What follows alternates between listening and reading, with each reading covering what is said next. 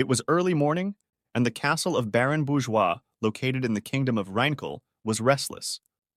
Crowds of people were streaming from the city gates to the city citadel. Today was to be the momentous event that had been anticipated for so long.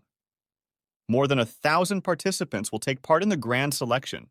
Two friends were sitting on the second floor of a pub having a drink. After talking about the upcoming event, one of them said that he didn't care about the outcome, as long as no one died this time. His drinking companion replied that the risk was worth it.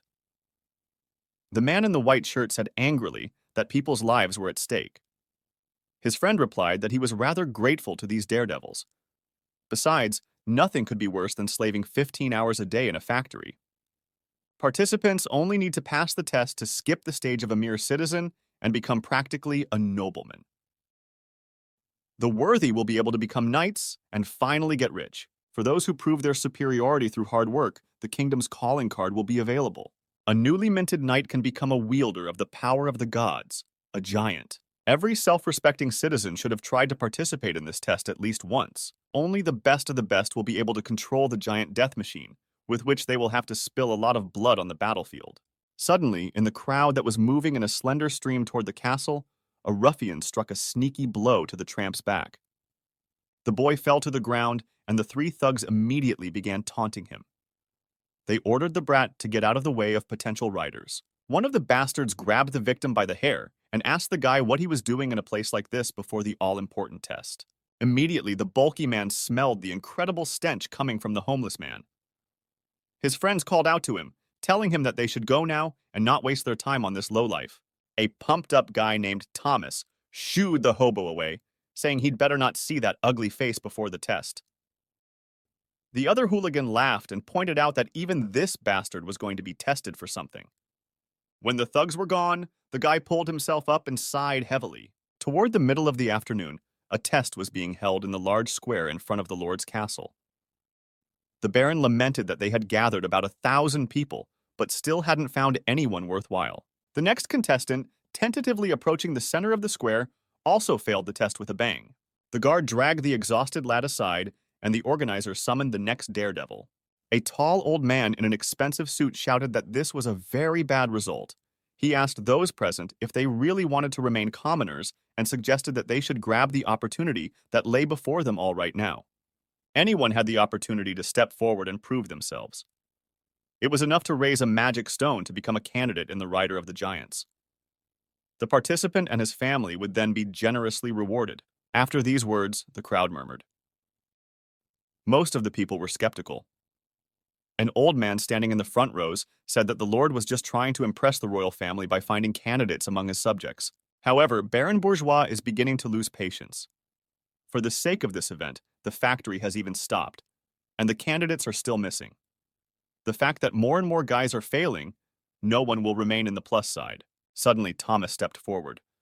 Calling the others weaklings, he said it was time for him to take over. The audience went into a frenzy of excitement. They knew that this guy would definitely be able to show himself. As he approached the center of the square, Thomas experienced excitement for the first time in a long time. Such occasions were very rare. The boy reached out his hands and picked up the glowing orb. He realized that it was not just a stone. For him, as a commoner, it was money, a future, and freedom. Immediately after Thomas touched the stone, an electric current struck his body. The boy tried his best not to lose consciousness. He no longer wanted to return to that life of a commoner. His goal was to become a knight of the kingdom. The audience was shocked by Thomas's stamina. He was the first of today's candidates to raise the stone to his chest. The boy had only a little more to do. A few more seconds later, Thomas had the balloon up to his head. With a little more effort, he would never have to deal with those miserable beggars again. The astonished Baron thought that finally there was someone who could be a worthy candidate. The boy's whole body was severely tensed. He looked at the stone with his last strength and realized that he had only one move left, and he would turn his life upside down forever. The stone seemed to grow brighter and brighter, and conducted more and more energy through the daredevil's body. Gathering his last strength, Thomas stretched his arm up and lifted the stone above his head. However, the hobo who was watching realized that this was a fatal move. In the next instant, the participant dropped the stone and lost his balance. His body could not withstand the full force of the energy, The Lord's aide looked at this and was surprised that even such a bulky man couldn't stand it. In the next instant, the stone slammed into the ground. The breathless body of Thomas fell in the center of the square. Panicked cries began to break out in the ranks of the participants. They stared at the body of the strongest of them in stunned disbelief that the stone had killed him. The angry Baron ordered those who had come to be silent and reminded them that there was a war going on in the kingdom, so everyone should be aware of the risks. He then summoned the next participant. However, the crowd of test subjects immediately left the test site. The enraged Mr. Bourgeois said that the wretched people were taking too lightly what they already had. He pointed his finger at random people and ordered them to come up for a test. The participants once again looked over Thomas's body and thought that they didn't want to end up like that thug. Some agreed that being a commoner wasn't so bad. However, at the exit from the citadel, the crowd was met by guards. They blocked the passage and did not let anyone out. One of the soldiers immediately grabbed a random guy who was struggling to break free. Baron Bourgeois shouted that the test subjects had the choice of lifting the stone or dying. If injured, the person would still be unable to work and would be wasting food. The crowd returned to its original place once more. The tramp was among them. The guy didn't think long, for he was the only one who really had no choice. He immediately raised his hand in silence. People in the crowd began to turn around, not realizing that this homeless man had lost his mind. Someone, seeing the clothes of the brave man, said that homeless people have nothing to lose. Baron Bourgeois examined the volunteer with interest and asked who he was. The guy said he was just one of the beggars and then asked for permission to participate. People immediately realized that this madman was just tired of being beaten up. Indeed, this boy had spent his entire life at the very bottom of society. Everything that happened could not be called anything but existence. No one around him cared about the ragged, abandoned homeless man. The guy got food in all sorts of different ways. But most of the time, he just picked up things that had fallen or been thrown away. Besides, people like him often attracted the attention of bullies. The guy was often beaten up just for existing. His parents died when he was 10 years old. Since then, the boy has suffered from incomprehensible hallucinations. These visions, like the violence, never went away. Even if he kept his eyes closed, the inferno repeated itself time after time. In the kingdom of Reincarnated, children are named in a ceremony at the age of 10. However, no such events are held for orphans. So the people around him call him many things. To them, he is a rat, a sorcerer, a troll, or just a jerk. All that was left for the no-wanted vagrant was a terrible depression and panic disorder. So all this time he was looking forward to his 19th birthday very much. That was how the day ended. The boy walked to the stone fence and looked thoughtfully at the water. Just then he climbed the fence and stood up to his full height. Almost without a second thought, the vagrant jumped into the water. It was today that he found freedom from depression, fears, and violence. Now he could rid himself of that disgusting body and the judgment of society. The boy turned around and looked up. At that moment, he was glad to say goodbye to the kingdom that didn't even give his name. The beggar closed his eyes and thought. He still had oxygen inside him, though he didn't know why. Suddenly, memories began to come to his mind. It seemed that this information was about something out of his life. However, a few more seconds passed, and the protagonist remembered everything. On the podium stood a tall, pumped-up guy. Today, he had once again won the title of Mr. Olympia. The journalist who approached immediately reminded the contestant that he was the first Asian to win the competition. She asked the bodybuilder how he felt. The girl asked a few more questions, but it was as if the guy didn't hear her. His name was Kang Kyo-han, and on that day, he became the first bodybuilder from Korea to win the title. Almost immediately, he captivated the entire world community with his muscles. Kyo-han has become an idol to thousands of people. He was constantly appearing on the airwaves and filming for global brands. It was the highest level of natural body. Every movement of his muscles attracted attention. As the strongest man in the world, Kyo-han was very popular. Going over these strange memories in his head, the vagabond couldn't believe it was really him. Kyo-han built the largest gymnasium in Asia. Each time, he approached training with great responsibility. All the guy wanted to do was build muscle for the rest of his life. You could say it was his dream. He wanted to overtake Lee Haney and Rajni Coleman and take the Mr. Olympia title 9 times in a row. As a responsible bodybuilder, this was the ultimate goal for him. That ill-fated evening, he was racing home from the gym in his luxury sports car. With that life and that money, he had a sense of absolute freedom and complete control over his destiny. It was a perfect and ideal life that is sadly past. One evening forever divided his story into before and after. Unable to avoid the collision, the red sports car slammed into the truck at full speed. The driver, a young bodybuilder named Kang Kyo-han, who had recently won the Mr. Olympia title, had no chance of survival. However, his life did not end there. After replaying these terrible memories in his mind, the young vagrant also woke up. A man stood right in front of the beggar. He looked fiercely at the waking boy and said that if he wanted to, he could try to drown himself again. The drifter looked at the old man in surprise and realized it was Commander Davis. The man asked furiously if the guy really didn't value his life that much. He then grabbed the main character and said that he would be ashamed to look into the eyes of the boy's father in the other world if he just died like that. He looked around and realized he was back in his own world. All the memories he had seen seemed to be but a dream. His freedom was lost again. However, it wasn't that simple. The boy looked at his hands and realized that his real name was Kang Kyo-han. Commander Davis was telling the poor guy off, shouting that it was time for him to stop relying on other people's decisions and start thinking for himself. The guy looked in the mirror and realized that this was not the end, and he could try to start his life again. While the old man continued to shout something, the protagonist examined his body. He was 19 years old. Muscles were absent as well as fat. His body was like a blank book to be filled in. Now that the guy had his knowledge back, he could build a nice-looking body. Besides, now he realized what it was about these hallucinations that had troubled him all his life. They were numerous system windows showing various characteristics. Kyo-han realized that he had a crazy ability in his hands. By this point, the old man realized he wasn't going to get anything out of the guy now, so he ran to the kitchen to get some food.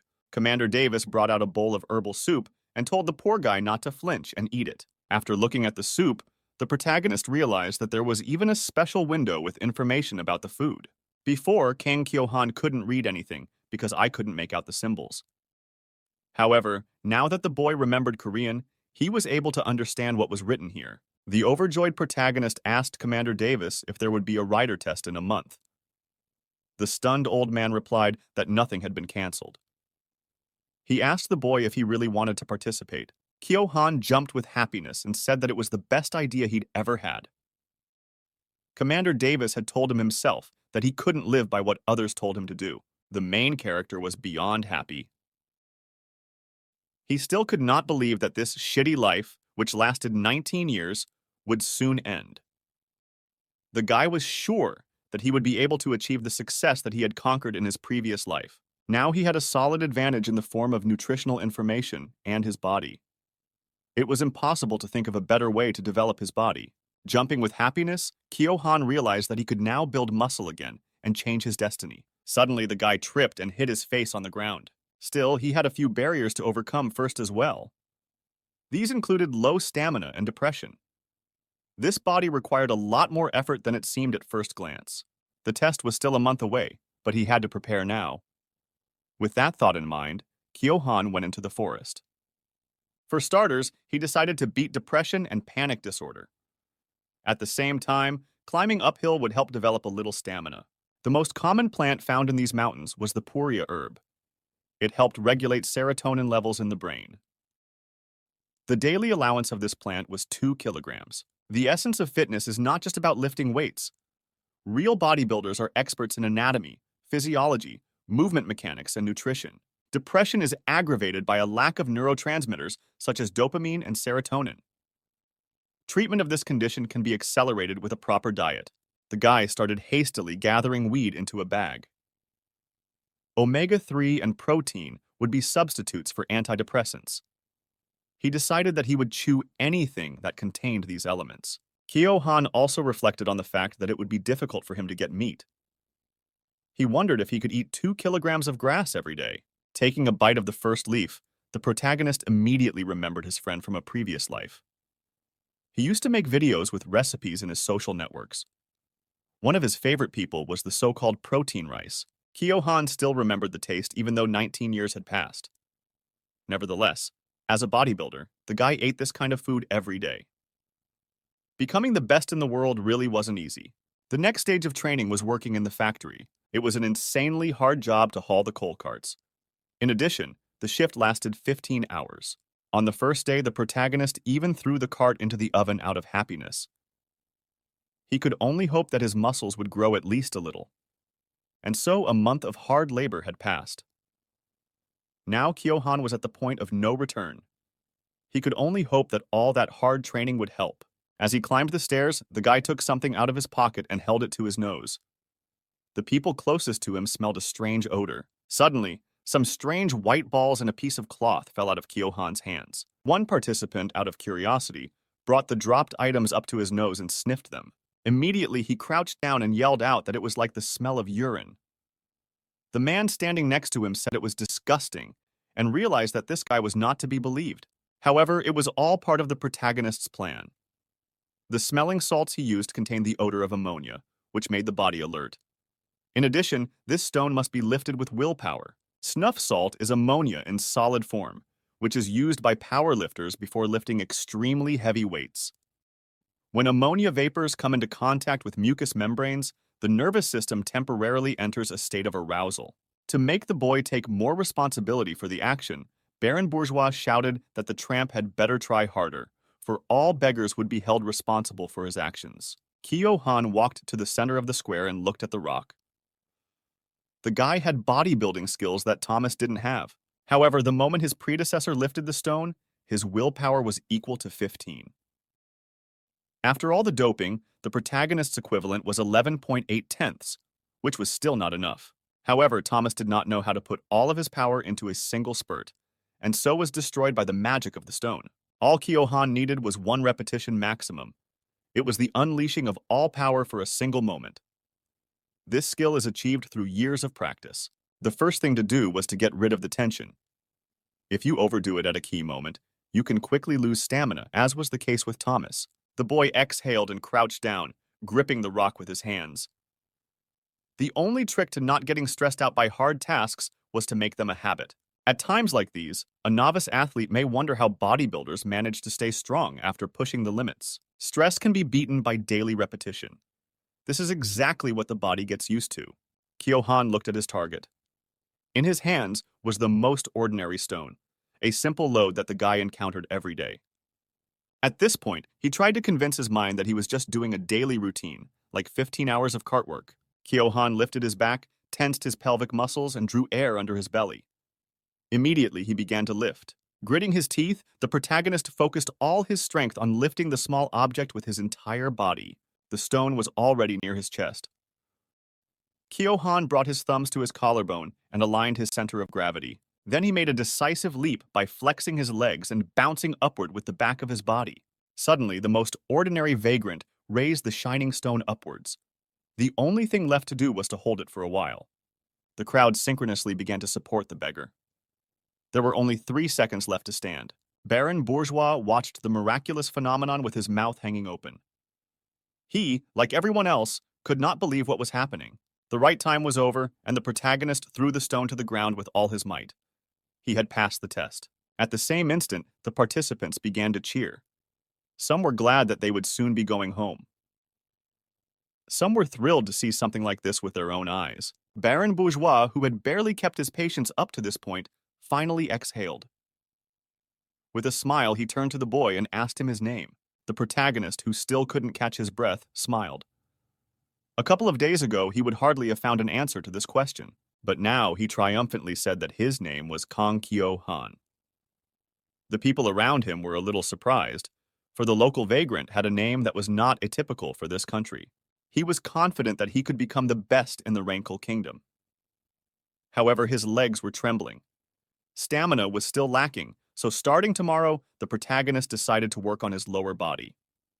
Some time passed after Kyohan was led into the palace. Suddenly, the guards stood at attention after a command. The initiation ceremony began.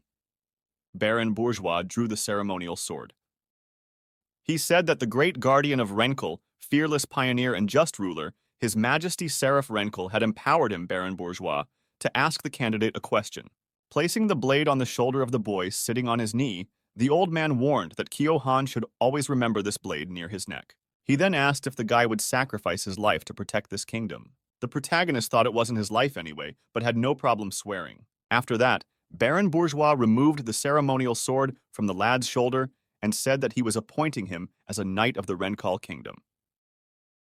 Kyo-han's new surname would be Yellow. The old man warned that the newly made knight should always honor his oath and faithfully serve the kingdom with the valor of gunpowder and the passion of a steam engine. Baron Bourgeois then ordered the protagonist to stand up. Straightening to his full height, Kyo-han promised to seal this honor in his heart. Most people took the ceremony favorably. Some were glad that the boy would not have to pull carts for 15 hours. Some said that the Baron's stylist had done a very good job on the tramp's appearance. Mr. Bourgeois then said that Kyo-han should choose 2 men to be his squires. It was a special privilege given to new knights. After examining the candidates, the protagonist once again became convinced of the problem of this society. With such a rigid hierarchy, it is difficult for different classes of people to even look each other in the eye. Now, for the first time in his new life, he is the man of his choosing. Squires are still subordinate to knights, but it is much better than working 15 hours a day in a factory. Many candidates looked at the boy with hope.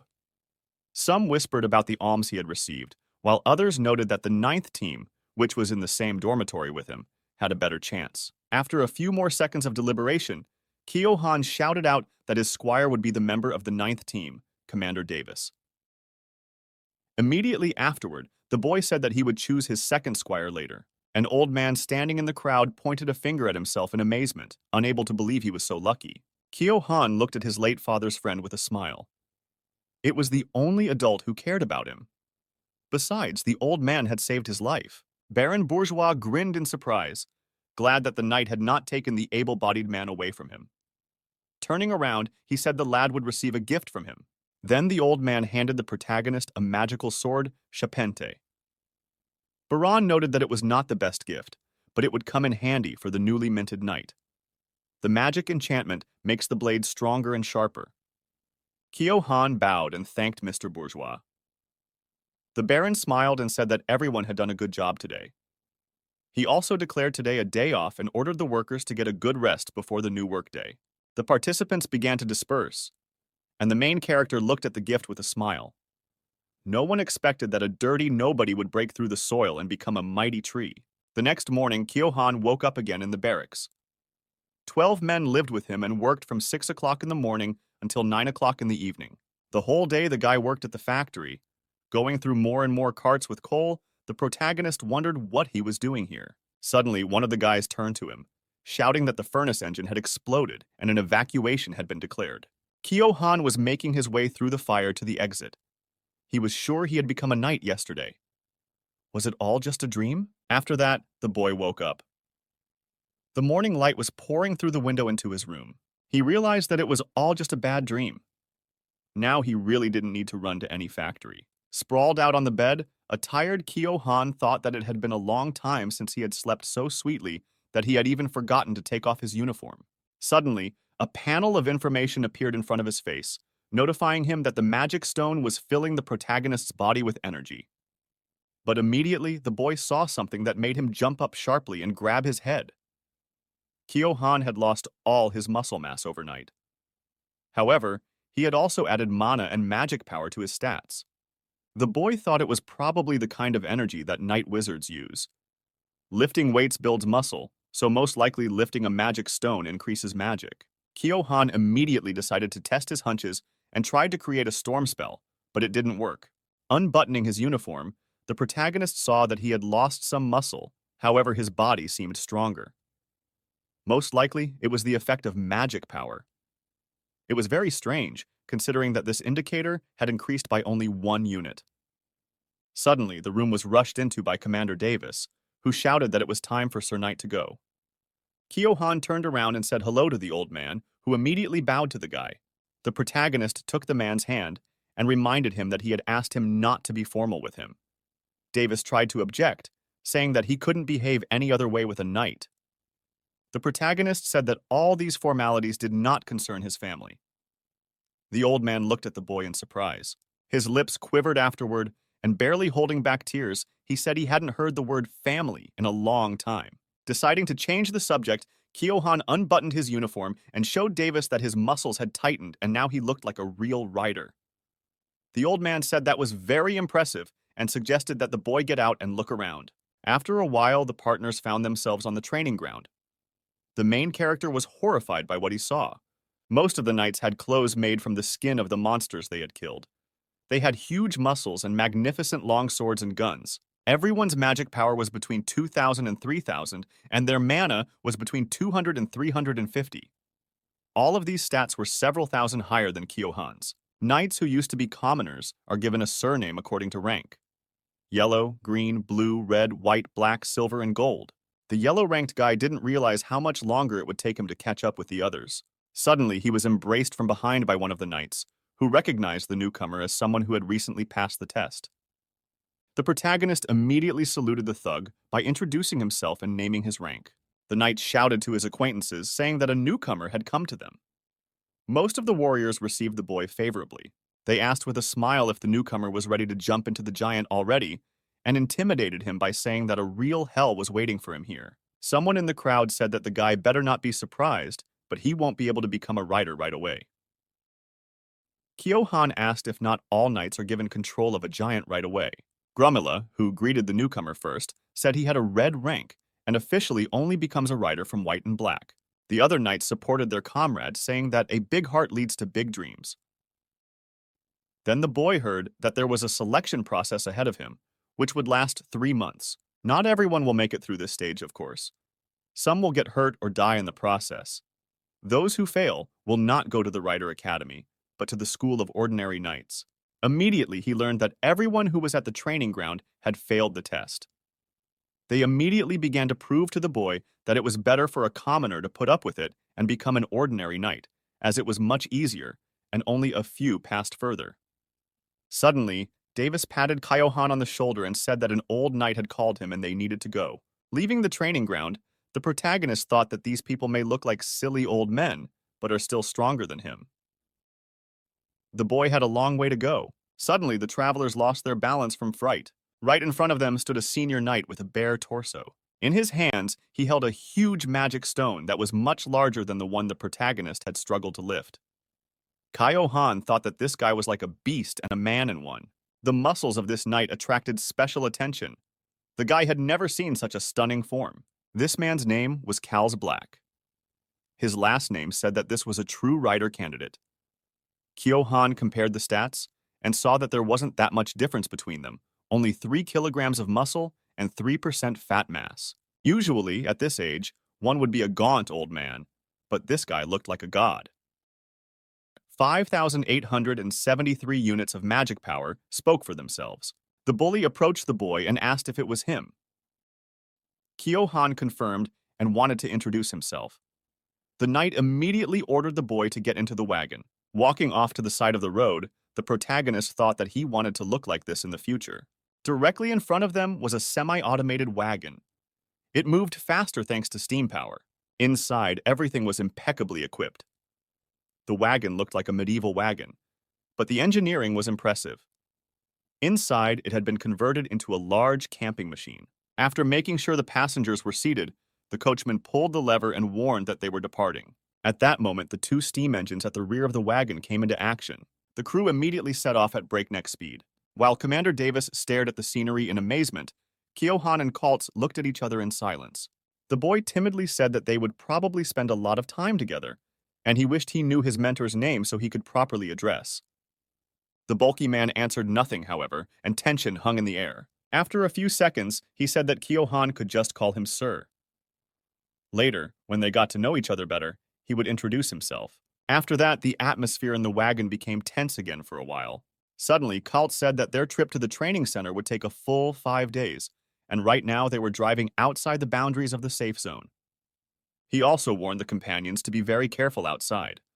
The slightest step or touching the wrong stone could lead to death. Suddenly, the bulky man jumped up from his seat and said that from now on, the boy would follow all orders without question. If there were no orders, he was to do nothing and ask no questions. Immediately after these words, the knight threw a magic stone at the newcomer, shouting that they would continue training even on the road, and the brat would have the strength to ask anything. The protagonist struggled to hold the ball that the big man threw with just one hand. At the same time, Kaltz ordered Kyohan to do 30 squats, the same number of overhead holds, 3 minutes in the horseman's stance, and 300 meters of running in place. The coach also added that if a guy lacks knowledge because of his past as a commoner, he needs to read books and don't ask him questions. Kyo-han had hoped that it wasn't his one question that had made cults angry, but there was no way of knowing that now. The sun was setting over the horizon, and the boy began his training. He struggled to lift the stone above his head, but this time it was a little easier than the test. After lowering the magic ball to the ground, Kyo-han realized that it was probably about magic power. He could repeat it several times, but so far, the sensation was unclear. Still, practicing for the first time in 19 years and learning at the same time was not easy. Suddenly, Kalt said that he had shown the correct method, and it was up to the beginner to do the exercises correctly. The protagonist was surprised that this type himself asked not to bother him, yet for some reason he is following him. Suddenly, there was a tremendous rumble outside the window. Davis, asleep on the bench, jumped up and asked what was wrong. Going to the window, the old man and Kyo-han looked at the blazing rock. They realized that this was the place called the Bourgeois Mine. The huge rocks were spewing puffs of smoke into the sky. Like an ancient beast, the mountain was roaring like a strange animal. At first glance, it looked like an active volcano. However, steam was even coming from the trees. The protagonist thought that this was most likely the aftermath of the Great War, a world created from fragments of the bodies of demon gods and dragons. It felt as if they were surrounded by endless sources of energy that lived their own lives. Kyo-han now understood why mechanical engineering was so advanced in this era. Suddenly, Commander Davis grabbed the guy's shoulder with a shaky hand and said something was wrong here. Turning around, the young knight saw that the old man wasn't feeling well. Davis said he had suddenly caught his breath. In the same second, the guy felt the change too. It was like a doubling of the gravitational force. The elder knight grinned and wanted to explain what this phenomenon was. But Kyo-han interrupted him and said that it was a high-gravity zone. Cals looked at him from under his hat and confirmed the lad's assumptions. Kyo-han had previously read that the surrounding areas were filled with various phenomena, among which it was impossible for humans to survive. Broken skies, ruined earth, breathing mountains and rivers, and areas of high gravity are very common. Kaltz confirmed the student's speculation, adding that the core was the cause of the anomaly. If it is destroyed, the citizens can live peacefully. That's why such phenomena exist only beyond the boundaries of human territories. After this explanation, the main character said that he now understood the main reason for the writers and their importance. Cals looked at the newcomer and realized that this time he had not come across an easy specimen. It's hard to find that kind of insight among commoners. However, the boy was still a beginner who would have a hard time becoming a writer. Any nobleman or free citizen who had received proper education since childhood would be able to increase magic power faster. Sadly lowering his head, Kaltz thought that soon the boy himself would understand the despair he felt in his own time. Meanwhile, Kyo-han realized that he was wrong, and magic power is really more important. The protagonist is too focused on willpower. Magic exists in this world, so he should focus on building up this indicator. You need to fill and stimulate the muscles as they grow so that the guy can feel the magical power. Kyo-han looked down and realized that the high-gravity zone was perfect for his tasks. The guy's body had become much more sensitive, and it was time to practice. As he began to lift the stone, the protagonist decided that it was not just the weight that mattered to him now. He had to listen to his body, feel it, and let the mana flow through him. Gathering his thoughts, Kyo-han made the first leap. I should have ignored the pain in my muscles. Magic is beyond the physical body. The most important thing is to focus on mana to achieve greater results. The second movement was even harder. Kyo-han felt an incredible pain, as if his feet had been thrown into lava. But despite all the difficulties, there was no way he was going to give up. Suddenly, the protagonist saw that his body had spent mana for the first time. Immediately, he felt his legs begin to fill with a startling energy that gave his body even more strength. This energy began to overflow into my spine, easing the movements more and more. Kyo-han felt himself absorbing magic power for the first time. The system suddenly announced the full utilization of mana and an increase in willpower by 1. Also, from that moment on, the increase in magic power accelerated. A shocked Cals jumped up from the bed and stared at his apprentice. It was the first time he had ever seen a newcomer feel magical power on the first day of training. Finishing the exercise, the protagonist contentedly looked straight ahead, deciding to take another approach a little later. Meanwhile, the semi-automatic wagon drove into the forest. Night had fallen. Two red, barely discernible eyes watched the moving object from behind the bushes. After a few moments, the number of observers increased noticeably. It was the third day of the trip, and the forest still wasn't ending. Commander Davis looked at the exhausted boy with concern. He said he'd better save his strength so he wouldn't arrive at the training center exhausted. However, it was as if Kyo-han didn't hear the old man and continued his training. It helped him develop not only his muscles, but also his magic. Back at the beginning of the journey, the guy had felt mana quite a bit. Now, with every movement, the sensation was like a spider's web all over his body. Raising the magic stone above his head, Kyo-han was able to bring the number of repetitions to 15 for the first time. Wiping the sweat from his forehead, the protagonist disagreed with Commander Davis and said that now, while they were passing through the high gravity zone, was the best time to train. By this point, his magic power was already 21 units. He sat down on the floor and decided that he needed to take a break to regain his strength, willpower, and mana. His muscle mass decreased by 400 grams, but his strength increased by 1. Magic power allows you to go beyond the limits of the human body and get the ideal form, which mankind has dreamed of since the times of ancient Greece. And now magic was added to this formula, thanks to which you can get a divine body. However, there was also a slight problem with this development. In the process of mana accumulation, fat and muscle mass is burned. Kyo-han decided that his status as a bodybuilder didn't allow him to give up muscle. Eating the right foods is also part of training. Suddenly, the travelers felt a serious jolt. Commander Davis immediately said that they seemed to be out of the high-pressure zone, for he felt that he could now breathe normally. The protagonist grabbed his head, realizing that now he wouldn't be able to develop as effectively. The old man looked at him in horror and said that the boy could become a monster altogether. Suddenly, the wagon shook violently again. The travelers thought that they had once again entered a high-gravity zone. Immediately, however, a small iron window opened, and the coachman appeared in it. The boy called out to the commander and told him they had encountered an ambush. The goblins were approaching the wagon. Despite the coachman's panic, Cals gritted his teeth unhappily and said that it annoyed him a lot. During the Great War, gods, demons, and dragons hated and killed each other.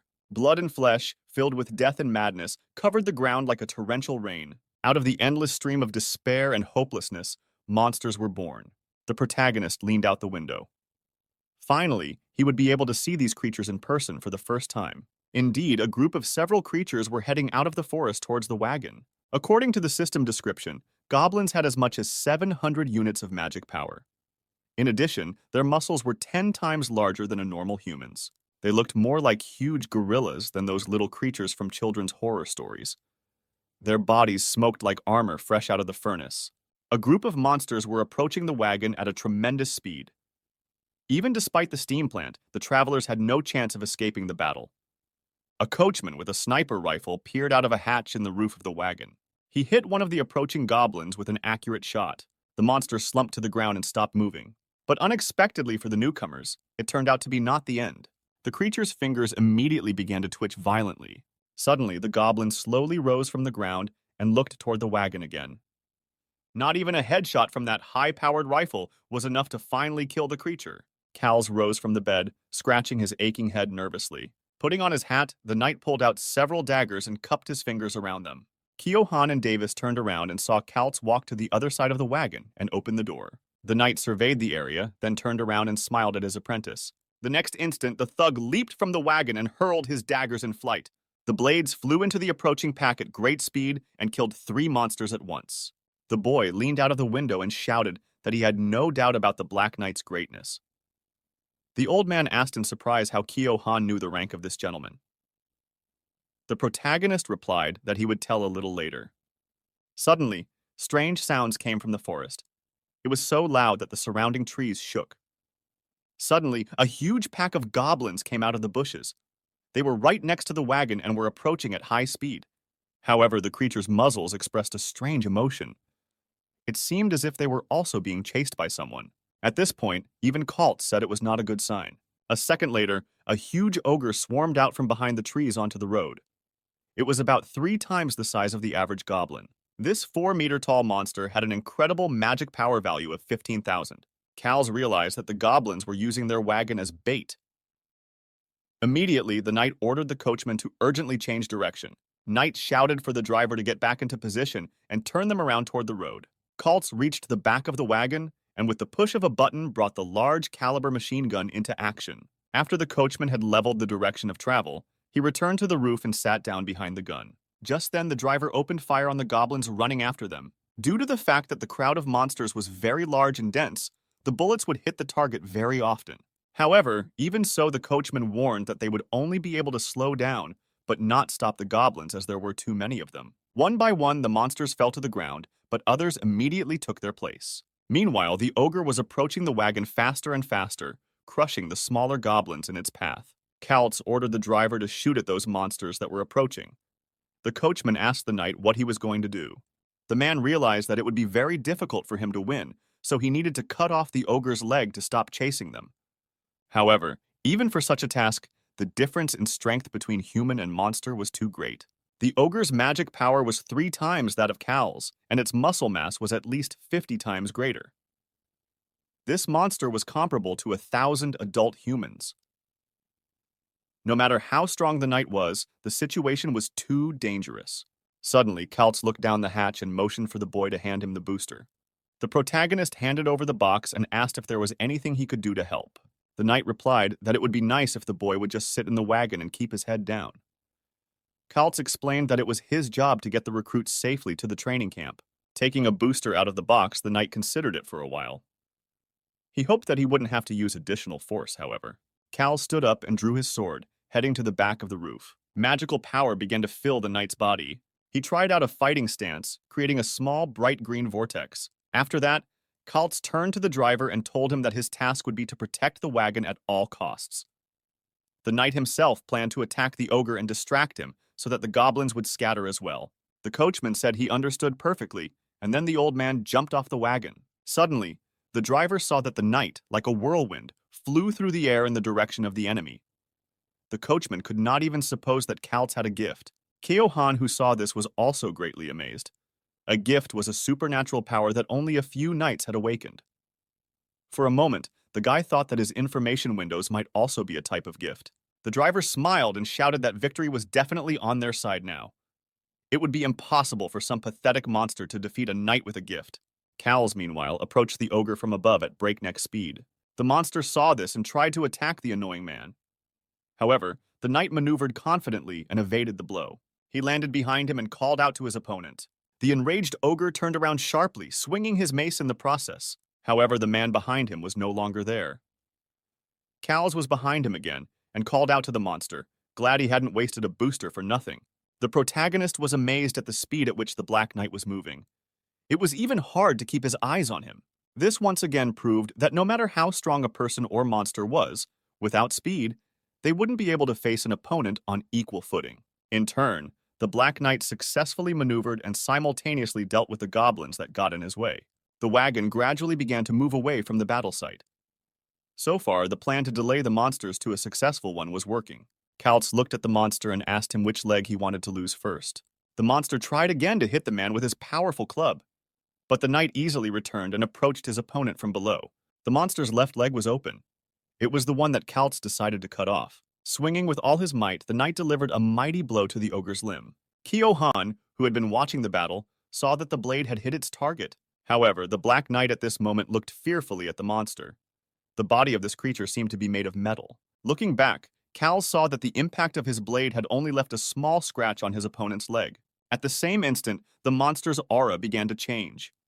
It seemed that the ogre was beginning to become enraged. Its skin was heating up, and its body was swelling. Suddenly, the monster abruptly turned around and roared loudly, glaring at the knight. Just then, he forcefully continued his attacks on the man again. This time, it became much harder for Kal's to dodge. The ogre had clearly gotten faster. With each new blow, the creature's speed was increasing. At some point, the Black Knight realized that he would not survive here. In the next second, the monster struck a blow of incredible strength that landed precisely on Kal's body. The frightened travelers could not believe what was happening. They stared at the smoke coming from the monster's hand with their mouths open. Suddenly, the driver sitting behind the machine gun saw a goblin approaching. This monster did not run after the rest of the pack, but turned its attention to the receding wagon.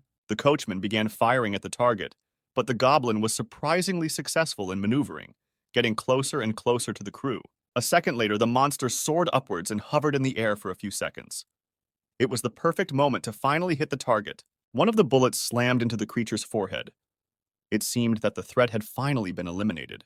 However, as it fell, the goblin managed to catch its claws on the roof. His reaction after being hit by a bullet was a bit sluggish.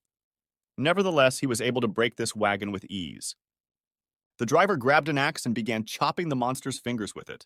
Seeing this, Kyohan realized that if the coachman didn't deal with this problem, then they would definitely be finished then. However, the monster suddenly reached up and grabbed the driver's leg with his other hand. The protagonist realized that he couldn't delay. He immediately rushed to the sword lying on the side. In the meantime, the goblin had clutched onto the victim's foot and was already climbing up to the roof. Kyohan ran up the stairs, trying to get ahead of his opponent. The next second, the monster released his other arm and swung it to kill his victim. The coachman realized he was finished. However, Kyohan was still not going to give up. He swung his sword, intending to concentrate all of his magic power into a single strike. Temporarily, the ogre removed his hand, intending to see the result of his strike. However, through the smoke, he saw that the man, for some reason, was still alive. The knight exhaled and said that it was very dangerous. It was a hard blow, but Kaltz survived, though his face was badly damaged. Looking at his opponent, the old man realized that it was his turn to give his best. Immediately, he fired up the boosters, intending to once again outgun the ogre in terms of speed. The small rocket engines lit up in bright flames. In the next instant, Kaltz accelerated to an incredible speed. Maneuvering close to the monster, he began to strike one blow after another. Coming in from the rear, the Black Knight began to gain altitude sharply. As he approached his opponent's face, he shouted that he wasn't done yet, and he had one more blow left to deliver. Meanwhile, Kyohan was approaching the goblin who had climbed onto the roof. Swinging his blade, the guy realized that the fate of 3 people at once would depend on this blow. In the next instant, the protagonist flew past the goblin at great speed, slashing his neck in the process. The coachman tried to fight off the monster in panic. However, suddenly the enemy's body weakened, and he fell dead on the roof. A few seconds later, the Black Knight returned to the wagon. He said that the matter was done and we could move on. Commander Davis looked out the window and saw that they had indeed gotten quite a distance from the monster that was chasing them. Once on the roof, Kaltz looked dazedly in front of him and asked what had happened. Right in front of him lay the corpse of a slain goblin. The Black Knight asked the boy if he had done it, but the guy didn't answer and just stared contentedly into the distance. It was the first time he was able to release all of his mana at once. A while later, Kaltz was sitting in the wagon, bandaging his shattered head. It was strange to see ogres in the area, who usually strolled elsewhere. However, the strangest thing was that the newcomer chopped the goblin's neck so easily. It hadn't even been a week yet, and this puppy was already performing such a thing. The knight took a long look at the satisfied boy. He even thought in his mind that he was dealing with a future genius. Suddenly, Kyohan turned around and asked his mentor what he could do with the corpse. The knight said that this loot was the boy's, and he could sell the body at the training center. Monster corpses don't rot and can be left here. The disciple was greatly surprised by this fact, and suddenly asked if it was okay to eat goblin meat. The old man replied that eating monster meat to increase magic power was just a rumor. He himself had tried it before and only got indigestion, even losing his magic power. The knight advised his disciple not to engage in such nonsense. However, the protagonist didn't listen to his mentor and said he wanted to give it a try. Still, the boy had a special gift on his side now. The nutritional information window could tell him all the secrets of cooking.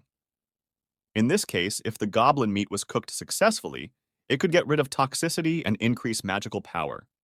After reading the information provided, Kyohan realized that it was a kind of protein. To put it simply, about magic power, there is also a bioadditive that promotes the growth of the index. The Black Knight looked irritatedly at his pupil and realized that there was no point in convincing him of anything. If the boy wanted to, he could make it worse for himself. The protagonist immediately grabbed a kitchen knife lying nearby and began to cut up the monster. He began to grill the resulting piece of meat over an open fire. The steak emitted a horrible odor. However, the system warned that the toxicity would be removed if he continued to grill the piece of meat for a strict 40 to 42 seconds. Constantly checking the information window, Kyo-han realized that he just needed to hit the timing. After exactly 40 seconds, the guy picked up the steak and removed it from the open flame. The system announced that all the toxins from the meat had been removed. Clamming up, the boy decided to finally taste the resulting steak. He had high hopes that the dark mana would increase his strength. After the first bite, it turned out that this meat was incredibly flavorful. Without seeing Kyo-han's face, Davis thought it was really unpalatable and said that only an underdog would dare to eat monsters. The Black Knight grinned. Looks like the meat really was like a soul. Indigestion would set in about 3 minutes, and that was far from the worst of it. Meanwhile, the boy was greedily devouring the steak. It was the best he'd tasted in 19 years. That was the miracle of 2 seconds. To unleash the crazy flavor, you just have to get into that gap. Then he took a second piece of meat and shouted that he wanted more. The old men looked at the madman in surprise, not understanding how this was possible. Cals looked incredulously at the new recruit who, days after becoming a knight, could calmly use magic power and eat monster meat without any problems. After finishing preparing 2 more servings, Kyo-han held out the plates to his companions, saying that they should try it too. He was convinced that it smelled like a unique dish and tasted like stingray, fermented soybean paste, and durian. Davis and the driver looked at the plates in disbelief and said they wouldn't want to try it. Suddenly, Kalt stood up from his seat. He agreed to try it, even though he wasn't very hungry. The others tried to convince the knight not to try it even out of respect. However, the bulky man came over and grabbed one of the plates without a second thought. After Cals, the driver and Davis reluctantly took their plates. They agreed that even if Mr. Knight would eat it, they could try it too. After the first bite, the coachman and the old man looked at each other stunned. Caltz's face also expressed extreme amazement. The meat just melted in his mouth, and the gravy was incredibly delicious. In his entire life, the knight had never tasted food like this, not even in the royal palace. Tears even appeared on the old man's face. It was a bit like alien cuisine, but I still couldn't believe it was possible. Meanwhile, Kyo-han sat by the stove and grilled one piece after another. When he saw that the others were enjoying it, he said they'd better get a good taste of the steaks because he wasn't going to share anymore. Suddenly, the knight shouted his name loudly. Kyo-han looked questioningly at his companion. The old man said that the boy could call him Cals as an exception. The protagonist was surprised that the knight had introduced himself so suddenly. Kalt said he appreciated the significant contribution the apprentice had made in saving the group. So upon his arrival, the knight promised to give the boy another goblin. Davis turned around and noted that the knight was much more talkative after the meal. It seemed that meat was the best way to cure a bad mood. Meanwhile, the wagon was traveling over a very thin grade crossing, with powerful storms and electrical discharges on either side of it. Kyo-han never stopped practicing, growing stronger by the hour. The Black Knight watched his companion's training intently. He could feel this guy's magic power increasing. Suddenly, the boy asked when Mr. Kaltz would return to his duties. The knight interrogated, not understanding what his companion was saying. Kyo-han clarified that he was referring to the rider giants. It seemed to him that the white and black ranks could officially rule them. However, Kaltz visibly tensed up after that question. The boy realized that it was not just for nothing. Gritting his teeth, the bulky man said that he had been expelled from the academy. The protagonist was horrified, but cautiously asked how it had happened. The Black Knight told them that during the mission, they were attacked by the Logoth Kingdom. Their squad was ordered to retreat. However, he ignored the instruction to save his friend. Cals returned, but his plan still failed. In the process, he lost his giant and couldn't save his friend. Then he realized that whatever the reason, disobedience was a serious offense. His expulsion was inevitable. The depressed knight said that the boy had yet to control the giant. He noted that losing a combat vehicle is comparable to losing the wings of a bird. After saying that, the old man stood up from his seat and turned to the young knight. Kaltz put his hand on the guy's head and asked him to never make the same mistakes in the future. Then he turned around and said that they would already reach the place tomorrow, so the apprentice should stop training and check his condition. The protagonist looked after the old man and realized that in his eyes was not irritation, but the deepest longing. Kaltz sat back in his seat and lowered his head sullenly. In his heart, he still wished he could return to his past young life. It was the 5th and final day of the journey. The wagon was rushing through the whirlwinds of fire. Davis tried to convince Kyo-han to stop practicing. The guy excused himself by saying that he was just doing some stretching. The old man looked out the window and immediately called out to the protagonist. They both looked at the majestic view in amazement. Workers synchronously operated the monumental machine. The commander shouted for the operator to correct the angle immediately, or else cracks would appear and an explosion would occur. The training center was unlike any other. Across the fence from each other, workers worked and soldiers trained. This place was more like a huge shipyard. This was what the engine of the kingdom looked like, where riders were raised and giants were created. Passing near the manufacturing quarters, Kyo-han peeked out through the roof hatch and saw a huge object in front of him. This was the Giant, a majestic machine that was comparable in power to the gods. After the carriage had stopped, Kaltz got out of it, and showing the manifesto, announced that the candidate for Baron Bourgeois had arrived. The sheet bore a signature attesting the certificate of the royal examiner. The protagonist looked in amazement at the huge death machine standing right up close to them. This snow-white giant was about 8 meters tall, which was comparable to a 3-story building. It was more like a huge beast than a machine by the clatter of various mechanisms. The protagonist became convinced that mankind was able to create a miracle with divine power. The giant bent over and a compartment opened in his chest. A blond guy in rider's clothes came out of there. His name was Rafal White. This guy possessed almost 3,000 units of magic power. Although this rider had a white rank, he was an official cadet.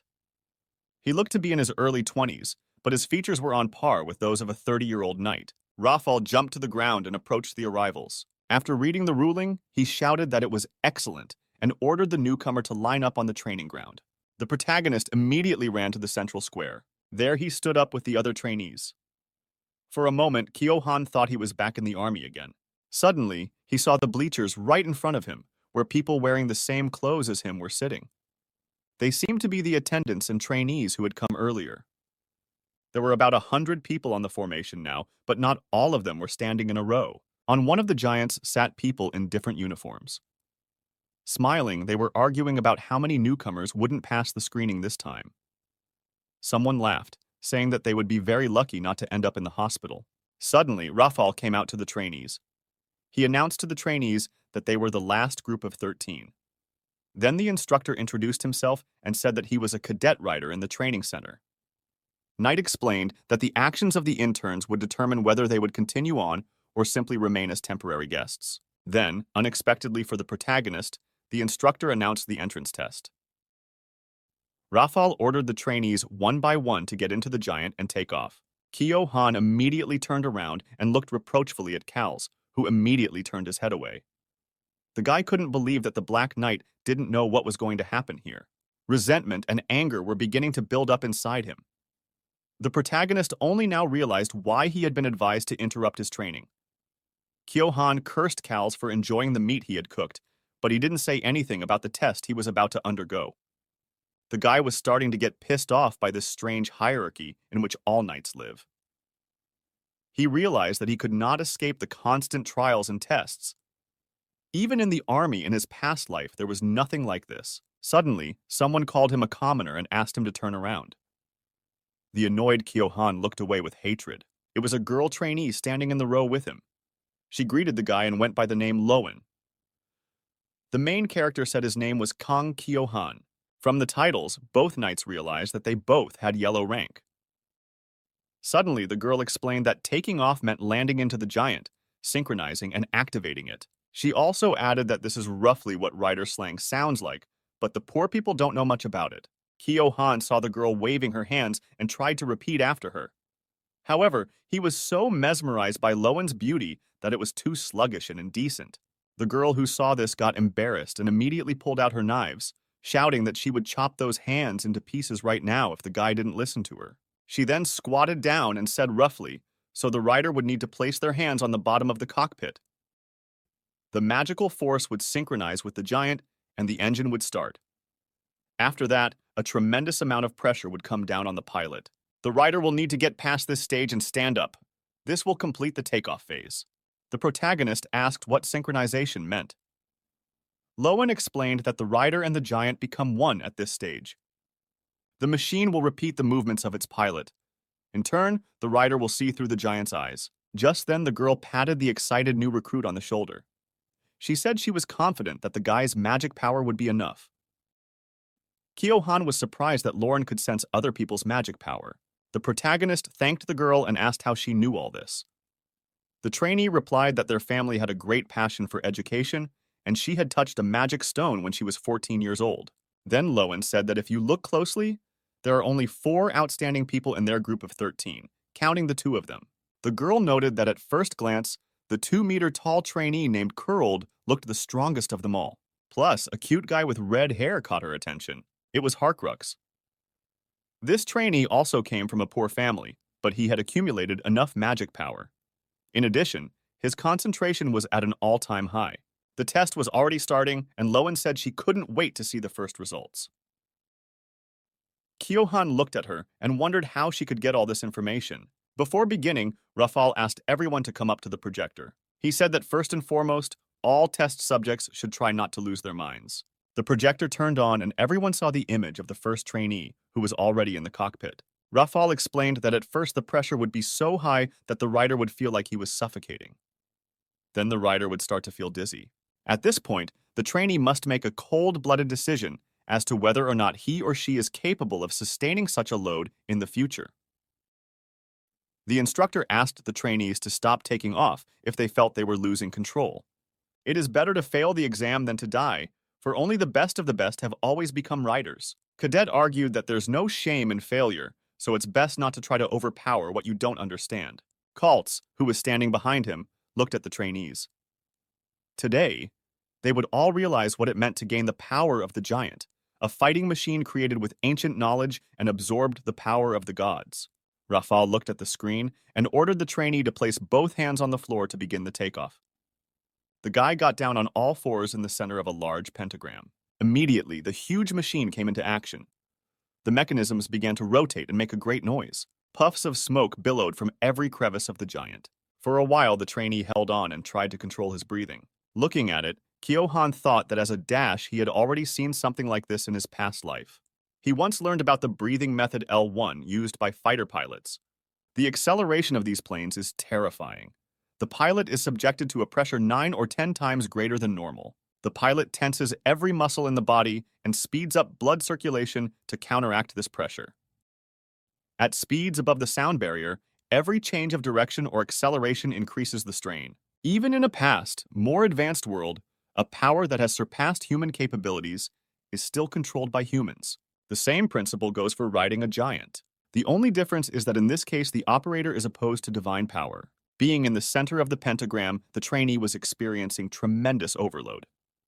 At some point, he realized that he could no longer continue and shouted that he wanted to get out.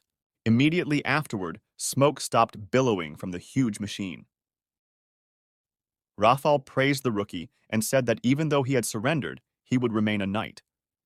The cadet once again reminded the trainees that each of their lives was valuable. An evacuation crane was brought to the giant. A stretcher was used to evacuate the exhausted boy from the capsule. Rafal turned to the new arrivals and called for the next candidate.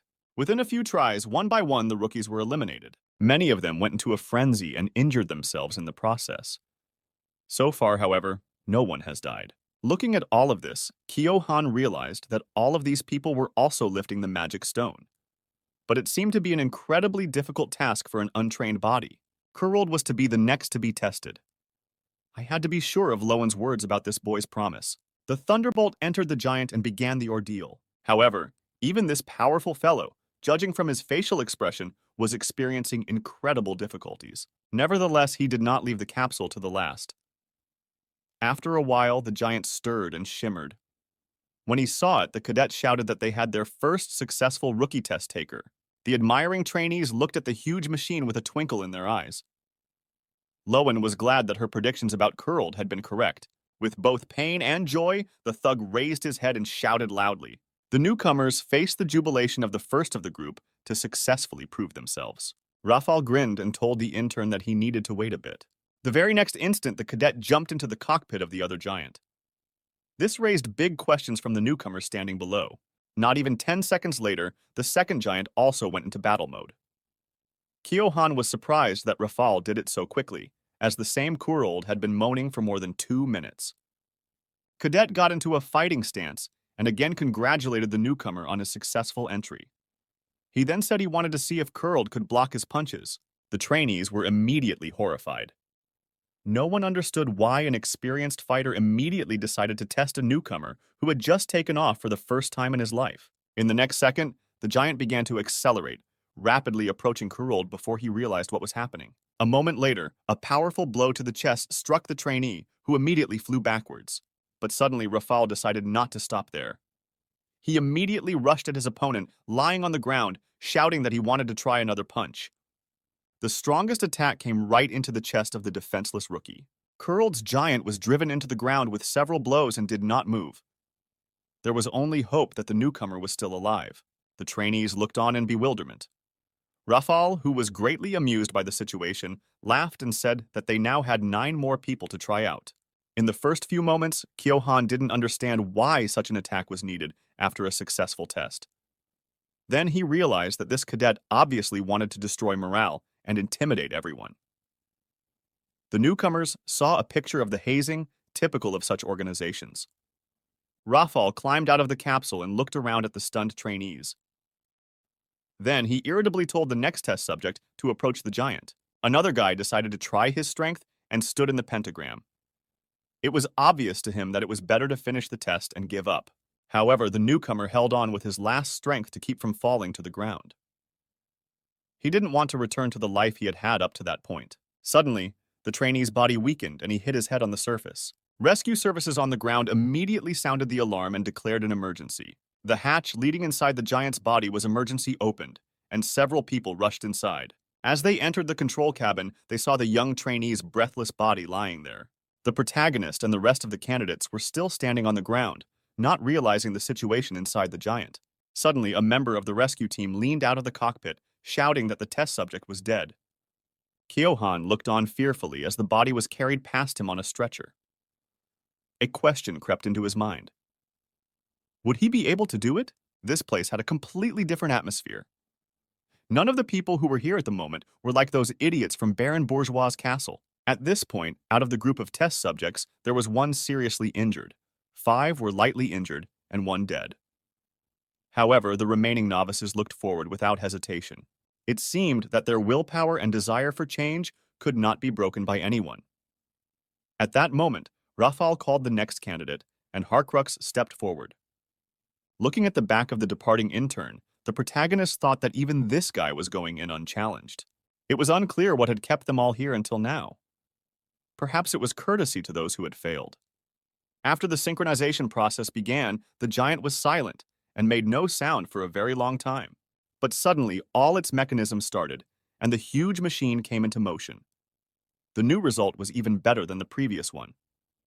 Harkrux was able to take off in only 1 minute and 40 seconds. He looked at Lowen, and she winked at the guy, letting out a shout that she had no doubt that this Harkrux was a natural-born rider. Realizing that he also could not avoid being flogged by the cadet, the subject got into a fighting stance and said he was ready. Looking at the huge machine spewing flames, the protagonist realized that thanks to the failures of the other test subjects, his strategy had been honed. In the next second, the white giant delivered a knee strike to his opponent, who put up a block in front of him. Rafal laughed. He seemed amused by his opponent's impregnability. The cadet pounced on the newcomer again, landing increasingly accurate and hard blows. At one point, Harkrux staggered and missed 1 attack, which came exactly in the chest. Immediately, a huge pile of metal came down on his back. Rafal laughed and marveled that this weakling had only taken 4 blows. Watching the injured Harkrux being taken out of the capsule, Kyohan thought that this damn hazing was trampling all success. The absolute bravado of power only made the newcomer's mood worse. The protagonist looked at Rafal with anger and decided that he would also contribute to the success of the last group. Meanwhile, Davis sat on the platform with the rest of the audience. The old man's face was extremely anxious. Suddenly, someone behind him pushed him hard with his foot. The 2 brash types, laughing, walked on and disdainfully apologized to Davis. Then the insolents started laughing at the fact that someone had managed to take an old man as a squire. The guy in the yellow shirt said that at that age, you shouldn't even lift a spoon. Having chosen a suitable place, one of the insolent men sat down. He assumed that the old man was the squire of that poor boy. His friend added that one would have to be an idiot to have only 1 assistant. Davis jumped up from his seat and shouted angrily that he wanted those words said to his face. The Nahals grinned and said that the old man should keep his voice down, or his blood pressure would rise. Suddenly, spectators from the front row stood up for Davis and addressed the bullies, saying they were being too rude. The bastards immediately began to go downstairs, glaring angrily at their opponents and wondering if they were now finally going to get to have fun with someone polite. In the next instant, the type in the yellow t-shirt delivered a strong kick to the opponent's jaw. The insolent man shouted that they were squires of the White Knight and did not want to listen to the servants of the yellow one opening their mouths. They immediately started threatening the guys that they better shut up if they didn't want to be buried next to the old man. The yellow-shirted bastard looked angrily at the frightened squire and said that this was a jungle where there was no room for manners. The basic rule of this place was that if you had no strength, you had to kneel obediently. Davis stared in amazement at the conflict that had occurred on the flat. For a second, he wondered if this would be worse than working 15 or 18 at the penal colony. The old man had seen a lot of troubles during his life in the castle of the bourgeois baron. He had seen people die in blast furnaces and explosions in industrial production. However, this was not a battlefield where one must necessarily hold a blade. Davis was furious because even Kang Kyo-han was surprised when he found out that there was a white man above the black rank. And now some brats are allowing themselves to mock them. Davis shouted that he was not that old and his tongue was still sharp. Then he asked the ruffians if it was true that not only knights had rank, but also their squires. The bastards said nothing, and then Davis started juggling coins, saying that if the brats were so confident, they could place a bet. He added that he was willing to bet 5 silver coins that his knight would come through and take first place. The hooligans looked at the hand clutching the coins, not realizing how this old man had so much money. Nevertheless, they agreed, saying that Davis had no right to take it back. In addition, these conversations were overheard by the other squires, who were interested in the dispute and decided to join the bets. The guy in the red shirt decided to bet on Lowen, because she was educated and came from a family of free people. The old man looked at the money in his hand again. One of the squires shouted that it must have been his monthly salary. No one knew, however, that Davis had been saving that sum all his life. However, right now, in the glitter of the coins, he could clearly see the image of a man evolving every day, defeated by a single blow from a goblin, and the surprised expression on the face of the black calcium. Davis decided that he couldn't help but go all in. Kang Kyo-han was the only one he could rely on. The old man's legs shook with fear. The hooligans who noticed this began to jeer, wondering that it seemed that the poor squire had really gone to such an extreme and bet all his money on a poor man. Meanwhile, Cal's Black stood aside and continued to watch the contest in silence. Lowen looked into Kyo-han's eyes in surprise and wondered if his fearful look had anything to do with the firm resolve that emerged. The boy did not manage to answer anything, and then the girl said that it looked like they would have to give in today. With these words, she asked her interlocutor to look away. 2 spectators in rookie uniforms watched them from the bleachers. Lowen said she checked the information and found that before they arrived, the 2 had taken first place. The blonde man who was watching the protagonist closely was named Harriet, and he was lucky enough to come in second place. This guy showed himself to be incredibly cool. While inside the giant, he held out against Rafal for a full minute. The girl with the serious look was named Helena. She was the only one who had tried to counterattack Rafal, and she had lasted a minute and a half. Most surprisingly, she did strike back, and the cadet had to dodge it by taking a step back. After saying that, Lauren suddenly looked at Kyo-han and declared that she was going to be the main character today, because she would definitely make Rafal take 2 steps back. The pretty girl, completely unconcerned about the upcoming ordeal, headed towards the giant, shouting that they would see each other again soon. The guy thought that it was as if she didn't care, and it was as if she was just going on a picnic. Looking at the peer's stats, Kyo-han saw that her mana was almost 60 units, and her magic power was 573. She was strong even for him. However, the 2 newcomers that Lowen said were even stronger. The protagonist was amazed that even so, the girl was confident. He wondered if it was possible to overcome this difference through skills. Stepping inside the giant, Lowen took a deep breath and kneeled down. On synchronization, she had the best result in the last group, completing this stage in just 1 minute and 20 seconds. Before the onlookers knew it, Rafal immediately jumped into his giant and sprinted towards the girl. The cadet immediately attempted a swift jumping kick. But suddenly the trainee jumped aside, deftly moving out of the way of the blow. In the next few dozen seconds, Rafal managed to close in on his test subject and began to deliver blow after blow to her. A little more time passed, and the giant fell to his knees. Lowen lasted for 45 seconds, and although she was unable to counterattack, she was able to defend herself and dodge 17 attacks. Kyo-han mentally thanked the girl as she struggled to get out of the cockpit.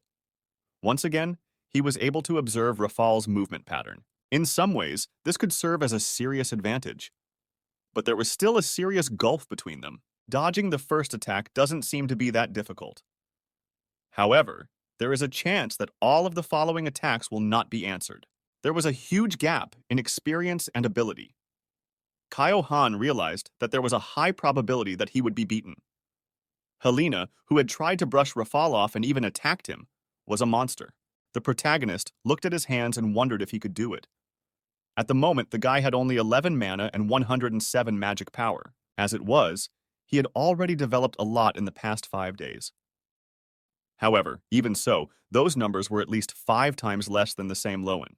Warming up for the decisive test, the guy noted that after 100, the growth of magic power slowed down a lot. It seemed that the situation here was similar to muscles. Rafal looked irritably at the last trainee and told him to climb into the giant immediately. Heading towards the battle machine, Kyo-han realized that he really didn't have much of a chance, if even rookies with more mana couldn't do it. Still, there was one argument playing in his favor. Neither Harriet nor Helena could handle a goblin in his current condition. Even Sir Cowles was surprised that the protagonist managed to do such a thing. After all, wrestling isn't just about numbers. Sometimes the outcome of a battle is decided by one lucky hit on a weak point. The boy stepped up close to the giant and raised his head. Inwardly, he tried to focus and calm down. A short while later, Kyo-han found himself near the entrance to the capsule. Clenching his fists and gathering his thoughts, he headed inside. Now the outcome of the confrontation depended only on whether the guy was able to concentrate and not miss the right moment in the fight. Suddenly, the protagonist's feet stepped into a thick mass. The smell of this consistency was very strange and simultaneously resembled iron, machine oil, and blood. Suddenly, there was a loud clanking of machinery from behind. Kyo-han turned around to see what was happening. At the same second, the hatch slammed shut with a click right behind him. The combat zone was about 7 square meters in size. However, the walls of the giant were not visible under the bright light. It seemed that only the boundless universe existed behind this darkness. Suddenly, the cadet's irritated voice interrupted the guy's thoughts. He said that if the trainee was done looking at the surroundings, he could start taking off. Kyo-han was surprised that this type didn't explain anything to him. First, he had to mentally get used to his surroundings. The protagonist took in a lungful of air and exhaled sharply. Then he got down on all fours with some apprehension and placed his hands on the pentagram. Immediately, a violent vapor release shook the entire huge machine. In the darkness, the mechanisms that furiously spun the gears became visible. An energy field began to be created in the center of the pentagram. Suddenly, an even stronger outburst shook the cabin, and that's when Kyo-han's breath caught for the first time. Inhaling a sharply heavier air, Kyo-han realized that the atmosphere around him was similar to the feeling he had when squatting with 200 kilograms. The protagonist still remembered the routine well, because as a bodybuilder in his past life, he had encountered this kind of thing many times. To minimize the effect, you had to take a deep breath, tense the lower abdomen, and create artificial pressure on the abdomen by resisting the weight. And yet the differences with muscle pumping were significant. Lifting a giant was a much greater weight. It seemed that something else, something more existential, was tense besides muscle and bone.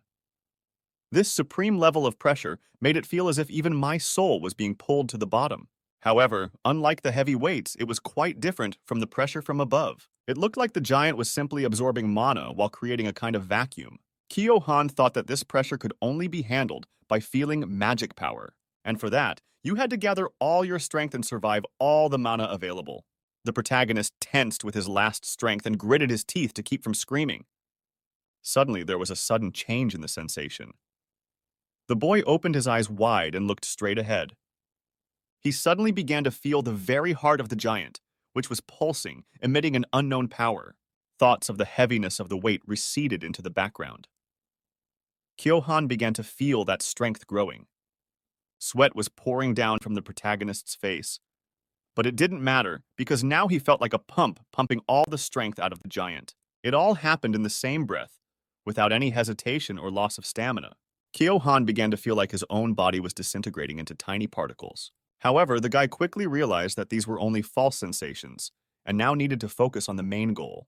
He raised his head, and with difficulty holding back a scream, tensed his whole body again. Suddenly, the pentagram beneath his feet curled up to the size of a small, brightly glowing ball. After that, steam began to waft out of the giant, as in other cases. Standing at the edge of the training area, Kaltz watched in amazement. The huge machine finally came into motion, starting up all its mechanisms. The audience was both thrilled and horrified. Not even a minute had passed, and this guy had already taken off. The crowd began to ask if it was not a poor man. Meanwhile, the main character spread his arms and legs, cocking his head and screaming for joy. This feeling of triumph and overcoming myself was unparalleled. In the same second, a view of the training ground, packed to the brim with people, opened up before the guy's eyes. Now he saw everything perfectly through the giant's eyes. Kyo-han was out of his mind with excitement. Being freed from a small and weak human body, one could feel superiority, as if one had become a god. It felt as if he was now omnipotent and capable of destroying even the most enormous mountain. It was an inexpressible ecstasy, like honey pouring into his brain. But immediately the protagonist pushed those sweet thoughts away. Now he has only one chance to fight Rafal. Considering all the previous fights, if this type moves, the fight will already be lost. The kid had his only chance to seize the moment while the cadet smilingly assesses the rookie's takeoff. The main driver of mana and magic power was willpower. And although Lowen's mana was much more powerful, but their willpower was about equal.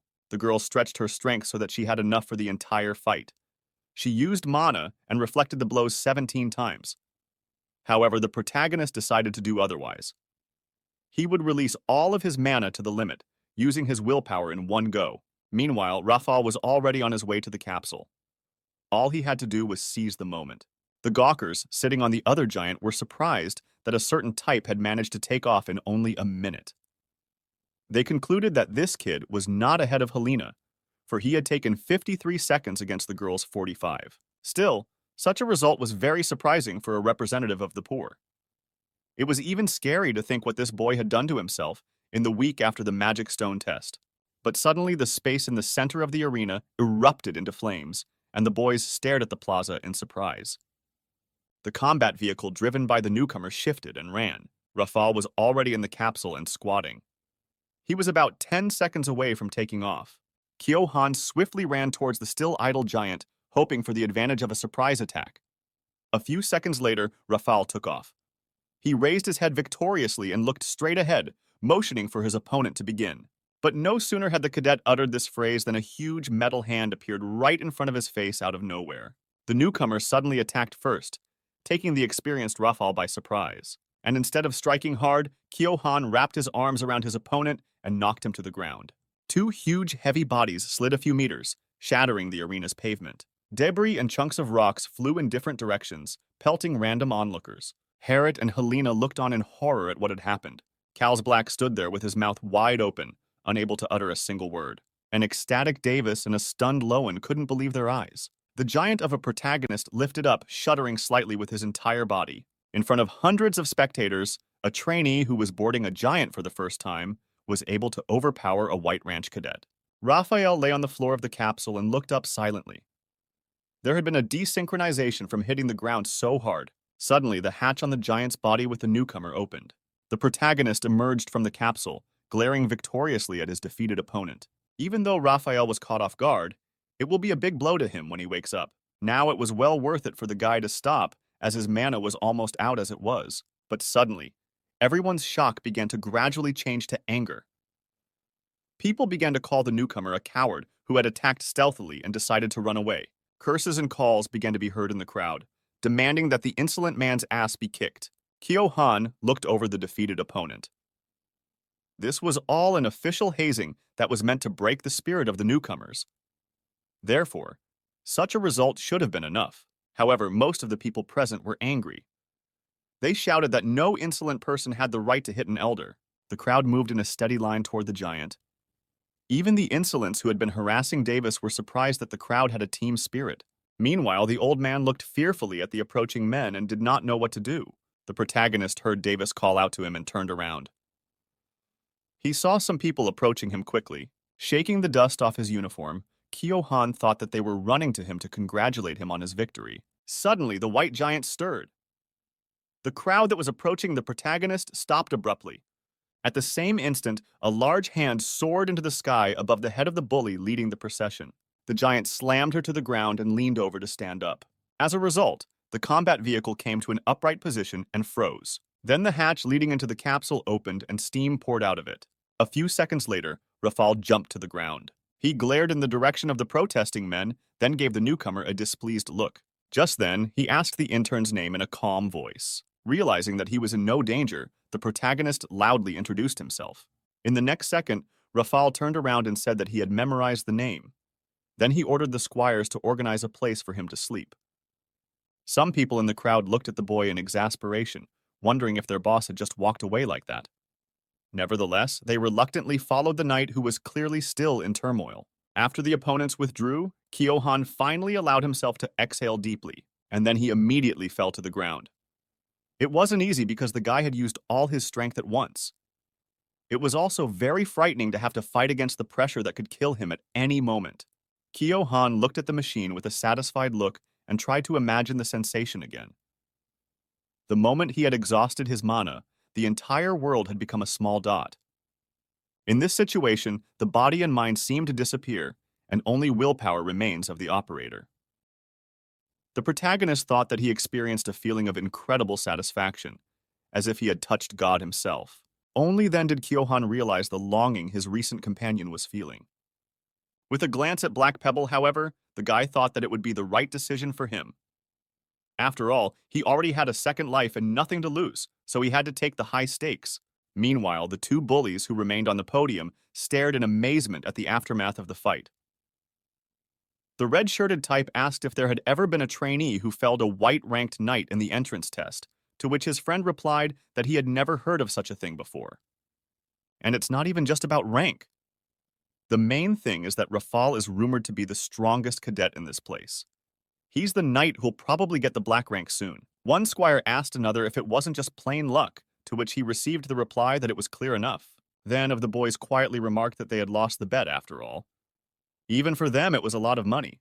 However, the cheeky man advised his interlocutor to just ignore the old man, because he certainly can't do anything to them. His friend agreed with his partner's opinion that squires of yellow rank should pay their counterparts of white rank. The guys turned around and were about to leave. But suddenly a voice behind them asked if the boys were in a hurry. Turning around, the squires were startled to see that it was not an old man, but a man who looked like a knight. The huge man in the hat called himself Cal's Black.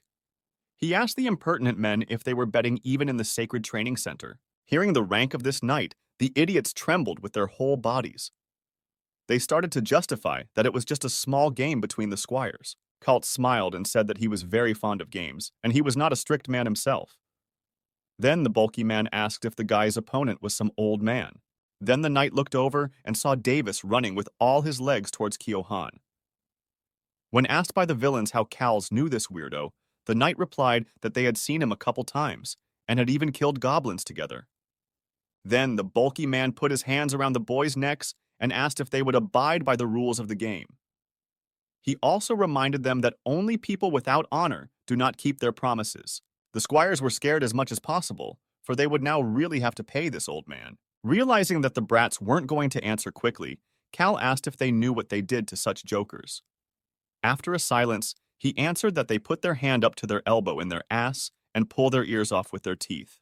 Upon hearing these truly terrifying threats, the squires immediately burst from their seats, shouting that they were just about to find this old man. Cals, meanwhile, silently looked at the insolent brats. The fateful day came back to him. After receiving the order to retreat, the knight started to move back. But something made him turn around. Right behind him, the man with the shield continued to hold back the onslaught of monsters. He was shouting for cults to get out of here, because they had no chance of defeating the golems either. There were only a few men left who were prepared to cover the departure of the rest of the group to the end and die. Turning around, the knight thought that these people were just idiots. Suddenly, while the rest of the squad raced into the bunker, cults tore into the side. Around the corner, despite the shouts of the leader and friends, he quickly jumped into the prepared giant. Over the transmitter, the same commands came to him time after time, ordering him to retreat. Kaltz, however, was only asking his friend to hold out a little longer. Finished preparing for battle, the giant rushed to the front of the line to the side where the cover group remained. A few minutes later, the knight stumbled over the body of his friend after losing his combat vehicle. He cried and screamed, asking him to hold them out just a little longer. That same evening, he was summoned to headquarters for a serious talk. One of the commanders said that when you violate an order, you should always be held accountable. He was proving that the riders were more important about the common people, and cows just had to follow orders. Disobedience was considered a grave offense. Therefore, Knight was expelled from the Giants program and pledged his war machine. These words sounded like thunder. Cals replied in a trembling voice that he understood and bowed. In the evening, the knight rode with his giant out into the open field to watch the sunset. He heartily apologized to his classmates and the giant for not being able to keep them all safe. Kaltz patted the ironclad on the head and thanked the machine for being with him all this time. In the meantime, Davis examined the bag of money with glittering eyes. There were 90 silver coins in it, 18 times more than he had accumulated in his life. The old man still couldn't believe the unexpected windfall he had so successfully made. It seemed as if he had bet in anger and thought he had lost everything, but suddenly he was rewarded for all his years of labor. Meanwhile, the astonished guy was looking at the bag of silver and asking where the money came from and who these types were. Commander Davis immediately shoved 45 silver pieces into the protagonist's hands, saying it was his share. Kyo-han said he didn't need that much money. However, Davis convinced the guy that in his position, money would be constantly flowing out. Suddenly, the protagonist was called by a man who approached him. He introduced himself as a supply soldier and said that he had been assigned to escort the knight to his place of residence. Now Kyo-han finally realized that he had entered such a prestigious place. The protagonist looked around and he suddenly had a plan. Not far from him stood Kaltz, who was staring meaningfully somewhere in the distance. The boy shouted at the knight and asked what he was looking at.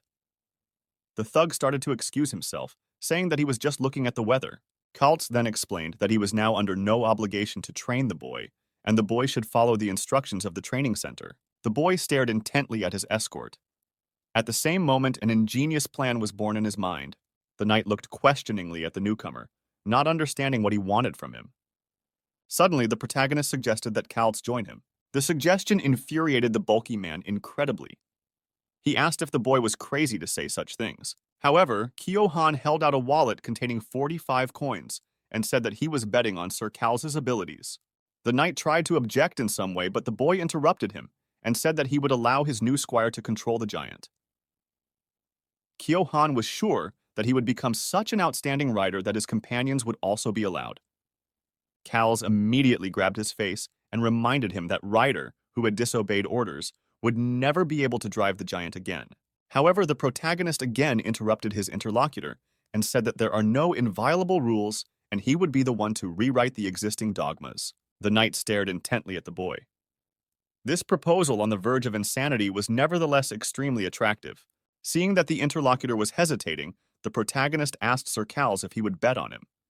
Several hours passed after this conversation. Out of 500 yellow knights, only 78 passed the test.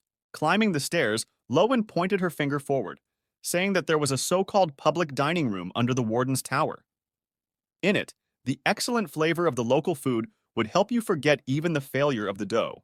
Admiring the incredible scenery, the girl said that the famous dishes of the Oriental Training Center are served here. Then Lowen saw the sunset and ran forward joyfully, shouting that she hadn't seen anything so beautiful in a long time. Even in a place like this, one could see lands beyond the neighborhood.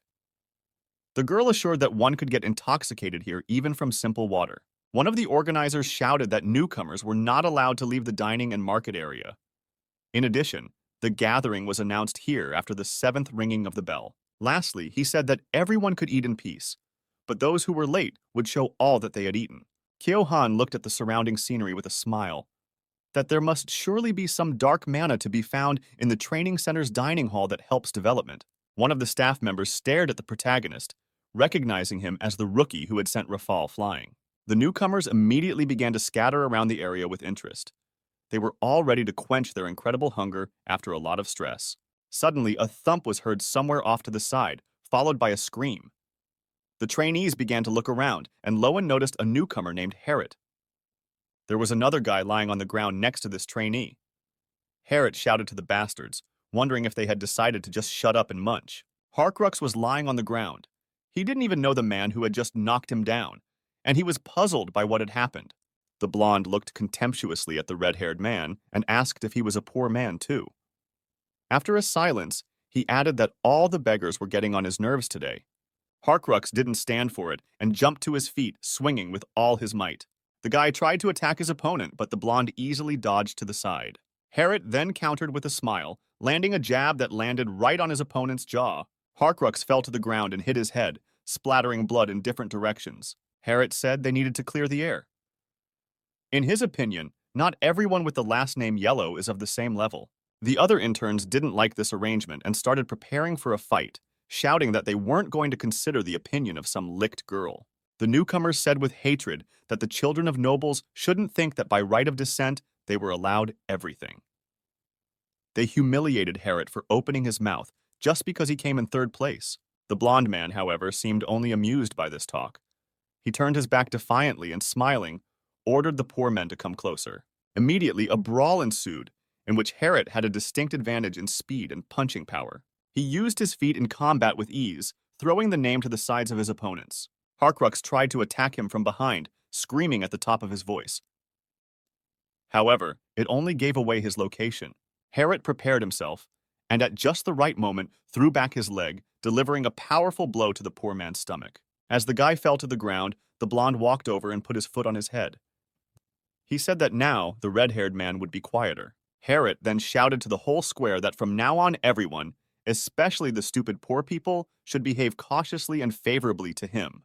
He also assured that he would yet show everyone what the class difference was. The girls who watched the incident immediately realized that it was a provocation. However, it was carried out too brutally. But to the great surprise of both girls, Kyo-han, who usually reacted to this kind of injustice, this time turned away and silently walked to the side. Meanwhile, Kaltz went to the director of the training center. He reported that there was some commotion there. He was told that they were still unofficial riders. Handing the knight a mug of hot coffee, the director replied that it was fine as long as it didn't come to injuries, and let the rookies figure things out for themselves. Looking around the room, Kaltz saw the glowing dumbbells. He asked if the principal was working out the same way he did in their days. The executive replied that his habits hadn't gone anywhere. Looking out the window, the director of the institution remarked that that guy named Kang Kyo-han was just beautiful. He asked the knight if he had taught him everything in one trip. Taking the dumbbells in his hands, Kaltz said that he had no time to teach this puppy anything. It also seemed to him that this boy had used all of his mana at once. The headmaster grinned and noted that this young man did such things playfully, even though he came from a family of poor people. The head of the training center looked at his colleague and said that such talent really couldn't be hidden, and now he could see why Kaltz had come in person. He asked the knight if he had finally accepted the instructor position he had refused for so long. Kaltz remained silent, and then the director of the training center asked if he didn't want to come here because of this boy.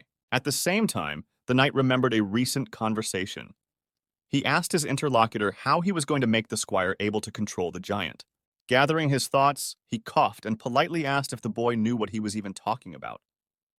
The protagonist admitted that he doesn't really know anything about the topic yet, but he will be looking for information from now on.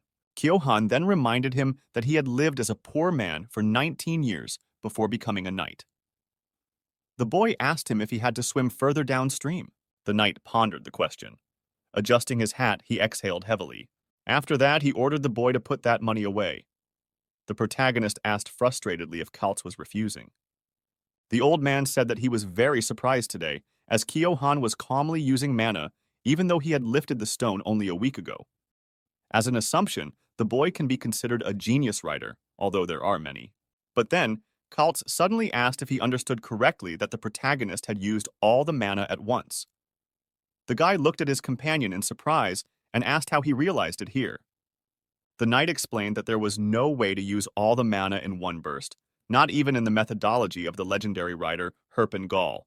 Kaltz assumed that such tricks required a fine sense of one's magical power and perfect control over it. He thought it was the same with muscles, because in addition to building them up, you had to learn how to use them. For example, there is a disease called gluteal amnesia. Problems with the lower part of the body caused by the habit of sitting for long periods of time consist of atrophied muscles and dulled sensitivity of nerves. Fitness beginners, though, do glute exercises, but the gluteal muscles are not stimulated at all, so the load goes to the lower back and knees. The correct stimulation can be described by another example. During chest exercises, it should feel as if it is bursting. In the case of back exercises, the back should be tensed to receive the stimulation. In any case, it would take a very long time to strengthen and properly control the nerves. However, what was the case with magic power? Because right now, Mr. Kaltz is saying two opposite things. He claims that Kyo-han had perfect control over the magic power, but he also claims that it's simply impossible. At that moment, the silence was interrupted by the knight. He said that in any case, the increased use of such techniques was a risk to life. Then he turned around and, pointing his fingers, reminded him that the boy had already surprised him twice. The first time was during the killing of the goblin. The second time was when the White Knight was felled. Suddenly, Calz showed a third finger and added that he wanted the protagonist to surprise him once again. If Kyo-han proves that it was not an easy luck, then the knight is ready to accept the offer. Standing in the office of the director of the institution, Calz finally realized just how crazy both the person who proposes such a thing and the person who agrees to it are. Meanwhile, the manager interrupted his friend's thoughts and asked him if he was going to leave the boy under his control and watch him. Calz immediately started to deny everything, to which the director laughed and said that he had noticed that his colleague was lying more. Suddenly, the director of the institution reached into a desk drawer and opened it. He told the knight to come over and get his badge. Attaching the insignia to Calz's cloak, he added that it was a good choice. In addition, the headmaster was glad that the knight had once again found what made his heart grow fonder. After that, he turned around and, waving his hand, said he had things to do as well. Calz anxiously recalled that fateful day. It still seemed as if that time had not been so long ago, but now it's back to normal. Meanwhile, the main character was looking at Harriet's stats with interest. This guy had 4 times as much strength and 6 times as much mana. In addition, this aggressive blonde man had amazing fighting ability. He was an elite that had been systematically trained since childhood. This was a kind of chosen one that Kyo-han would not be able to defeat at the moment. The protagonist huffed and turned around. He promised that one day that very day would come. Suddenly, someone put a hand on his shoulder. It was Lowen. She asked if the guy didn't know why Harriet was acting like that. Kyo-han replied that the major was angry that he was overtaken in the test. After that, the guy moved on again. The girl was perplexed and asked why he was running away, knowing what was happening. The protagonist said that it was not the most important thing now. Poor people like him don't have time to play games. He will have to develop magic power, even in his sleep, to finally close the gap. Right now, the most important thing to pump was dark mana. While Lowen was still talking about how the boy was getting cold feet, Kyo-han was staring at the food. From the outside, it looked strange, however. For a very long time, the guy couldn't find something that really suited him. One of the most common dishes that night was roasted sun pig. However, for an optimal daily amount of magical compounds, one had to eat as much as 10 kilograms of this meat. There was mostly food with light magic on the table. Kyo-han didn't understand where the food with dark mana was and what spirituality parameter appeared in the information panel. Suddenly, the system officially announced the discovery of this parameter. With a large amount of spirituality, one can win the favor of spiritual beings and beasts. If you overdo the amount of this parameter, the soul becomes oppressed. After reading the description of this parameter in detail, the protagonist came to the disappointing conclusion that it is an analog of fat. As in the description, the real fat is eliminated from the body last. Suddenly, a realization came to Kyo-han. If light mana increases spirituality, which corresponds to fat, then it is most likely an analog of carbohydrates. Therefore, in the event that light mana and spirituality increased, any chance of having beautiful muscles would be leveled. The next day, in a multitude of tents, the newcomers gathered in small groups. At the table that made the most noise, Kyo-han, Lowen, and Davis were seated. But what caught the attention of others the most was what was happening to the main character. He walked around with his mouth wide open all the time and laughed almost non-stop. People had heard that this madman was spending a lot of money to eat goblin meat. This immediately disgusted the trainees. Meanwhile, Kyo-han had expected much more from the canteen at the training center. However, the local food had almost no dark mana, but plenty of light mana. It was surprising that such a dangerous diet was being practiced in the cradle of writers. Perhaps the era was to blame. The systematization of bodybuilding began in the second half of the 20th century. But Reincarnated most likely adopted the atmosphere of the Victorian era, retaining the mentality and way of thinking of the Joseon dynasty. Local people think simply, if you eat a lot, you can work harder. Fat is necessary anyway, but it hides beautiful and big muscles.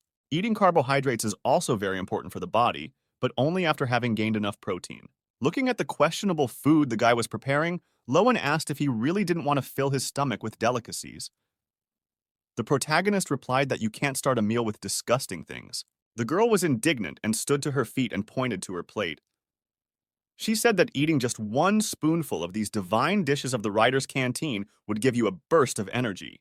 Kyo-han agreed, saying that carbohydrates are a calorie bomb and they really give you strength. The girl didn't understand what her interlocutor had said and asked what was wrong with tasty food. The protagonist said he's not ready to share that yet. Suddenly, Kaltz appeared not far from the table. Lowen immediately started complaining about Kyo-han not eating food from the canteen and roasting goblin meat. The knight sighed and said that the guy didn't surprise him at all with this kind of behavior. Kaltz smelled the sweet notes of the cooked meat, and his face clearly betrayed a great deal of excitement. A second later, the newly minted instructor was behind the protagonist's back. He didn't say a word, but Kyo-han understood. The boy said that a single serving would cost 2 silvers. The knight asked, since when did goblins become so expensive? Still, he gathered his thoughts and took out 2 coins. Suddenly, the protagonist said that for Sir Kaltz, 1 portion would cost 3.5 coins. While the knight was looking at the brazen guy, he explained that his companion had promised him another goblin from the wagon, but he hadn't fulfilled his promise. The carcass was worth 1.5 coins on the market. Kaltz became incredibly furious when he heard these figures. He immediately accused him of speculation, for he was selling a single serving at a grossly inflated price. At the same time, the bulky man said that he could go out and buy a goblin himself. Kyo-han smiled and said that in any case only he could cook the goblin, because otherwise Mr. Kaltz would get indigestion. After this short dialogue, the knight confirmed his hunch that it was quite possible that the secret to this guy's development was meat. The bully threw the money into the boy's hands, hardly daring to do such a thing. Lowen, who was staring at it, had no idea what was going on. The knight then seated himself at the table with everyone and demanded a double portion. Suddenly, Luowang also took out 2 silver coins and said that since the cooking here was such that even a black knight was willing to pay, she was burning with curiosity. After the meat was cooked, he served everyone their due portions, feeding Davis for free at the same time. At that moment, Kaltz realized the first benefit of being someone's squire. Meanwhile, the presence of a black instructor at one of the tables was attracting additional attention. Helena transiently watched all the food move around the table, not understanding why these idiots were eating substandard food. Chewing another steak, the protagonist noticed that some information had changed. Now he needed 2 kilograms per day for the norm of magical synthesis. Previously, the weight requirements had been half as much. This kind of nutrition would soon reach its limit. Now that Lowen had eaten meat, his speed of catching up would be slightly reduced. Suddenly, the protagonist felt a strange tingling sensation near his throat. He had never felt anything like that before. A small, barely perceptible tickle caused a minimal body reaction. Perhaps it had something to do with the information windows. He could distinguish other people's characteristics and access nutritional information. Maybe there was something else. Probably Mr. Kaltz, who has the gift of wind, knows something about it. Suddenly, Kyo-han asked the knight how he received his gift. Kaltz almost choked at the unexpected question. He explained that a gift is not something that can be received at will. It just shows up like a gift. The main character then asked if it was possible to change this ability. For example, if a knight controls wind, then suddenly he would want to try the fire attribute or the water attribute. Expectedly, Kaltz said it can't be done. According to some lore, this attribute is subconsciously determined. For example, he has loved windy days since childhood. The boy thought hard about the last words. He had an unfulfilled dream of becoming even bigger and even stronger. Now the window with the characteristics, the nutritional information on, it was all an unconscious manifestation. Suddenly, Cal said that these gifts could be improved. At first, he could create a cool breeze, but now he would be able to make the body as light as a leaf in the wind. The essence of this special enhancement technique is concentration and imagination. During training, Kaltz thought about what he could do with his gift and moved as if he already possessed these abilities. Suddenly, Lowen interrupted the overly pushy protagonist and said that you can't get a gift with questions. She then asked the instructor if he had any helpful hints for tomorrow's training machine assignment ceremony. Kyo-han looked at the girl in surprise and asked what this was about. Lowen said she thought the guy was friends with the instructor. Both the guy and the man simultaneously denied it. Knight explained that at the appointment ceremony, the trainee will choose a giant to learn on for 3 months. It is about the best and most suitable machine. Kaltz explained that intuition is essential. However, one should not forget that the appearance of the machine must be clean and symmetrical. When it comes to armor plates, simple is better than elaborate. One of the key places is the ankle joint. The most important thing is to make sure that this place is clean and not worn out. This will mean that the giant's balance is good. To summarize, Kaltz said that if you pay attention to these details, it will be hard to go wrong. Lowen enthusiastically thanked the instructor for the useful information. The knight said it was usually simple prudence. A few more minutes passed, and the protagonist jumped up happily from his seat, shouting that he had eaten 2 pounds. Carbohydrates were next in line. Naturally, the light mana also needed to be replenished. Still, there is no denying the fact that more fat will give more muscle. By gaining spirituality, the whole body is filled with strength. Suddenly, after only a few bites, Kyo-han felt a strange effect. His body felt like it was bathed in light. The flavor of this chicken leg was too vile. It's all because of the overly high light mana content. It seems that the taste of carbohydrates in this world is too merciless. The only thing left was to figure out how to get even heavier. Night fell, and the interns headed to the tent campground. From one of the tents came a loud, senile snore. Kyo-han couldn't sleep for a very long time. Uncle Davis was sleeping in the tent with them, snoring very loudly. Wiping his neck with a towel, the protagonist realized that his proposal was really crazy. The 3 of them wouldn't fit in such a small tent. Nevertheless, the main character was reassured by the fact that the Black Knight did not immediately refuse him and set a condition. Getting up from the bed, he reached for the rock lying on the ground again, whispering that there was no way he would stop for his dream. The words that the secret to developing the gift was to concentrate the imagination were very well molded in the boy's mind. The young knight brought the orb up to his face and thought for a moment. Closing his eyes, he tried to visualize the type of gift he would like to receive. Surely it could be something that suited his previous life as a bodybuilder. As he began to do squats, Kyo-han remembered what he already had. Now he lacked the information that helped him develop. Nutrition regulates the process of training preparation. In turn, the characteristics window showed the result of training. You had to keep your balance during the exercises. In the process, you may have questions about which muscles are pumping well and which muscles need more training. That's why we needed information that could be viewed in real time. At that moment, the guy decided that he wanted to see his magical power beyond the sensations. Any information was needed. About dark and light mana, a detailed explanation for keeping them in the body, magical flows, mana and spirituality, dark and light energies. Kyo-han wanted to see the transcendent body. It was then that he realized he needed an ability similar to the most common mirror. Suddenly, the protagonist's gaze began to change. Right in front of him, he saw a glowing figure shaped like a human. Immediately, the system announced that the user's gift was beginning to change. Immediately, he began to feel all the dark mana he had eaten for dinner. With every breath he took, he felt a surge of magical power. Mana streams throughout his body intertwined with each other and became pure spirituality. Suddenly, a new window popped up in front of Kyo-han's face. It said that the user had studied his body, and it could increase the effectiveness of magic spiritual powers.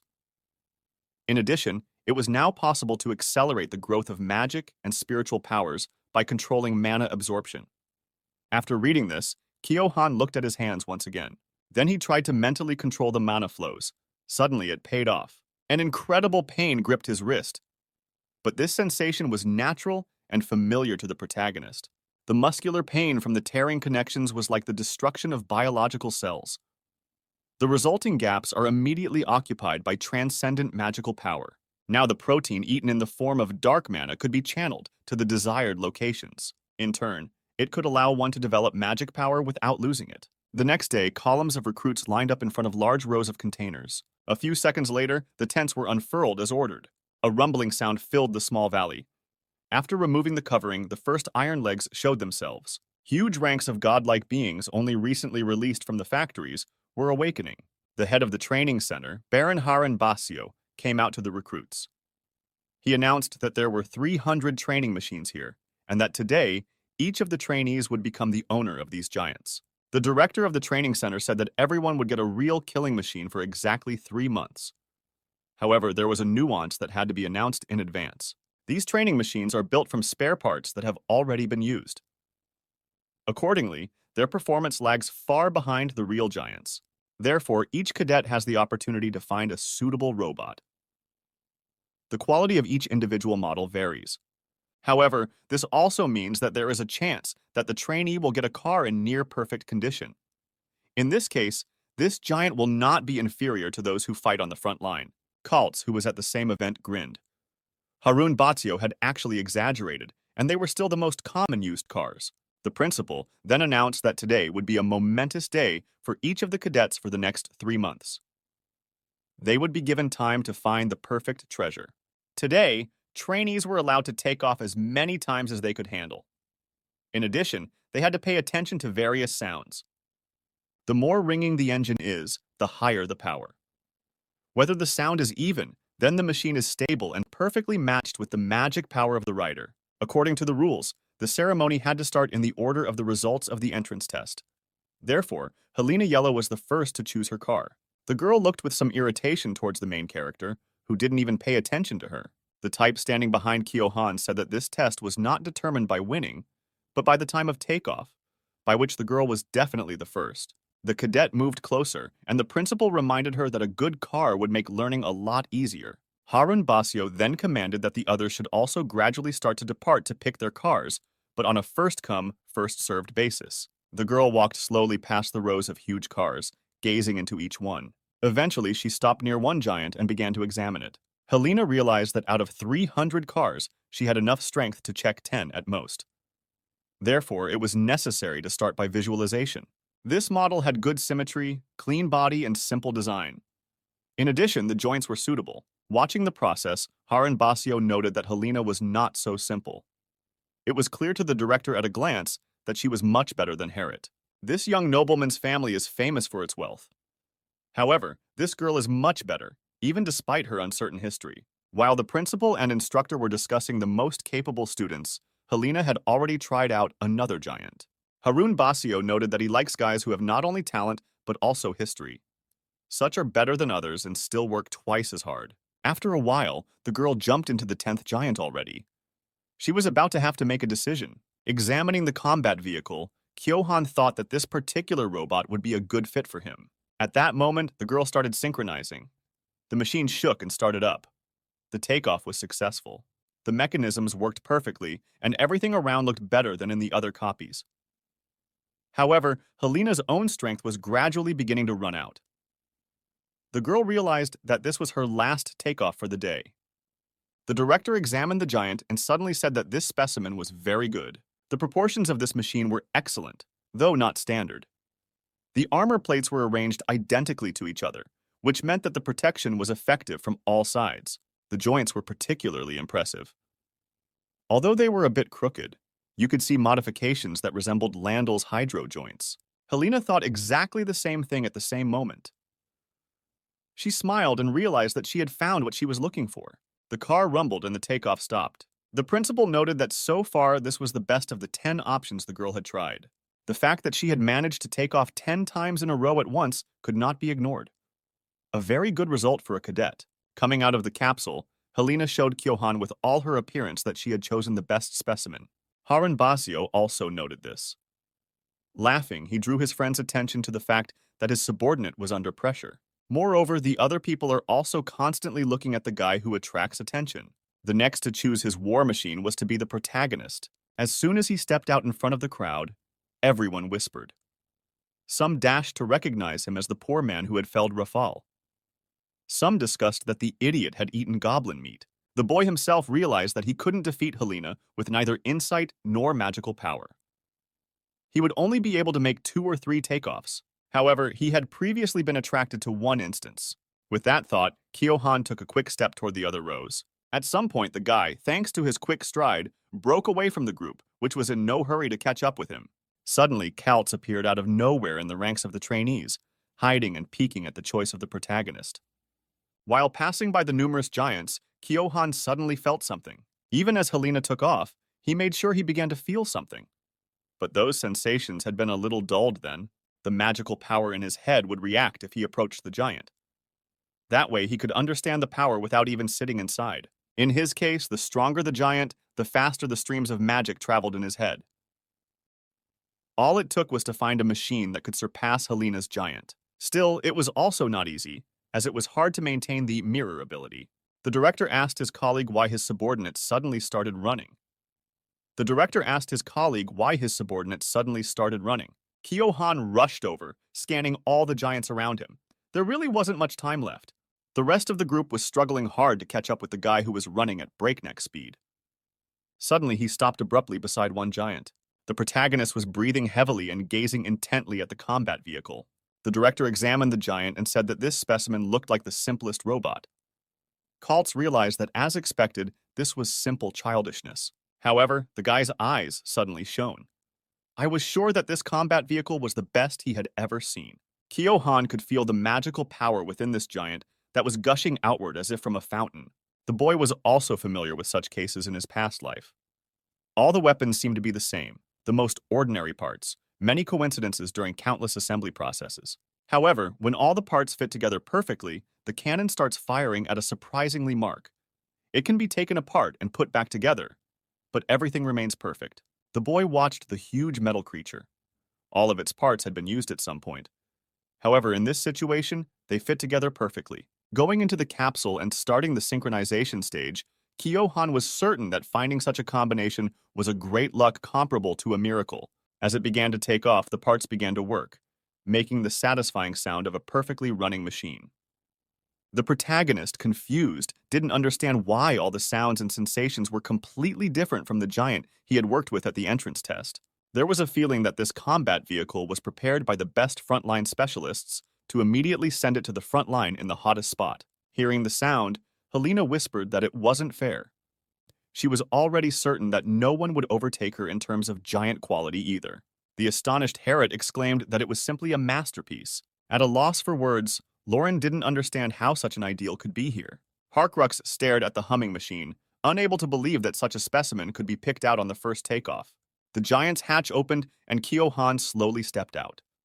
He couldn't believe how lucky he was yet.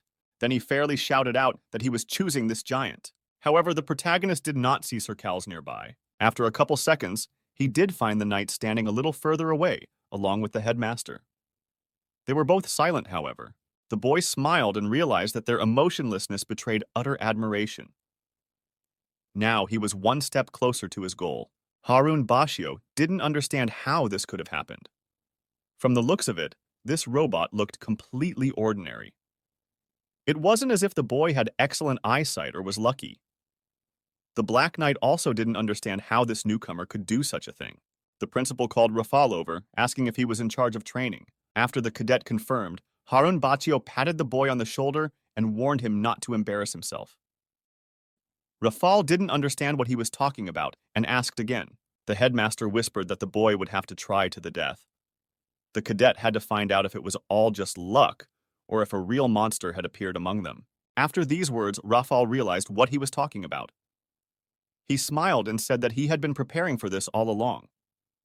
Harun Bachio nodded and ordered his subordinate to report to him personally about the training. Once the final selection of machines had been made, repair and maintenance teams arrived on site. Their task was to carry out the complete maintenance of the machines. Kyohan regarded his training giant with interest. The machine was 8 meters tall, 4 meters wide at the shoulders, 3 meters thick from chest to back, and weighed as much as 15 tons. The protagonist felt as if he and this giant were one and the same during takeoff. It seemed to be the best possible compatibility. It was still very strange for the guy to realize that he could control such a huge thing with a few movements. It was an overwhelming power that not even 100 bodybuilders could achieve. Kyo-han looked around and wondered if he was the only one who felt such primal awe at these machines. Engineering team leaders were pushing their subordinates to finish with the wiring checks and oil analysis as soon as possible. Looking at the workers fitting the right parts and getting the machine up and running, Kyo-han realized that these weren't just pieces of iron. For him as a pilot, the giant was to be a second muscle and a new shell, a more powerful, expanded body. Suddenly, one of the engineers noticed a guy staring intently at their work. She wondered if he was the lucky guy who was going to drive this huge machine.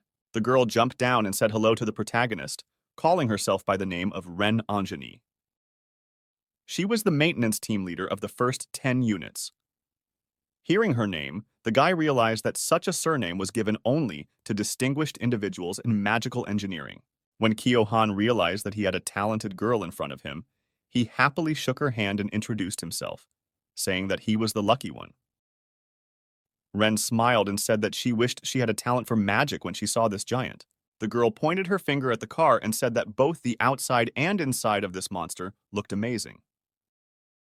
She was very much surprised that the parts had an amazing compatibility, considering that this giant was second-hand. All the tiny openings and joints were perfectly lubricated. Ren was confident that with this condition, this robot could replicate the flexibility of the human body. In her opinion, it was admirable. The engineer then pointed to one of the parts and explained that it was a sensor control device. From what she said, these devices were used 30 years ago, yet it works surprisingly well. Her team estimated that the touch control on this giant was about 30% more efficient than the rest of the machine. Even Kyo-han, who wasn't very familiar with the giant's structure, realized how big an advantage it was. Ren, however, explained that this advantage could only be utilized if one could withstand the pressure of the machine and develop resistance to overloading.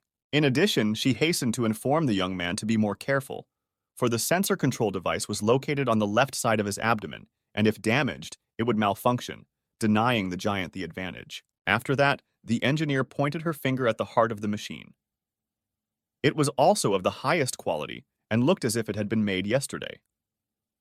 As she examined the robot, Ren wondered more and more how such parts had ended up here. The girl patted the guy's shoulder and said that with the proper skill, he would be able to get 1.5 times the strength out of this monster. For a trainee like him, that would be an incredible success. She then unexpectedly punched the protagonist in the stomach and reminded him to protect his heart and stomach to prevent unnecessary damage. Ren then pointed to the thick blue wires near her arm and said that it was a cooling device. This system stretched all over the body. Due to the excellent fit of the parts, overclocking was possible. When Kyo-han asked what she was talking about, the girl smiled and explained that acceleration was the increase in power beyond the capabilities of a normal machine.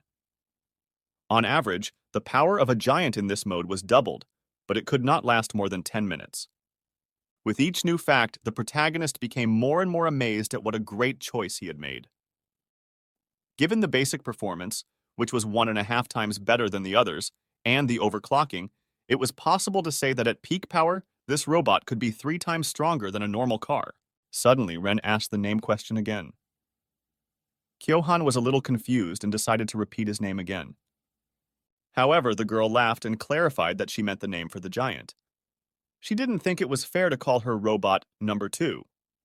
The protagonist smiled, for he had actually really thought for the past 3 months about what to name his battle robot. The guy decided that the body he got on the continent of Laniokia was a new beginning. As all fitness enthusiasts look forward to Monday and the opening of the gym, something to do with male pride was needed. Kyo-han slapped himself on the shoulder and said that his giant would be called pectoralis. It was a reference to the Latin word for breast. On the same day, the first trial session was held, where the trainees tried out the giants they had received. They were mostly trying to get used to the body they would have to spend the next 3 months in. However, someone had already tried sparring. Observing the class, Rafal barked out that they had a tough week of independent basic maneuvering training ahead of them. So the students need to get to know their giants well. Smiling, the cadet added that today was their last day to let themselves relax during training. Despite this, the protagonist made good use of his time. He was constantly moving and doing difficult, exhausting exercises. At some point, Kyo-han decided to increase the load and activated the overclocking mode. In the next second, the oxygen was completely gone. When he realized it, he took a deep breath. This power was so great that it was like it was consuming his body. It seemed to the protagonist that this pain was being thrown right in his face. There was a persistent feeling of being locked on the seabed and stunned. To combat this, he decided to fill his muscles with magical power to contain the horror and screaming coming up in his stomach area. At this point, it's a giant and descended into a tremendous amount of steam. Kyo-han crouched down on his knee in pain. A huge weight was pressing down on him, accompanied by a pain comparable to the direct bursting of a projectile. But then the guy straightened his fist and was determined that by all means he would hold back the power of this giant. The instructor noticed the tired movements of one of the trainees.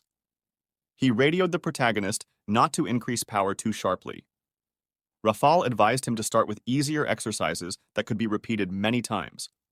Cadet also explained that a rider was the heart muscle of a giant. Of course, it was worth it to be able to squeeze out all the power at once. However, the first thing to do was to develop homeostasis, which would allow full power to be used consistently at all times. Hearing this, Kyo-han wiped the sweat from his forehead and thanked his mentor for the advice. However, he still had his own opinion on the matter. The guy had already seen the characteristics window, from which he concluded that magic power was very similar to muscles. Therefore, in order to grow faster, it was necessary to lift heavy things. For this purpose, Kyo-han decided to choose a conditional weight that he couldn't lift more than 10 times. The magic power would then receive a stimulation if it encountered insurmountable resistance. He looked around to make sure that Rafal was no longer looking at him. Realizing that now was a good time, he decided to start developing his magic power. To do so, he regained his strength and activated the acceleration. As he got into a more stable posture, Kyo-han realized that the exertion was comparable to riding a bicycle in the highest gear. He also noted that the giant and the rider didn't always move in the same way. The movements would slow down if the power was increased. After realizing this, Kyo-han decided that he had to make the most of the giant's power. He increased the power to the maximum and started running.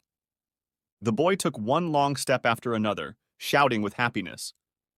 He was once again convinced that this was the best training machine possible. As Rafal passed by two gawkers, one of them remarked that there was another trainee who was just as stubborn as Kyo-han. The instructor turned around and saw one of the newcomers doing one-arm push-ups. It was amazing, considering he was doing it without rest. Grinning, the cadet advised Harkrooks to take his time, as normal and rather rigorous training would await them after this. The young man, on hearing this one, nevertheless said that in that case, he would work twice as hard in subsequent classes. This eagerness amused Rafal. He noted that the boy was spitting bile, and wondered if he had taken offense at Harriet. That hurt Harkrooks, however. He said it was about something else. The rookie wanted to understand why the bastard had hit him, and he wasn't capable of doing the same. Raphael smiled and thought that these fights between newcomers looked kind of cute. Nevertheless, the instructor gave the trainee some sound advice. The boy had to swallow the accumulated resentment, and if he did, those who ignored him because of his origin would receive a double blow in the future. Harkrooks remained silent, and then Raphael said convincingly that he had no doubt the boy would do well. At the same second, right not far from them, the main character ran with joyful shouts. A week had already passed since that day. After accumulating theoretical knowledge in the classroom, the trainees got back into their cars. A huge armada of battle robots advanced to the training ground. Then Rafal came out to them. He reminded the newcomers that this place was only a selection center. This meant that only those who stayed until the very end would receive the last name White and officially become a rider cadet. From that point on, the instructor announced a 4-grade system. First, perseverance. This assessment determined how long the rider was able to fight in a critical situation. Second, overcoming. This criterion showed the ability to take control of the situation and limit the enemy in either defense or offense. Third, the fight. It was an assessment of the trainee's fighting skills and his ability to leave the enemy no chance of resistance. Fourth, attitude. It was determined by all instructors discussing the future and prospects of the trainee. According to this system, 60 marks in each category were required to pass. In addition, for a score of 80, you could get an extra 10 points that could be allocated to another category. For a maximum score of 100 points, one category could be removed from the assessment. However, Rafal told the newcomers beforehand that in all the time he had been teaching, he had never seen that person who could get the maximum grade. With a laugh, the mentor announced the start of the first training session. Trainees were required to run 1 kilometer to the flag and assemble there. After the start was given, Harriet was very much surprised, for he had not expected such an easy task. Huge cars came into motion at the same time. Most of the participants were confident of their speed, and some even believed that they could take the first place. An incredible avalanche of training giants clattered and ran toward the flag. The protagonist looked around, also not believing that this task would be so easy. Suddenly, something caught his attention. Rafal instantly climbed into his giant and took off. The cadet smiled and thought that he had waited a long time for this day. Before the newcomers realized it, the former fighter pounced on the giant, running ahead of them, and knocked him down with a single leg kick. The trainees stopped and saw several battle robots blocking their way. Rafal shouted that the giant had godlike powers, so today all the newcomers would feel the burden of the gods. Kyohan looked around the obstacle and assessed the situation. In front of him were 10 combat vehicles that were taller than the training vehicles by 9 meters. Furthermore, most of them were white knights.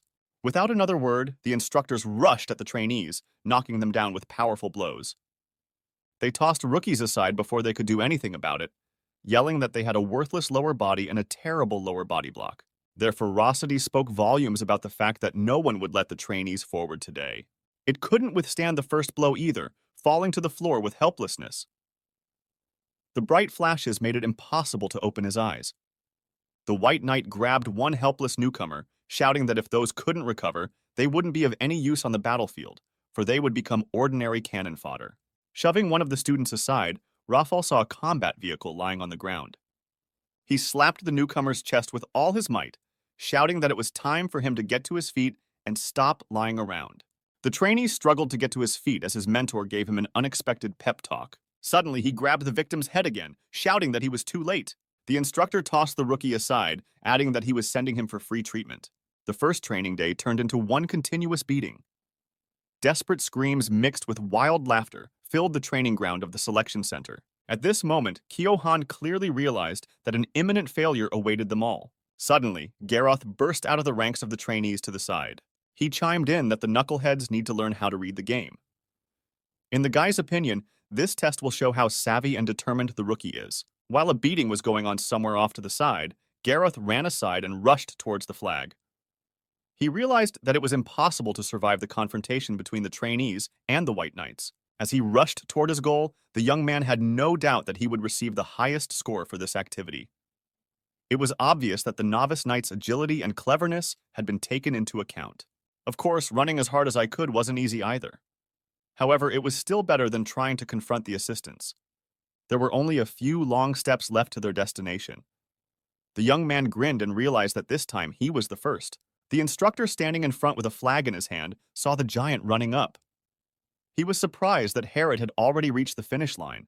However, the boy himself had no doubts about his exceptionalism. He extended his arm toward the giant, shouting that he was about to register a beautiful touchdown. But at that second, his car came to an abrupt stop, missing its target by only a few centimeters. The giant standing right in front of him suddenly knocked Herod to the ground with all his might. The sudden jolt made him vomit. At some point, his breath hitched, and the strain began to feel much stronger. The guy started to lose consciousness from the surprise. Meanwhile, the giant, on the other hand, kept hitting the newcomer time after time. The mentor shouted that he wasn't going to give the victory to a bastard who abandoned his team. He added that he wasn't going to mess around with a wild horse who cowardly ran away from everyone. The giant raised the trainee's head, however the trainee stopped moving.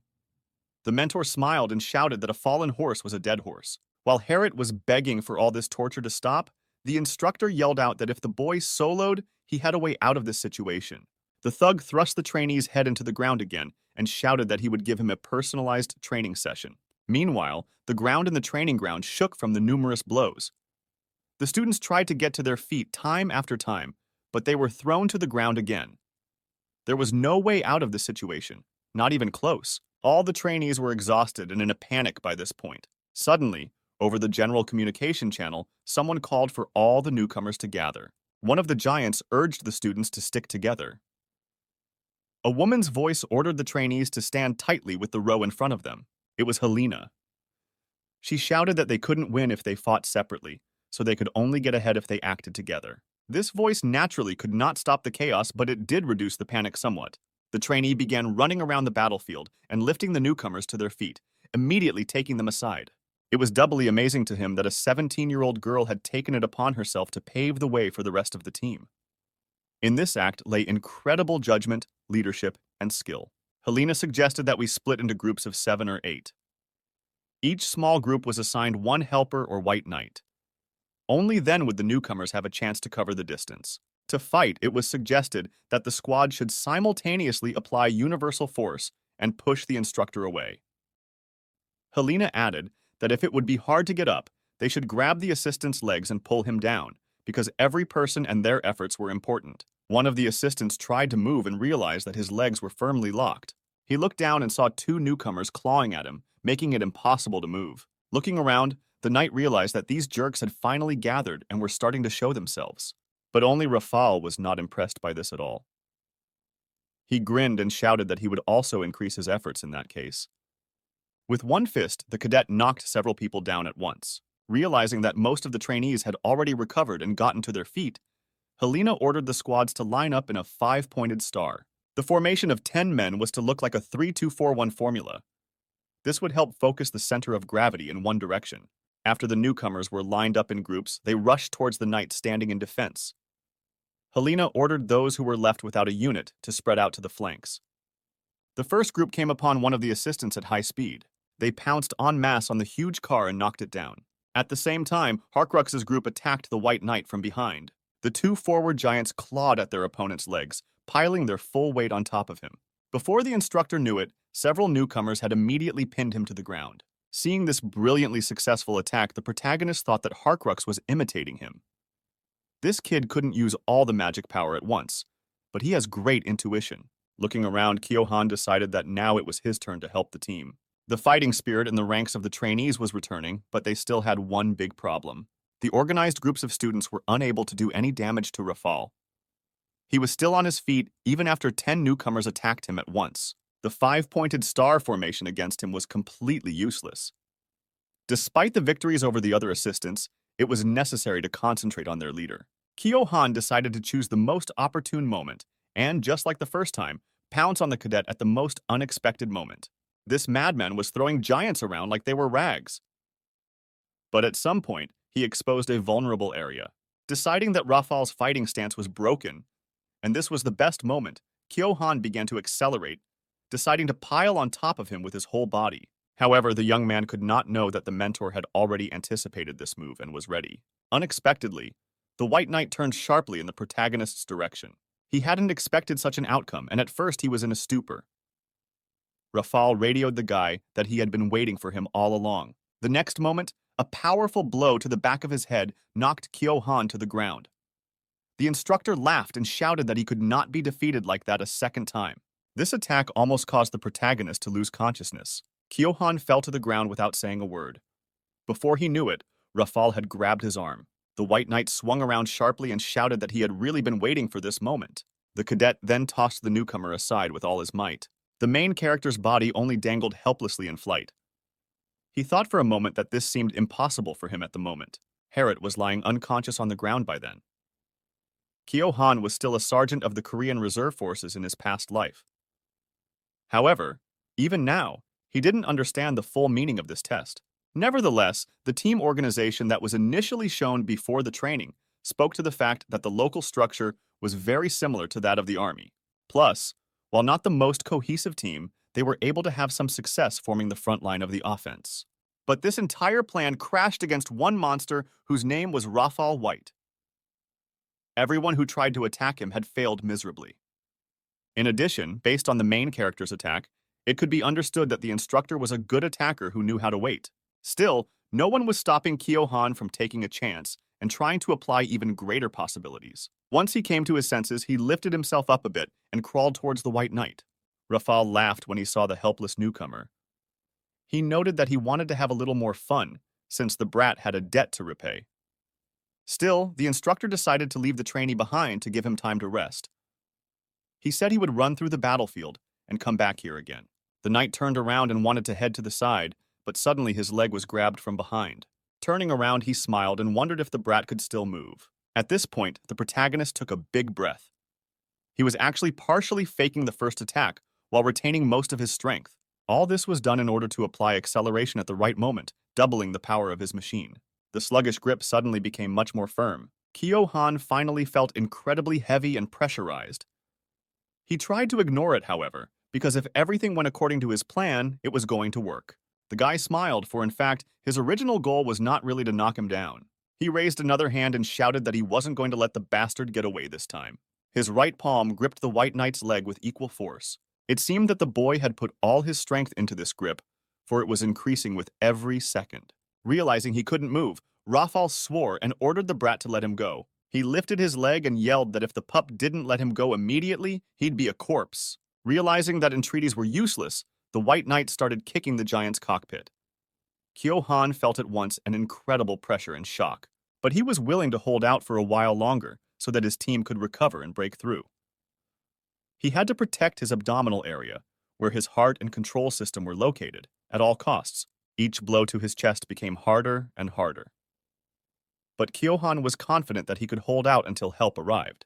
Despite the numerous attacks from the superior opponent, his grip still did not loosen. It was starting to piss Rafal off. He shouted angrily that the brat was overdoing it with these games. Cadet realized that this boy was protecting the lower part of the belly, where the important parts were located.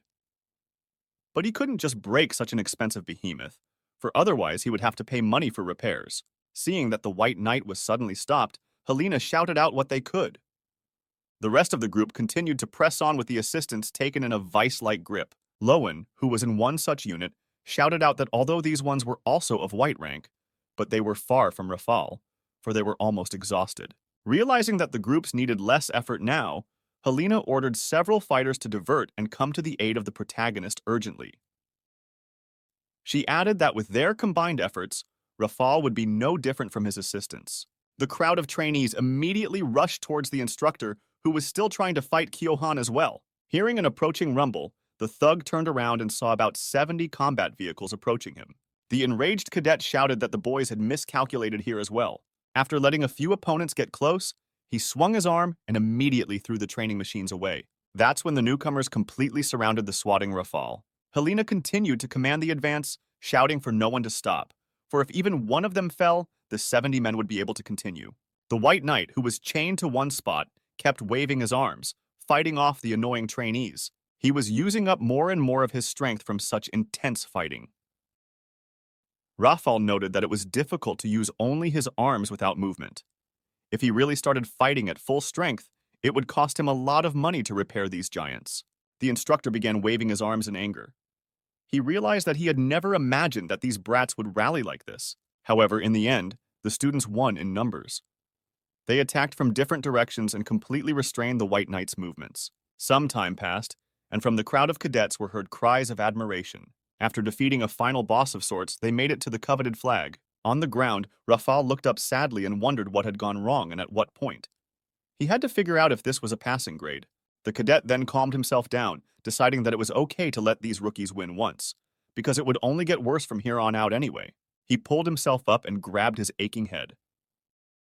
Rafal thought of this Kang Kyo-han again, and thought he was an interesting character. Meanwhile, the trainees picked up the exhausted body of the protagonist and carried him straight to the flag. The guy lay on the ground, not wanting to move, and watched the yellow flag flying against the sky. A short while later, he brought the robot upright and slipped out of the capsule. Outside, he was greeted by admiring classmates shouting that he was incredible. Some remarked that Rafal was hitting the guy like he was going to kill him. Kyo-han sat down contentedly on the lid of the capsule and took a deep breath. His magic power index was up to 203 units, but his mana was almost completely depleted. Still, he had defeated a monster with 15 times his magic power. Suddenly, Helena approached the protagonist. She thanked him and said that he had played the most important role. He grinned and said it was silly because he was just lying on the ground and holding on to someone else's legs. In addition, Kyo-han asked not to be called a knight. But Helena flatly refused and explained that you can't call a worthy person anything. Besides, this title has a long-standing authority. So the girl asked the guy to consider this formality as her stubbornness. She then explained that she had done about 10,000 spurts in the entire fight and was on the verge. But she was encouraged by the fact that there was someone not far away who was making the same effort with much more fervor. For his part, Kyo-han disagreed and called the interviewee the protagonist of the day. And yet the boy didn't know that she was actually chickening out. Helena was actually scared, and thanks to the commands, she was distracted from the main action. Gathering her thoughts, the girl turned around and promised that next time she would be the first to cover the others and take on the strongest opponent. At that moment, Loan ran up to the main character screaming. She wrapped her arms around the guy and shouted that it was incredible. The young aristocrat didn't understand how Kyo-han could withstand all these attacks, because she predicted that Rafal should have just killed him. Just then, another trainee reached out to him. He hesitated and introduced himself, calling himself Harkrux. A little embarrassed, the recent poor man said he just wanted to say hello, as he was very impressed with the recent performance. Kyo-han jumped to his feet and returned the handshake, saying he was also pleased to meet him. He added that he was impressed with the way Harkrux knocked the deputy down. Meanwhile, Rafal was reprimanding his assistants. He reproached them for having studied for 2 years and still losing to some newcomers. One of the guys was careful to point out that they were on equal footing in this battle. The cadet was furious and shouted that this was bullshit because everyone else had lost, and he had only let these brats win. Lastly, Rafal added that this was a spirit-destroying program, and they just let the weaklings rise up like that. He then ordered his assistants to get ready. The cadet smiled and realized that, despite all the setbacks, it would now be even more fun to clip the wings of the just excited newcomers. After that, he shouted loudly that hopefully the trainees had already rested, because it was time for them to train again. Raphael suddenly ordered the trainees to climb into the giants again. It was a complete shock for the main character as well as the others. Now they were all on edge and could barely stand on their feet. Geroth, who had been mercilessly beaten by one of the knights all this time, thought dejectedly that he didn't know why he was being punished, since he had already apologized. However, the knights were already in the combat vehicles. Rafal laughed loudly and shouted that they hadn't even started yet. Some time passed, and the interns also climbed into their GI. During the sprint, one of the rookies fell unconscious and did not get up. The protagonist saw it out of the corner of his eye, but realized that his help was no longer required. This was not the first time. The knights continued to beat the fighters lying on the ground, shouting that it was time for them to get up. An endless cycle of constant fighting and running began. Once the newcomers made it to the flag through the many fights and obstacles, the checkpoint was moved back to the start location. After that, the trainees would be sent back again. It was a cycle that repeated itself indefinitely. Time passed, and one by one the newcomers fainted and fell to the ground. The exhausted young knights were carried off the battlefield on stretchers to the taunts of the instructors, who said that weaklings had better give up their perseverance points. These conversations were incredibly annoying to Kyo-han. This whole thing wasn't like training at all. It was more like a new kind of bullying. Which crude method will never cause muscle growth and magical power? This is because when the limit is exceeded, the effectiveness of training drops. At the same time, the recovery rate and further development are greatly reduced. However, neither the instructors nor their assistants were going to stop. These Finns only pummeled the helpless newcomers with renewed vigor, screaming that it wasn't like that. They were just paying money for them. Rafal shouted that on the battlefield, not only the lives of worthless underdogs would be at stake, but also their prized giants. The instructor did not stop saying that this machine was a god of war.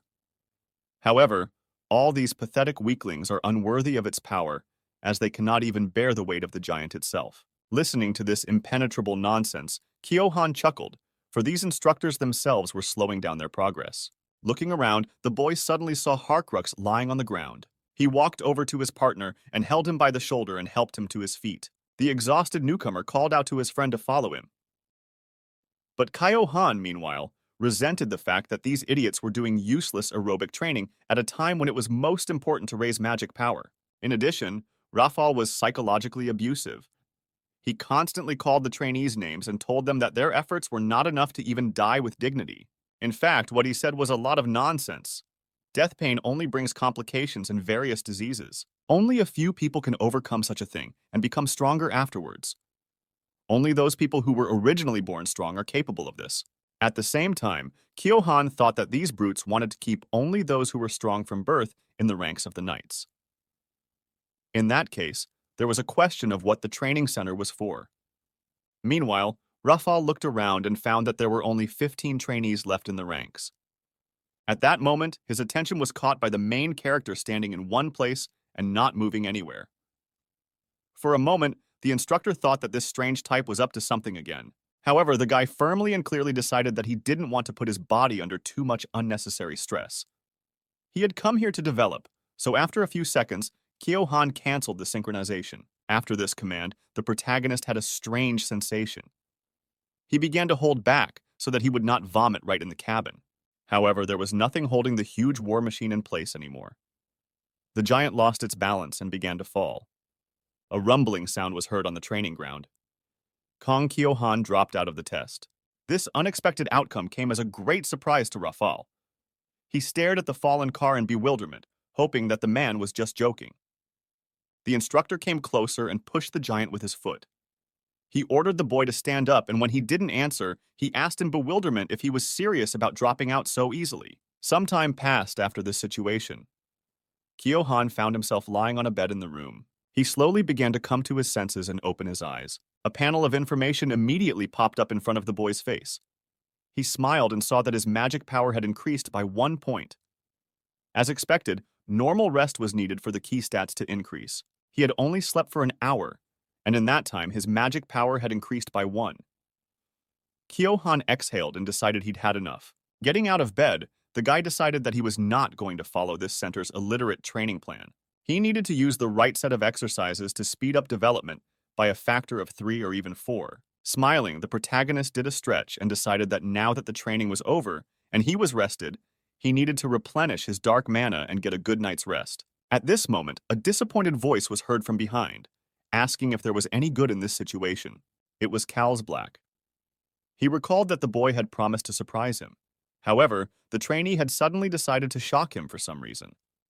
Kyohan muttered a little confusedly that Mr. Cowles needed to wait a little longer. However, it was as if the instructor did not hear these words. He asked the newcomer if he was returning to the training ground, but the protagonist suddenly scratched the back of his head and said he would go to the train and go to bed. The Black Knight was completely confused. He didn't understand what the boy was talking about or what he wanted to accomplish. However, Kyohan did not let his mentor react in any way and ran out of the room, shouting one last time that if the old man wanted to eat goblin meat, he could come to his room. A full 2 weeks had passed since that conversation. During this time, the protagonist has not gone to any of the trainings. One day, he was sitting on the roof with Davis, roasting goblin meat. The old man asked the boy in bewilderment what he was thinking. He pointed out that Kyohan was being looked at with a pitying look lately. However, the guy interrupted his interlocutor and said that Tamos eat better and don't worry about it. He also reminded him that Davis is practicing with him today. The protagonist noted that the old man would also become a distinguished squire, so he should have at least minimal combat skills. Looking at the giants running past Kyohan, thought that the transcendent energy close to divine power was magic power.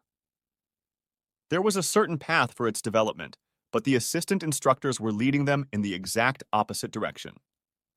Of course, skipping one training session will affect the persistence score negatively. However, you can compensate for this by scoring 80 points in the other categories. Therefore, it remained to make an adequate choice, to follow a stable path to graduation, or to take the risk to embark on the path of raising one's magical power to the highest level. For Kyohan at that moment, the answer was obvious. He needed to eat more and rest more. Undoubtedly, magic power required a large amount of quality food. The boy felt satiated at the mere sight of him eating. He also saw progress very clearly. Still, it was a whole science of food. In 2 weeks, his magic power had grown to 287. The rate of growth was frightening, averaging about 8 points per day. Still, this rate had to come first, even if he had to sacrifice persistence and attitude points. Abruptly jumping up from the table, Kyohan told Davis to digest his food and get ready for the evening's most preparation. Meanwhile, the trainees who had finished their classes were just coming out of the training field. They were glad that they had not been beaten up today either. Suddenly, the boys saw Kyohan and his squire walking towards the camp. They were surprised that this guy was just eating and resting, Now the newcomers treated the protagonist with some contempt. According to rumors, those who dropped out during the selection process were not touched. The general opinion of the classmates changed far from favoring the guy. They were surprised that this type had shown himself to be great at first, but was now leading a destructive life. Only Harriet was pleased that the opinion had changed. Davis listened to these constant taunts with a certain amount of shame, but there was nothing he could do about it. The director of the training center also kept an occasional eye on Kyo-han. He didn't understand how a promising genius could turn into a hopeless slacker in one morning. Everyone in the center thought he was a great talent, picking a great giant. However, if the soul is rotten, it will have to be discarded. The sun had set over the horizon, and it was finally dark in the camp. Kyo-han asked Davis if he had gotten used to the magic stone at least a little bit. The old man nodded his head, after which the guy explained that today, the squire would need to practice bending and straightening his knees, constantly increasing the number of repetitions. The protagonist himself lay down on the bed and said that today he would train the core again. Davis was horrified and shouted that if anyone saw this, he would be scolded much more severely than for truancy. Kyo-han tensed his stomach and began making vowel sounds while asking his squire not to speak to him for a while. The essence of this exercise was to create pressure in the abdominal cavity. This made it easy to lift heavy things and avoid injuries. Just as strong body muscles help control weight, magic power has its own characteristics. In the process of training, Kyo-han noticed that if one tempered the places where magical energy accumulated well, one's overall physical abilities would improve and one could control mana steadily. With the help of the mirror ability, the guy could see that these exercises were really having an effect. Indeed, the body was the starting point of all training. Suddenly, Loan burst into the tent, shouting that she had some urgent news. She looked at the protagonist in surprise, not believing that he was only doing breathing exercises. Nevertheless, the girl explained that it was not the right time, because the personal evaluation schedule had come up. Loan shouted that they would have an elimination mission in which those who failed could be eliminated. At that, the assistant instructors were rumored to be targeting Kyo-han specifically. However, the protagonist nonchalantly continued to make strange sounds. The infuriated trainee shouted that this was no time to roar like a child. Meanwhile, Harun Bachio stood pensively by the window, looking out over the plaza. Suddenly, he asked Rafal something about the upcoming mission and Kang Kyo-han. White Knight replied that most of the cadets would get bad grades, and he was sure of it. Besides, he thought that some of the instructors saw this as a good opportunity to kick them out. But the director suddenly said irritably that he didn't want to hear any more opinions from a subordinate and repeated his question. Rafal stared at the back of his superior's head in silence for a while, not knowing what to answer. After a couple seconds, he honestly replied that he didn't think this kid would lose to anyone. After this assessment, Harun Basio sighed and said that this problem. A surprised Rafal asked what that meant. The director explained that he was really hoping for that brat to pass out at least once. Kang Kyo-han has incredible talent, but still comes from a poor background. Turning around, Harun Basio added that everything would be revealed within the next 15 days. He had long ago noted that this brat was purposely avoiding training. It was as if some young boy from a poor family was just making fun of their training program, which had been developed and tested over the years. The manager explained that it was difficult for him to endure such an insult. Then Harun Basio suddenly said that he was planning to expel the guy anyway. Even for Rafal, this came as a big surprise. The principal explained that the potential for growth is very important. However, this boy who was vying for first place was only 15th. After a short pause, Harun Bachio asked Kals what he thought about this. For the superintendent, his colleague's opinion was very important. After all, for the Black Knight, this boy was the one who gave him back his passion. All that remained was the opinion of Kals, who had been very depressed lately. Suddenly, the old man said that the director of the training center could do with his students as he saw fit. Rafal finally stopped understanding anything. However, the director was not satisfied with such a detached answer. He asked the instructor if he meant that he could eliminate Kyo-han or give him another chance. Kaltz replied that he really thought so, for the boy turned out to be lazy. In response to a clarifying question, the old man once again replied that the headmaster could do as he saw fit. The Black Knight explained that if the kid couldn't surprise the headmaster, that would be the end of it. Afterward, Harun Basio laughed and asked the instructors if they thought it was all very strange. After a while, the training arena was once again filled with the hum of engines. The trainees sat in their giants and lined up in front of the instructor. After making sure all the newcomers were in formation, Rafal announced the start of the first round of preliminaries. 78 people would fight in it, 14 of whom would be eliminated. The remaining survivors will be divided into equal teams and will face off in a fierce tournament battle. Those who survive longer will receive a higher score. The rules were simple. A trainee is eliminated if his giant's back touches the ground. It was also allowed to attack in a group. However, extra points are awarded for one-on-one combat. The instructor grinned and said that brats who had no friends or luck in the competition might be at a disadvantage. Therefore, the method of unconditional evaluation was prepared. Trainees who are unhappy with their grades may request one-on-one battles with the instructor. In this case, the student will receive a grade based on how well they fared.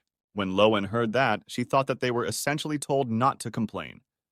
It was unlikely that anyone would be able to resist a one-on-one battle with Rafal. After making sure he had said all the necessary information, the instructor gave a thumbs up and ordered the trainees to line up. A deafening rumble was heard again on the practice field, and the cars separated in different directions. After a while, the interns lined up in 2 rows across from each other. Garoth, adjusting the giant, wondered if he should provoke the entire row. The young aristocrat decided that it would be a good idea to initially deal with the filthy beggar bastard named Kang Kyo-han. Deciding it was a great plan, the guy radioed back that it would probably be fair to eliminate first the jerk who was lounging around sipping juice while the rest of us practiced to the hilt. As he expected, the idea was received with enthusiasm.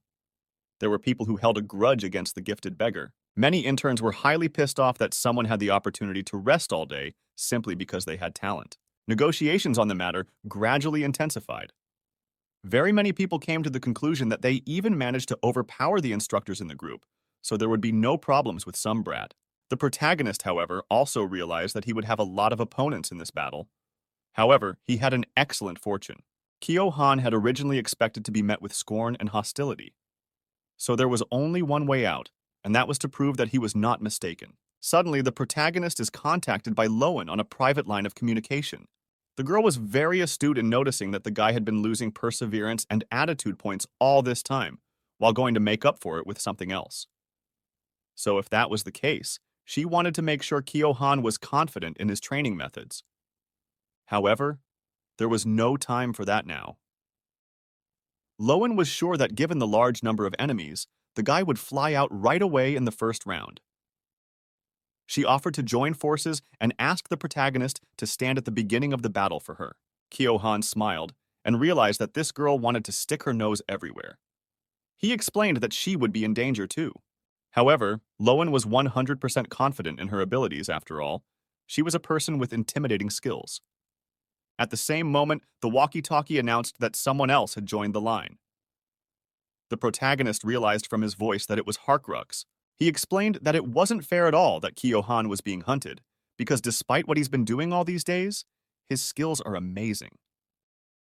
Harkrux stated that he would help in the first round so that they would all get good scores. Kyo-han was flattered by such attention and the willingness of others to help.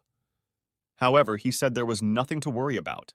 But no sooner had the lad listened to the others' objections than immediately Rafal raised his hand and announced the start of the battle.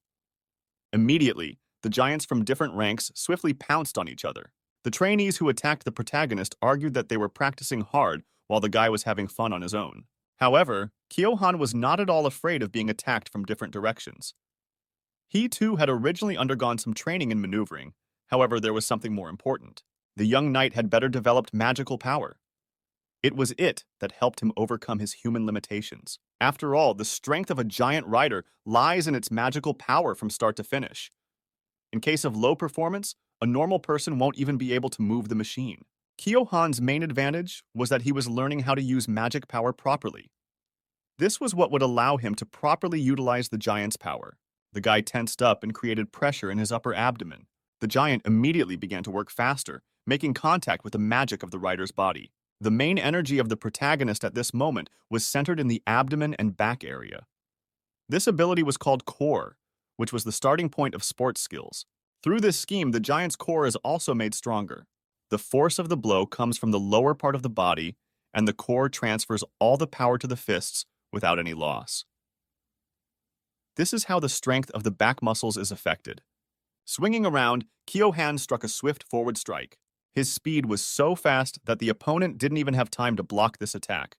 The trainee had no time to do anything, but immediately his training giant flew far to the side. The protagonist smiled, realizing that he had earned his first extra point so easily. In addition, it was impossible not to praise the machine body itself. Thanks to the excellent details, it was easy to move around, and the center of gravity could be moved quickly. The guy rushed lightning fast towards the other opponent, who was standing still and was supposed to react. However, no sooner had the trainee raised his arms than a punch immediately flew into his head. After defeating the second opponent, Kyo-han heard someone approaching him from behind. He swiftly turned around and shot down another cadet in flight. Swinging around, he toppled the Titan to the ground, gaining an extra point for doing so. The trainees nearby were now hesitant to approach this madman. They sincerely didn't understand how this type had dispatched 3 opponents so quickly, while not attending training for the past 2 weeks. The protagonist, meanwhile, stood in a waiting posture to take a little breather. Except for the rich and free guys like Harriet and Helena, the magic power of the other cadets ranged from 120 to 150. After a couple of minutes, Kyo-han realized how his skill in using the available resources was higher than the others. Among the most ordinary trainees, he had no equal. The first round was over, and Rafal organized the participants into 2 columns. The students had to face each other in teams of 32. Only 2 competitors could receive the highest score. Damage to the cockpit, retreating 2 steps back or more, and a knockout were considered losses. Scratching his head, Kyo-han once again made sure that the tournament promised to be tough. At least the first round required a lot of stamina. In the second half, the protagonist needed to defeat 5 people at once to get the highest score. At one point, it was Kyo-han's turn. To provoke his opponent, he called him names. The cadet opposite was furious. He attacked his opponent and shouted that he didn't care how good he was because he wouldn't even make it to the round of 16. The guy ran up to the protagonist and took a swing.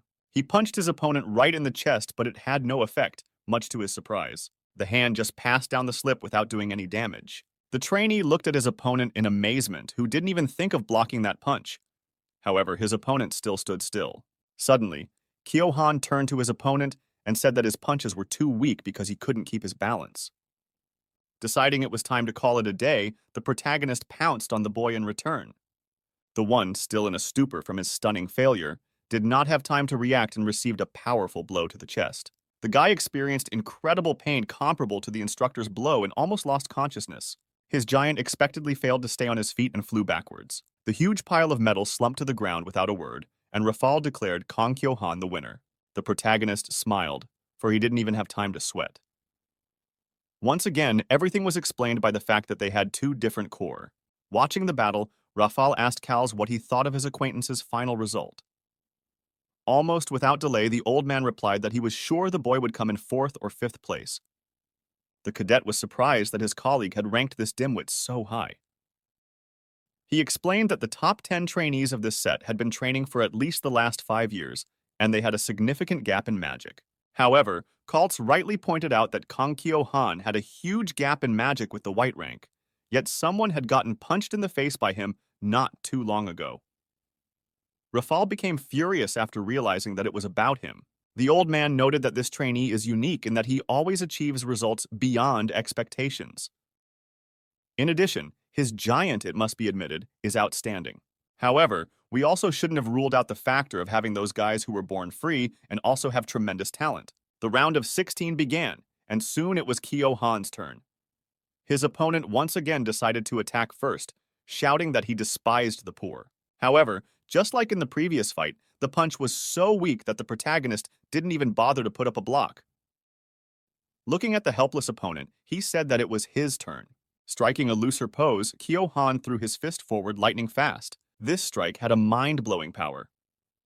Just like last time, the opponent didn't even have time to react to this counterattack. The helpless training machine flew back a few meters, and Rafal once again declared the protagonist the winner. Rubbing his arm, Kyo-han noticed that his status had long since changed, and he was a knight like everyone else. For the white knights and assistants, this outcome came as a surprise. Many saw this brat just skipping practice and eating endlessly. Only Rafal appeared not so surprised. In the next bout, Harriet defeated Harkrooks. The instructor noted that this guy worked very hard and was just unlucky enough to get sparred with the son of an aristocrat. It was all a bit discouraging for Rafal. As expected, the guys from the lower classes aren't judged very fairly. They had only recently experienced magic, so it was almost impossible for them to defeat free people who had been training since they were children. However, the next bout showed that Rafal might be wrong. In the round of 8, Kang Kyo-han faced another opponent who was more serious this time around. However, they performed on equal footing and did not fall to the ground after mutual blows. The instructor realized that Kyo-han's opponent was from a family of free people. This type mocked the protagonist in every possible way, saying that he was just lucky to pick a good giant. However, Rafal, after watching the fight, came to the conclusion that it wasn't about the quality of the fighting machine at all. The robot's performance was slightly above average, but the secret was something else. Mainly, this kid was showing incredible control of the system. It seemed like every battle plate was toughening up at the moment of impact. The defense was strengthened by the excellent control skills. The only thing that remained unclear was how the little brat had gotten so proficient with a fighting machine when all he had been doing all this time was eating and sleeping. Rafal was surprised to see that Kyo-han was now at about the level of the knight's assistants, and yet it's like they want to see it for themselves. The assistants were furious that some commoner was able to show such a result without doing anything. Suddenly, a thought came into the instructor's mind that explained this strange set of circumstances. He realized that the boy had not been following their rider training program all this time. The opponent once again struck a blow to the center of his chest, but the protagonist did not even stagger. He finally decided to end this circus and swung around to deliver the final blow. This attack was several times stronger than past attacks. As in the first 2 fights, the opponent simply didn't stay on his feet and flew off to the side. Raphael, amazed, had no idea what was going on. He couldn't believe that all this was possible because Kyo-han hadn't followed the program. Both Helena and Lowen met in the final of the first group. The girls took turns attacking each other. At this point, Lowen cowered slightly. Her opponent by this point had landed her 6th strike. Davis, who watched the contest, noted that his assumptions were confirmed, and the Free Knights have a completely different skill level. He said in surprise that he didn't think Lowen was really that strong. However, Kaltz realized that Helena still hadn't shown her full self. She pressed on her opponent, but she still held her ground with dignity. With each new appearance of this girl in the arena, Kaltz wondered more and more what her true origins were. Meanwhile, Helena gathered her strength. She realized that she was dealing with a good opponent, but her magic power was surely running low. The girl swung around, realizing that she had the advantage, and her friend would have to squeeze in. Helena attacked the young noblewoman, pushing her back a full 3 steps. However, to everyone's surprise, Lowen remained on her feet. Nevertheless, according to the rules, she was defeated. The start of the final round of the second group was then announced. In this fight, Kyo-han and Harit met. The young nobleman couldn't help but swear and called his opponent a disgusting lowlife. Realizing that he had a significant advantage, Harit prostrated himself and said that it was even better, for today he would teach the beggar a lesson so that he would not even dare to think of going higher. Meanwhile, the protagonist studied the enemy's characteristics. The young aristocrat had 675 units of magic power. Kyo-han realized that this bastard's stats were about 2.5 times his size. In addition, being an aristocrat, this guy's skills were amazing. Therefore, this was not an opponent that the protagonist could defeat. However, despite going through a low mana diet and grueling training as a child, Garroth didn't have enough damage. There was a slim chance of winning after all, and Kyo-han realized that. He decided that now was the perfect moment to challenge himself. You had to imagine the barbell in front of you, which you had to lift using all your strength. And to do that, you had to go beyond what was possible once. To do so, Kyo-han decided to use acceleration. In order to surprise the others, he had to at least try.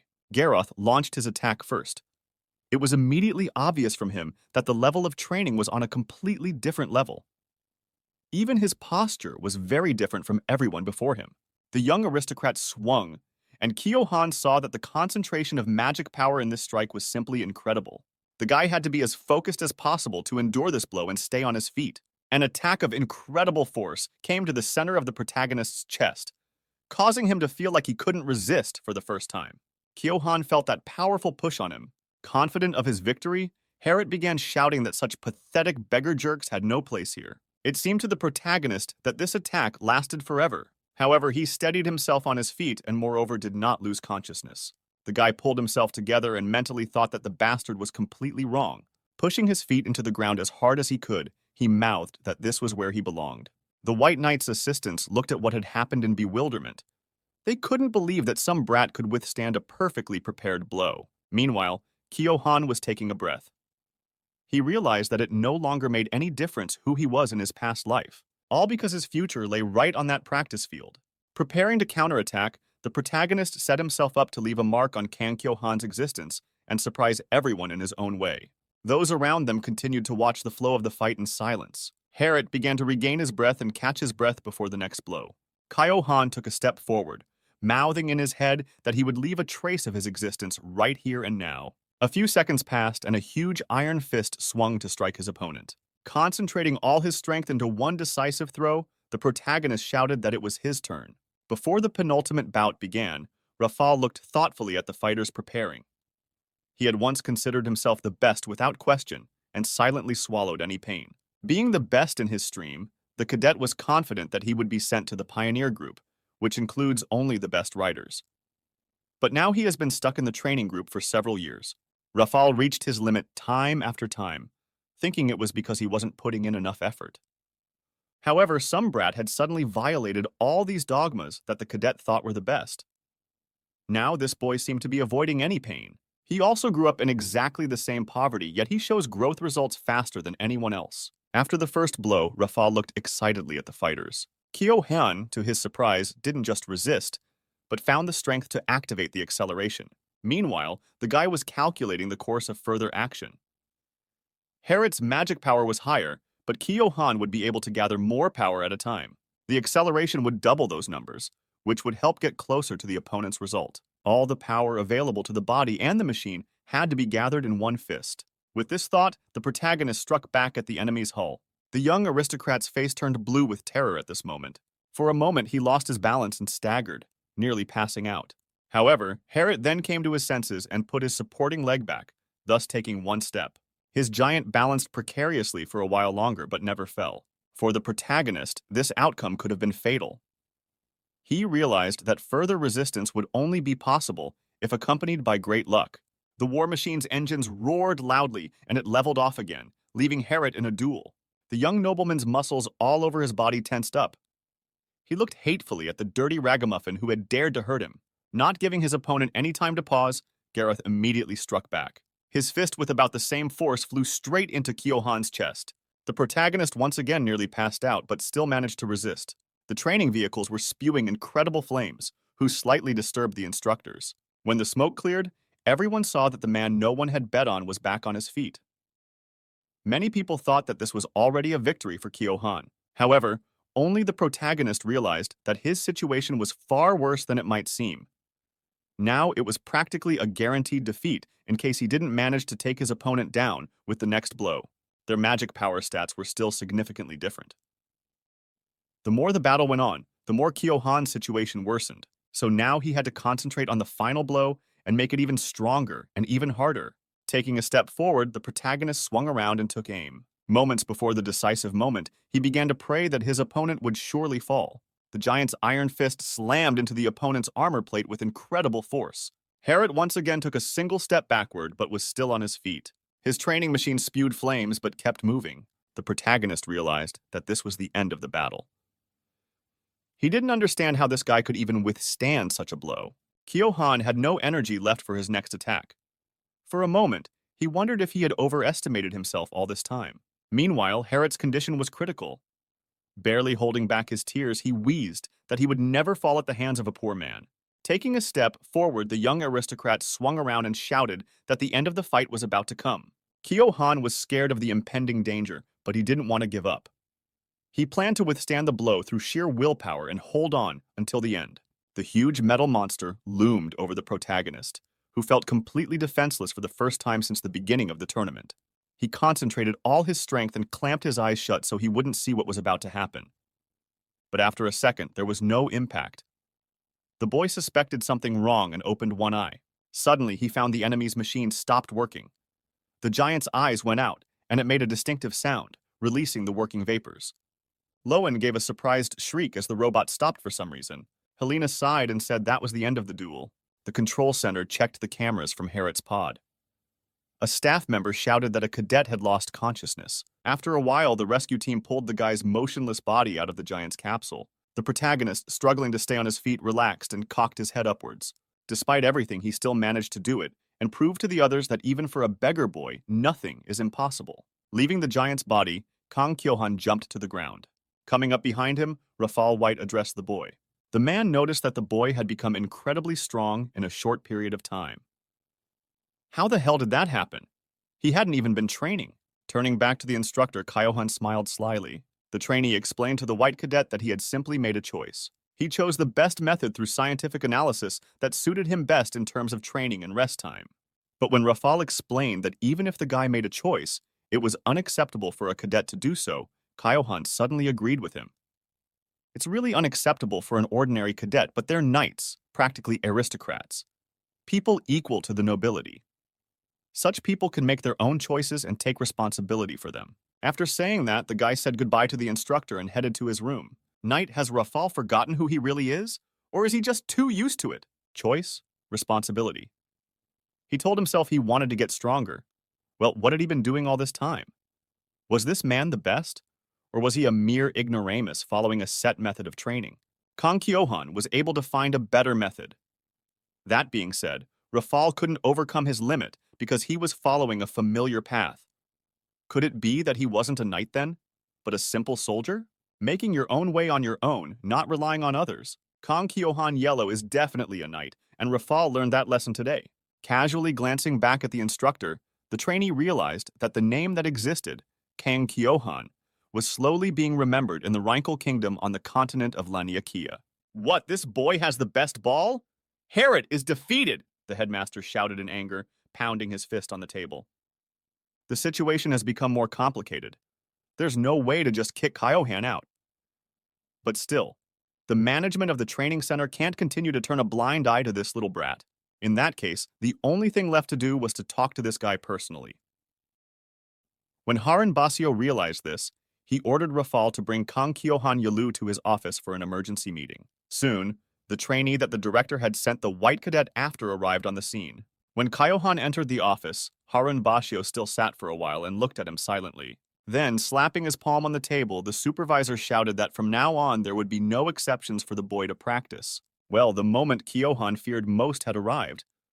Should he lie or should he tell the truth? Without thinking long, the guy made a decision. He told the head that he wanted to graduate from this training center as number 1. In response, Haran Basio only laughed. How is a brat who does things his own way going to graduate as number 1? That's simply impossible. However, Kyohan had swept up that following the training center's guidelines, this goal would precisely become impossible. All because there was a difference of almost 5 years between him, a former beggar, and the cadets who were free citizens. Of course, the principal agreed that it was true that never before had first place been held by a cadet who grew up in poverty. But if the kid does his own thing, does he really think he's going to stay in first place? When he answered in the affirmative, he was furious and jumped up. This boy is so shameless!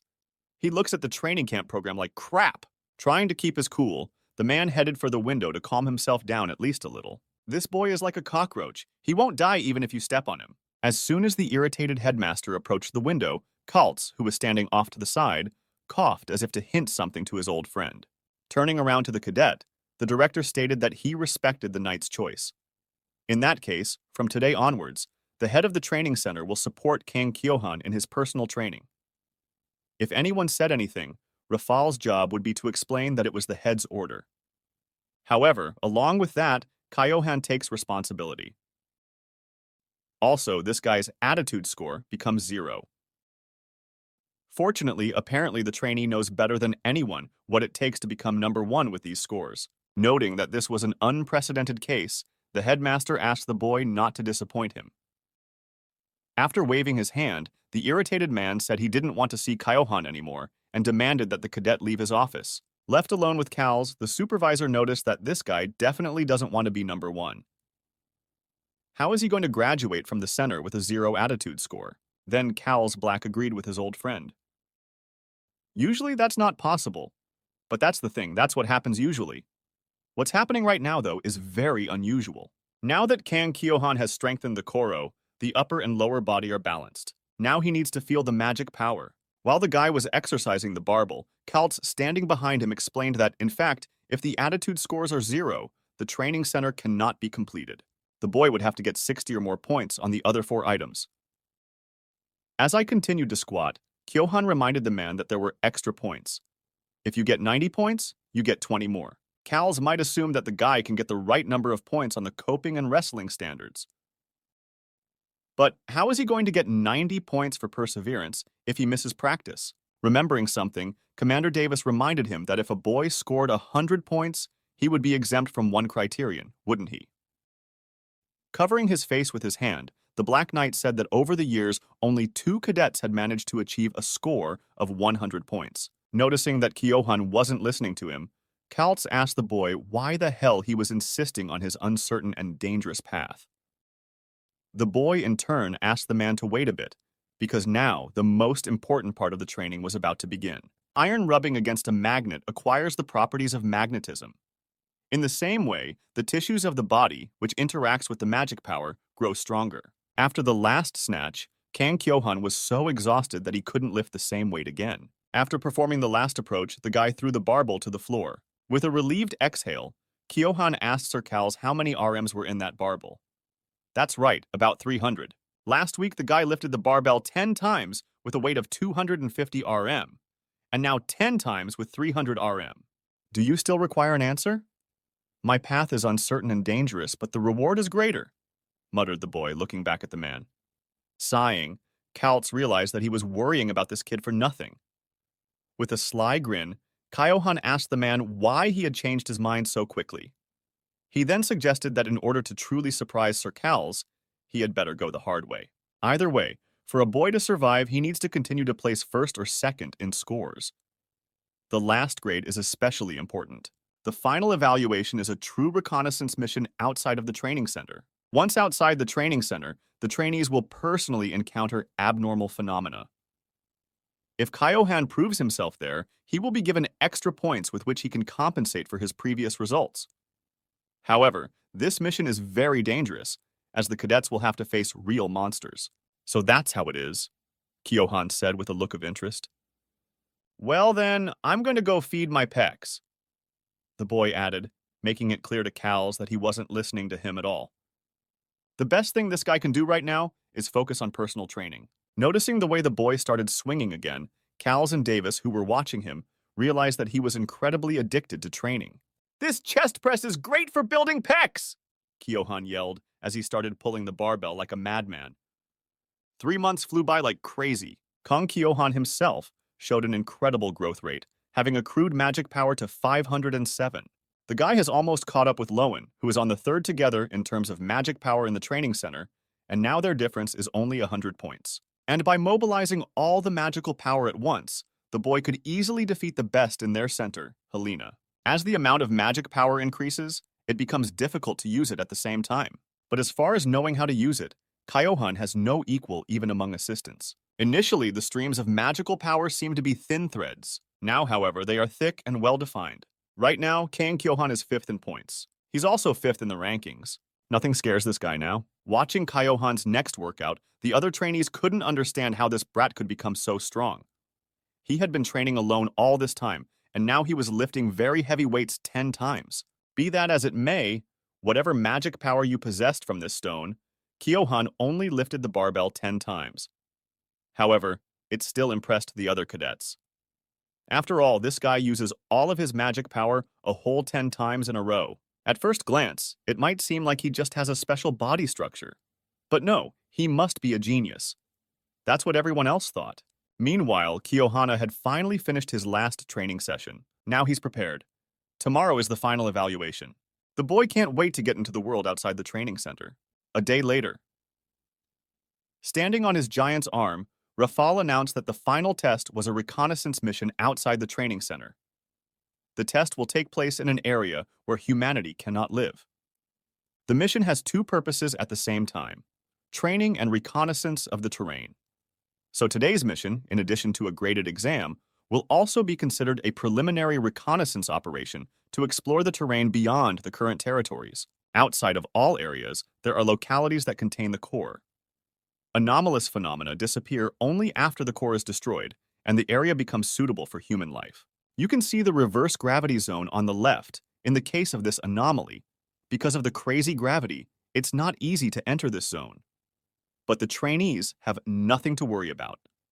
There's no way Command will send cadets on such dangerous missions. The place the trainees will go to explore today is on the right and is called the Monster Forest. Compared to other places, the anomalies in this forest are at an average level. According to the information provided to the training center, the trees in this forest sometimes twist and take the shape of monsters, as well as occasionally change their location.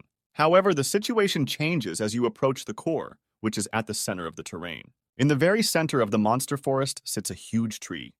There is speculation that the core may be somewhere nearby.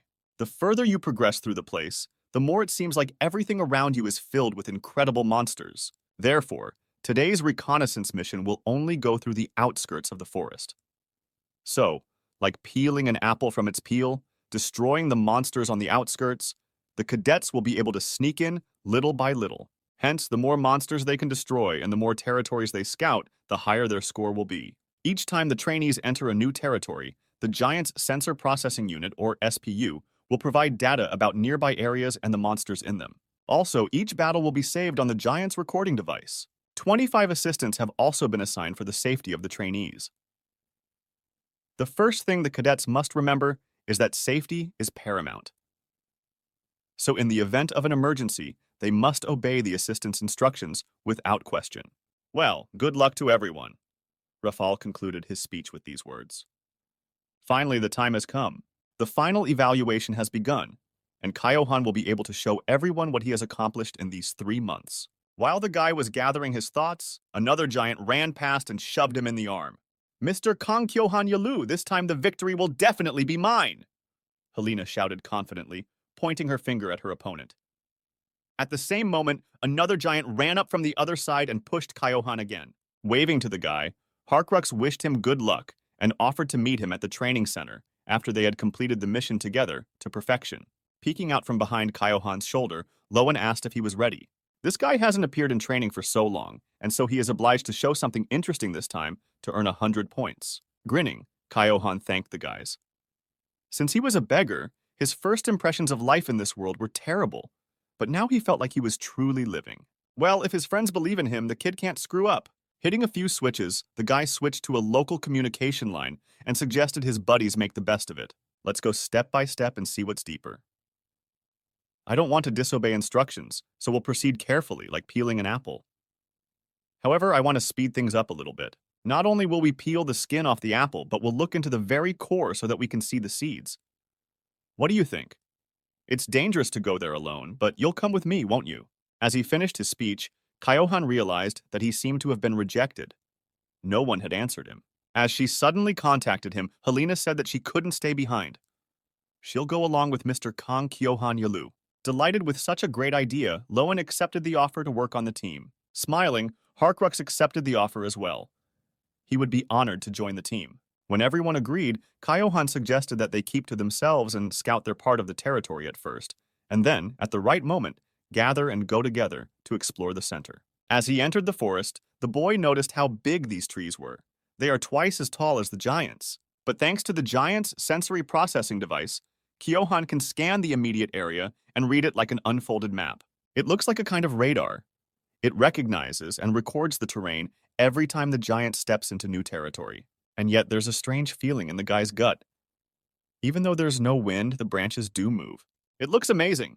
The trees are like trolls or stone giants. Looking around, Kyohan began to walk deeper and deeper into the forest. At the same time, some creatures visually similar to humans appeared behind him.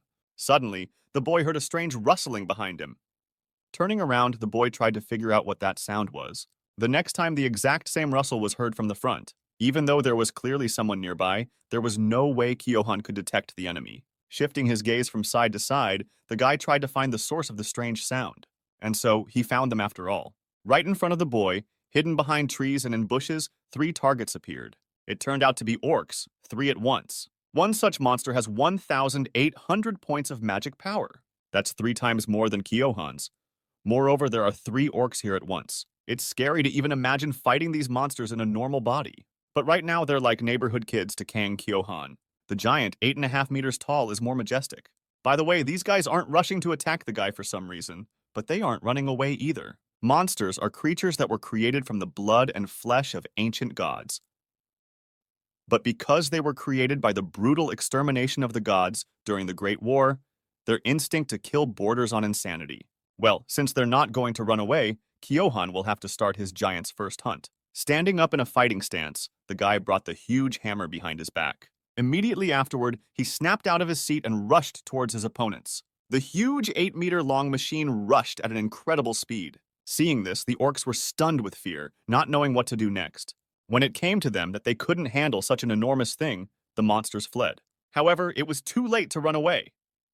The giant was too fast, and so he instantly caught up with the bewildered enemies. Running up to one of the orcs, Kyohan grabbed it with his hand. Then, with a sharp upward thrust of his arm, the lad tossed his foe into the air. Taking up the club with both hands, the boy decided to play baseball with these monsters. With a lightning-fast swing of his heavy weapon, Kyohan turned his opponent into a bloody mess. At the same moment, the rest of the orcs turned around. Bringing their axes above their heads, together they pounced on the huge titanium machine. Feeling danger approaching from behind, Kyohan turned around. Looking at the monsters flying towards him, the guy noticed the axe blade suddenly stopped in place. The sensory processing device kicked in. When the SPU is triggered, the rider feels as if enemies are simply frozen in midair. The axes should have reached their target by now, but suddenly the giant disappeared from sight. In a moment, the huge machine was behind the puzzled opponents. "This time it's my turn to attack!" Kyohan shouted with a sinister smile. With a couple of high-speed lunges, the guy finished off the orcs attacking him. It took him 1 second to deal with all the enemies. This is the giant, the greatest weapon of mankind.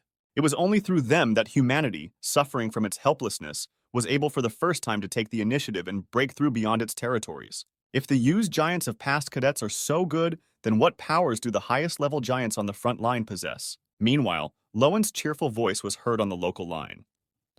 She said that she had already caught 2 orcs, and she noted that it was a fun place to be. Helena, in turn, reported that everything was fine at her station as well. Laughing contentedly, Harkruk said he couldn't even describe his emotions. So that's what overwhelming power means. In that case, since everyone was doing well, Kang Kyohan suggested to his partner to speed up and shorten the distance between each other. It's about time we got to see what kind of freaks inhabit the very center. It's so exciting. Acceleration of gravity. In life, one feels the pressure of acceleration. It's the same with giants. As power increases, the giant starts moving faster. The rider feels a pleasant pressure with his entire body. When the pressure is off the scale, there is a great feeling of speed. With maximum acceleration, Kang Kyohan began to make his way deep into the forest. Suddenly, stopping, he noticed a group of enemies in front of him. As expected, the deeper you go, the more monsters there are. This time, the guy has to fight 5 goblins. Yeah, it's been a long time since he's seen those bastards. What's he gonna do now? He's not in his normal body today. Beginning to break through the weaker opponents, Kyohan targeted the fat goblin, who appeared to be the leader of this horde. Running up to the biggest goblin, the guy grabbed it with his giant hand. In short, it was too easy. The boy managed to blow his opponent's head off with a single left. And that battle didn't last more than a couple seconds. After dealing with all the goblins, Kyohan spotted another enemy on the radar. How come there's another degenerate in the back? There was no one there. Turning around, the guy noticed a monster hiding behind the trees. It turned out to be a stone giant that was almost 6 meters tall. As soon as the monster rushed to attack, Kyohan got into a fighting stance. Finally, the guy would be able to fight a strong opponent. As he accelerated, the boy took a single swing of his foot. "Feel the power of my punch!" he shouted, kicking his opponent's body with tremendous force. After flying a few meters, the stone giant slammed back into a tree. But Kyohan wasn't going to stop there. It was time to play a game of who was who in a past life. Putting his mace in front of him, the guy began to wait for the monster to attack. Rising to his feet, the stone giant pounced on the boy with a deafening roar. "Take a bat from athlete Kang Kyohan!" the guy shouted again, getting into the pose of a baseball player preparing to make a grand slam. Waiting for the enemy to get close enough, the huge machine swung its bat, sending the enemy flying. Thanks to the giant, Kyohan was able to perfect the home run. Well, the jokes are over. Snapping out of his seat in one leap, the guy decided to end this battle. Sure, he'd like to have some more fun with this troublemaker, but Kyohan still needs to earn 100 points on his last evaluation. Landing on the stone monster, the guy crushed it to the ground with his mace. Nothing can stop the giant. And it's not just about Pectoralis. The other guy's combat vehicles are doing great as well. No one up to this point was still inferior in strength to Kyohan, and that means it's time to break deeper, utilizing the full power of the giants. If they continue to work so perfectly as a team, they will probably reach the very center of this forest very soon. The fierce fighting inside the forest continued. The sounds of robotic joints and the screams of dying monsters did not subside for a second. The whole place was plunged into chaos, and merciless slaughter continued on every piece of land. But it was more like a beating than a battle. Running deeper and deeper with each passing minute, Kyohan had no way of realizing just how freaking huge this forest was. Suddenly, Pectoralis's SPU received a general message. One of the trainees discovered orcs numbering 20. As expected, the medium and large-sized monsters would become even more numerous as they moved deeper into the forest. Stopping abruptly, Kyohan heard the general communications line begin to receive terrifying reports accompanied by explosions and incomprehensible rumbling. Requesting backup! I'm surrounded by 7 ogres! Those bastards are attacking! Requesting backup! Requesting backup! Are there assistants here or not? Where did they go? What the hell is going on in there? Turning his head, Kyohan immediately guessed which way the enemies were. These monsters, like all the previous times, hid behind the trees again. Realizing that his prey had spotted him, the huge monster decided to show himself. This is the type of enemy that Kyohan wanted to meet. An ogre very similar to the one Cal's Black fought. Besides, it looks like he came with his friends. There will now be 5 of them against Kyohan. And that's not all. Orcs were also in the neighborhood. There is a whole army of monsters here, and all of them will fight against just one giant. The battle promises to be difficult, however, Kyohan is not at all afraid. The guy has no idea what happened to the other trainees there, but he should deal with those bastards first, and then think about it. It's unusual for a boy to see an ogre like this. This monster's strength reaches 9,000, and its magic power is as high as 15,000. The ogre that Kyohan met on the way to the training center possessed immense power. It was like an element, to resist which not even a thought would appear. However, the situation is different now. One ogre is as strong as half of a pectoralis giant and 1/8 its weight. Anyway, there's nothing left for the guy to do but try to fight these monsters. Taking one step forward, the giant brought the huge mace behind his back. With a sharp swing, Kyohan struck the ogre in front of everyone with his weapon on the shoulder. Feeling the incredible pain, the monster wailed exhaustedly.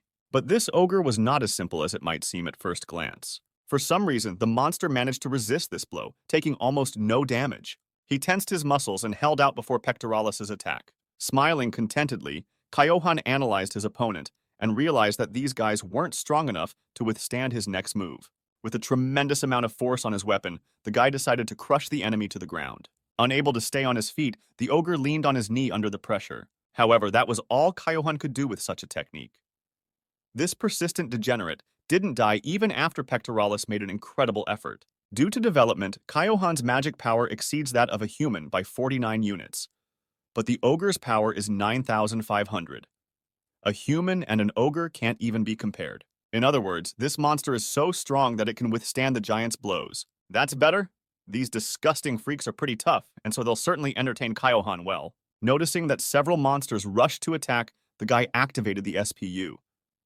Thanks to this device, he can see the movement of enemies as if in slow motion, but it is impossible to stop the simultaneous attack of a dozen ogres. On the other hand, though, why not try to do it? After thinking about it, Kyohan decided to try and push his abilities to the limit. Breathing in a full chest of air, the boy focused all his attention on his approaching opponents. Now he saw all those ogres frozen in place. Abruptly snapping out of his seat, the guy didn't give his enemies time to think, attacking them first. After slashing one of the monsters right in the forehead with his dagger, Kyohan struck the next opponent with his mace.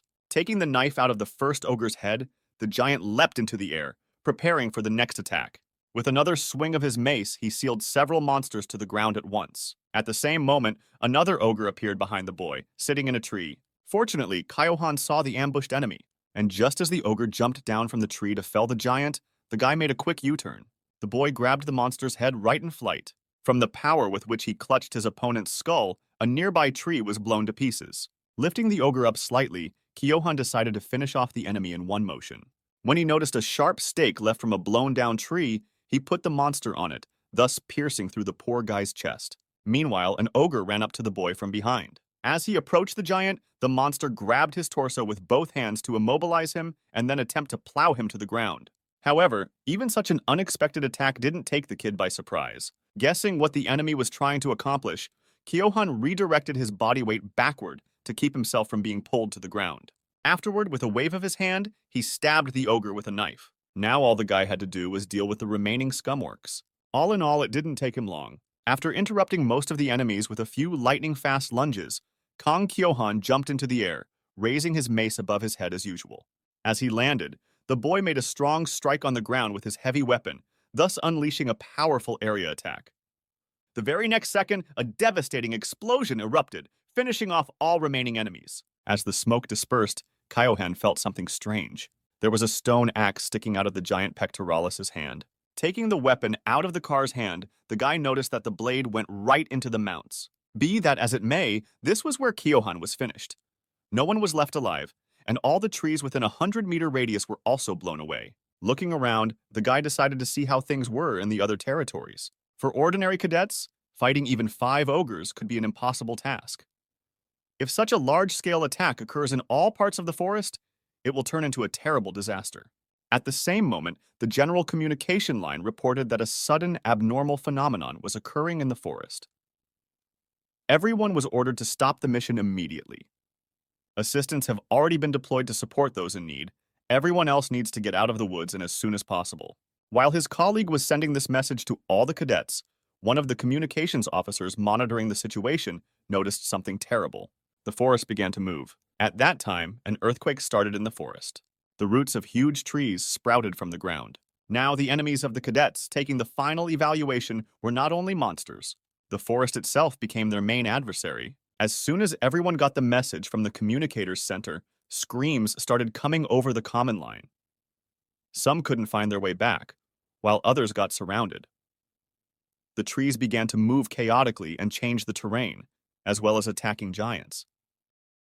This is the world outside the habitable zone. If the trees move and change the terrain, the maps that the trainees scanned before the last assessment began become useless. Now even backtracking is no easy task. This is Kang Kyohan. Please respond to those who can hear my message, Raider Pectoralis said over the general communication line. After that, he repeated his words again. Hearing no response, the guy realized that no one was around. Just as suddenly, Helena's voice was heard, stating that she had heard the message. Then came the voices of Lowen and Harkrux, who immediately reported that they had finished off all the enemies who had attacked them. Kang Kyohan was of course relieved that everyone was all right, but it seemed that even escaping from here wouldn't be easy. The monsters had them tightly surrounded, and even communication was almost cut off. Lowen in turn remarked that it would be much easier for them to get out of here working together. Agreeing with her friend, Helena suggested gathering in one place. However, it would be difficult to do so, as the trees were moving. By changing terrain, the cadets might get lost. That is, not only would they not be able to meet, but they would find themselves in complete isolation. After listening to the girl, a dumbfounded Harkrux asked if they had no way out. But Kyohan reminded him that there was one place left that would never change its location. The giant tree in the center is in lieu of their meeting. The only way out of this situation is to destroy the core and conquer these territories with the 4 of them. The core is the cause of all the anomaly outside the area. If the cadets succeed in destroying the core, then the anomalous phenomena will be neutralized. Noting that it wasn't a bad idea, Helena suggested that it would probably be quieter there now that all the monsters from the center of the forest had gone to the outskirts. However, Lowen reminded her that this place was very dangerous. After all, the trainees' original task was to scout the area at the edge of the forest. In any case, the 4 of them had no other choice now. Kyohan explained that it would be even more dangerous if they wandered blindly through the forest and got lost. Since the tree in the center of the forest could be seen from anywhere, the best solution would be to move inland, taking it as a reference point. After agreeing with Kohan, Harkrux suggested that they get together first and then think about it. If the 4 giants were together, they would not be easy to defeat. After finally agreeing on a meeting place, all 4 riders ran to the center of the forest. On the way to the big tree, Kyohan encountered monsters. His main problem was that in addition to monsters, he was also being attacked by trees. The roots of these trees are not very strong, so the guy was able to chop them down with ease. But every time he ripped up some roots, others would appear. And so, at one point, the boy was attacked by a tree while he himself was dealing with other roots. Fortunately, Kyohan's intuition rarely fails, and so when he turned around, he saw danger approaching. The guy immediately jumped into the air, dodging the enemy's attack. Doing a few somersaults in the air, the boy landed deftly. Once on the ground, Kyohan had to decide what to do next. He couldn't just stand still and fight off the roots. Forest wants the uninvited guests to retreat. However, Kang Kyohan can't give up. Cranking the speed increase to full power, the guy tore toward the big tree. Ignoring the attacks of the trees, the boy continued to run deep into the forest. Suddenly, he noticed a white mark on the radar. Tensely looking to the right, Kyohan heard movement. Stopping where he was, the guy started peering into the trees to see what might be threatening him. At the same moment, he saw a giant with a huge two-handed sword. It turned out to be Helena, who happened to be quite close to Kyohan. "We have finally met, Mr. Kang Kyohan Yalu." The girl spoke out contentedly while trying to catch her breath. Realizing that they must all be pretty close, the guy asked Helena if she had seen anyone else. Waving happily, Lone ran out from behind the trees. But upon seeing his friend, something confused Kyohan. Suddenly, Lowen ran up to the guy and jumped up and hugged him, screaming that she missed him a lot. Seeing this scene, Helena tried her best to hold back her laughter. The dumbfounded Kyohan in turn asked his friend what she was doing. If she attacks so suddenly, she'll litter the armor plates. In response, an exasperated Lowen shouted that it wasn't an attack, just an embrace of joy. "They're in a damn dangerous fox, got into huge trouble, and now they finally get to meet? And Kyohan's worried about armor?" Noticing the three, Harkrux was upset that he had once again arrived in last place. Finally, everyone has met, and they are now in relative safety. Looking around at his comrades, Kyohan realized that they were all trying very hard. Their giants were visibly shabby after the fierce battles they had endured. Except, the big question now is, what the hell happened?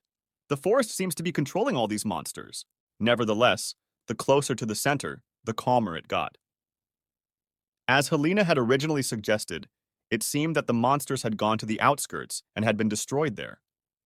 But Kyohan explained to his friends that it was too soon to feel safe. After all, his SPU had just detected the movements. In the heart of the forest, the trees are moving forward and the monsters behind them are narrowing the ring of siege. Realizing that the situation was stalemate, Helena asked Kang Kyohan Yalusan what they should do next. On reflection, the boy's point was spot on. But fortunately, the trees have low speed. The giants can break through if I move fast, at top speed. Also, if they destroy the core, then they can save their comrades. Immediately after saying that, Kyohan did a dispersal of pectoralis. He will lead the team. It's time to destroy the core and put an end to this story. The deeper they went, the more frantic the forest became.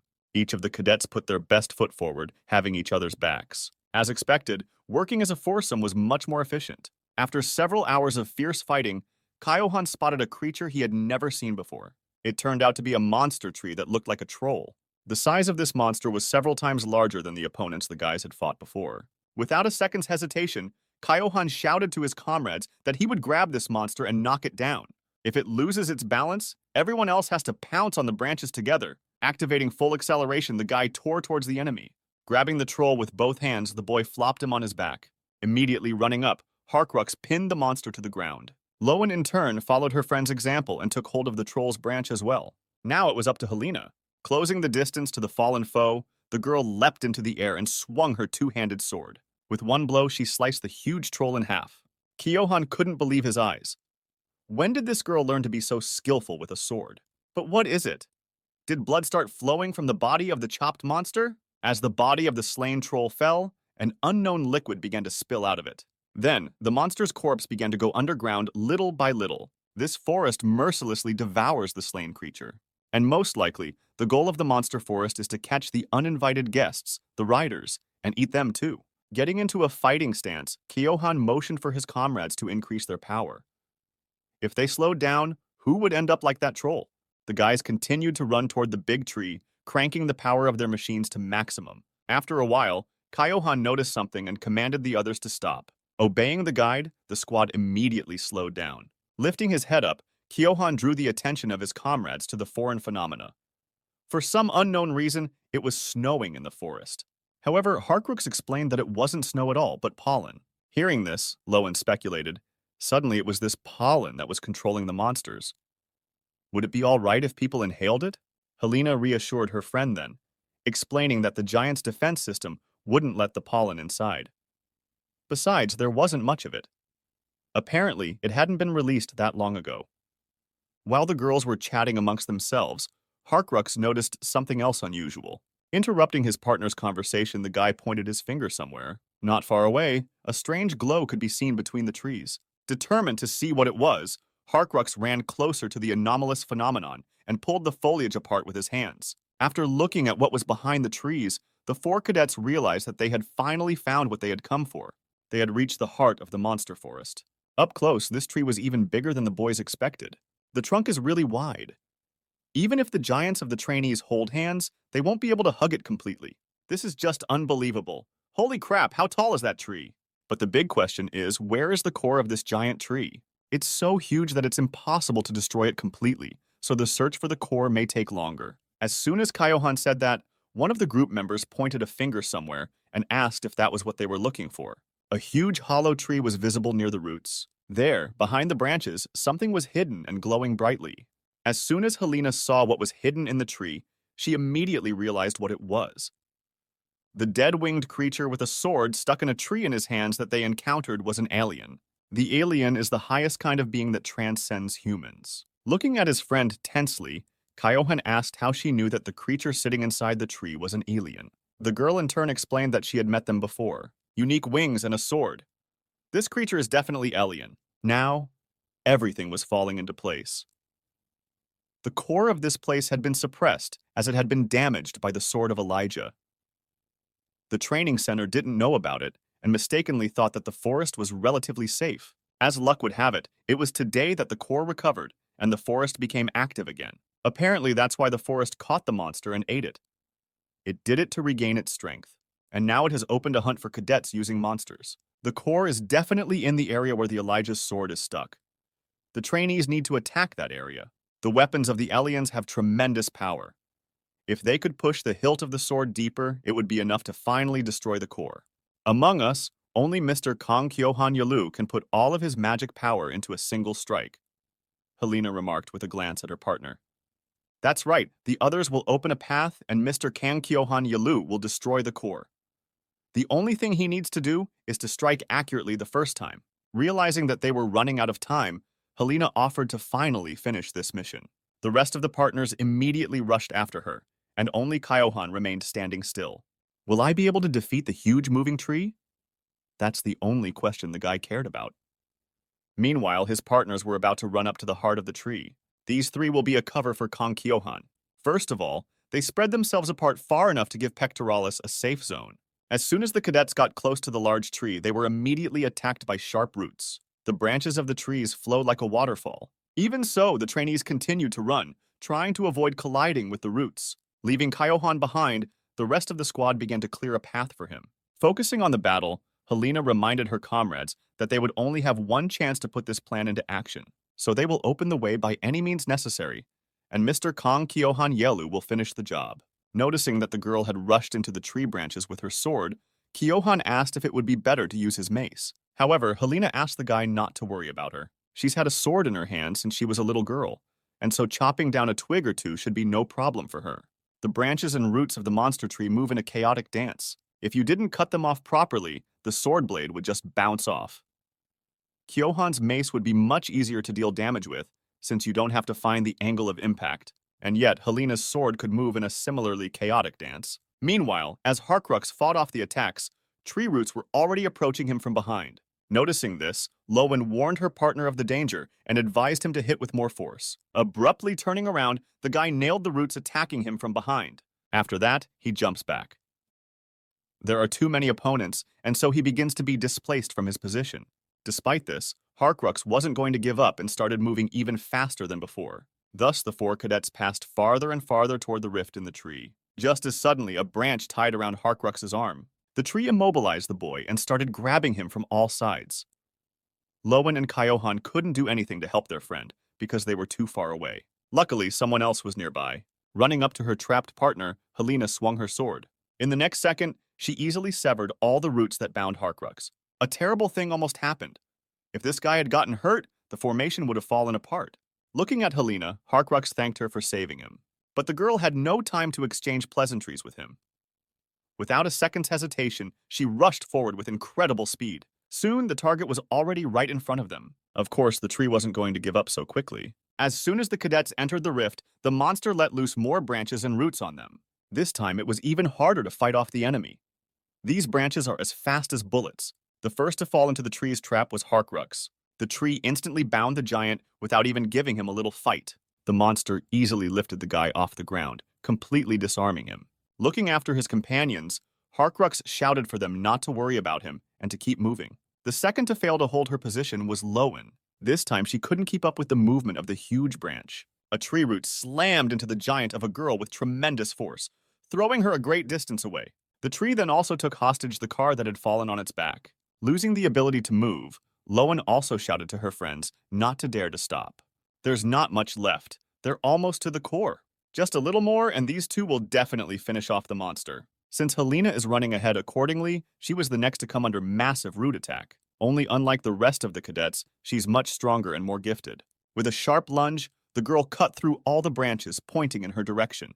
But it wasn't enough. They are now in the heart of the monster tree, so it's hard to even count how many roots are now running at the same time. Realizing that she had no other choice, Helena decided to use two hands at once in battle. Taking out an auxiliary weapon, the girl prepared to repel the monster's attack. She will stand until the very end no matter what the cost. As soon as the tree attacked her again, Helena pinned the largest branch to the ground with her auxiliary weapon. After that, with a few jerks, she chopped all the roots into small pieces. However, the enemy was attacking too intensely.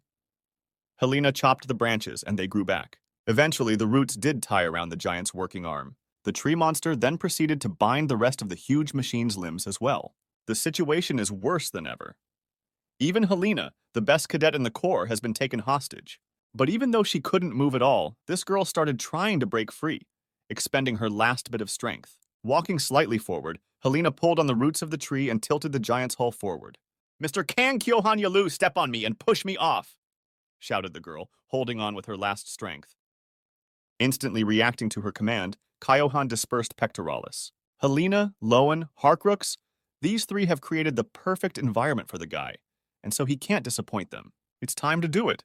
Release the magical power that Kyohan had retained thanks to this trio's cover. Running up to the bound Helena, the boy pushed himself off her giant's back. Swinging his mace in front of him, Kyohan fended off the root flying at him. Incredible magical power and heat that bursts from the heart of a giant outward. Coolant flows to reduce that heat. The cooling liquid reduces the heat of the giant's heart by turning into vapor, so the giant's heart can generate even more magical power. This pressure feels like it's suffocating Kang Kyohan. As soon as the guy landed and brought his mace above his head, the root strapped his weapon tightly around his head. The mace had slipped from his hand and now the boy was disarmed. However, this mace was only a weapon. The main thing needed right now is magical power. The passage to the heart of the anomaly was blocked by branches, and so the only thing Kyohan could do was to break through them using the Titan's power. Concentrating the magic power in his fist, the guy struck the roots with all his might. No matter how wild the battle is, he's not going to give up. Forward, and only forward. He kept throwing punch after punch, literally punching his way out with his fists. And so, at last, all the roots were broken. In front of Kang Kyohan, the very rift where the core is located opened up. The only thing left to do was to run to Elijah, who died while trying to destroy the monster tree. Abruptly jumping upward, the guy headed into the rift. Roots appeared in his way again and tried to close the passage. "Out of the way, nasty branches!" Kyohan shouted, grabbing the roots with his hands. Next, he started just digging up all the damn roots, scattering them in all directions. After a few seconds, the guy still saw what he had been walking to for so long. There it was, the corpse of a winged alien, thrusting his sword into the core. Even the aliens were trying to destroy the heart of the monster forest. As expected, the creature's sword blade was stuck into the core of the anomaly. Raising his hand up, Kyohan prepared to strike the hilt of his sword. When the guy threw the first punch, nothing happened. He needs to put all his power into the blow to sink the sword in completely. In that case, the boy decided to make a final dispersal of Pectoralis and channel all the magical power into a single blow. Suddenly, all his plans came crashing down literally in an instant. Sneaking up from behind, the roots of the tree completely bound the giant. Kang Kyohan couldn't even move anymore. He was in exactly the same situation as his friends. That's it. It's really a failure. There's nothing left to finish that tree. That's what the rest of the squad thought. But Kyohan had a different opinion. It was the scum who caught the giant. not Kyohan himself. Hearing what her friend shouted, Helena realized he was going to thrust the sword in with his bare hands. The girl immediately tried to dissuade Kang Kyohan from doing so. A human wouldn't be able to handle an Elijah's weapon. It's too late. The main body has become out of sync with that of the giant pectoralis. As soon as the compartment in the giant's chest opened, Kyohan jumped out. As he landed, the boy saw the sword of Elijah. Running up to the corpse of the alien, Kyohan grabbed the hilt of the blade without thinking long. At the same moment, the boy felt incredibly anxious and pressurized.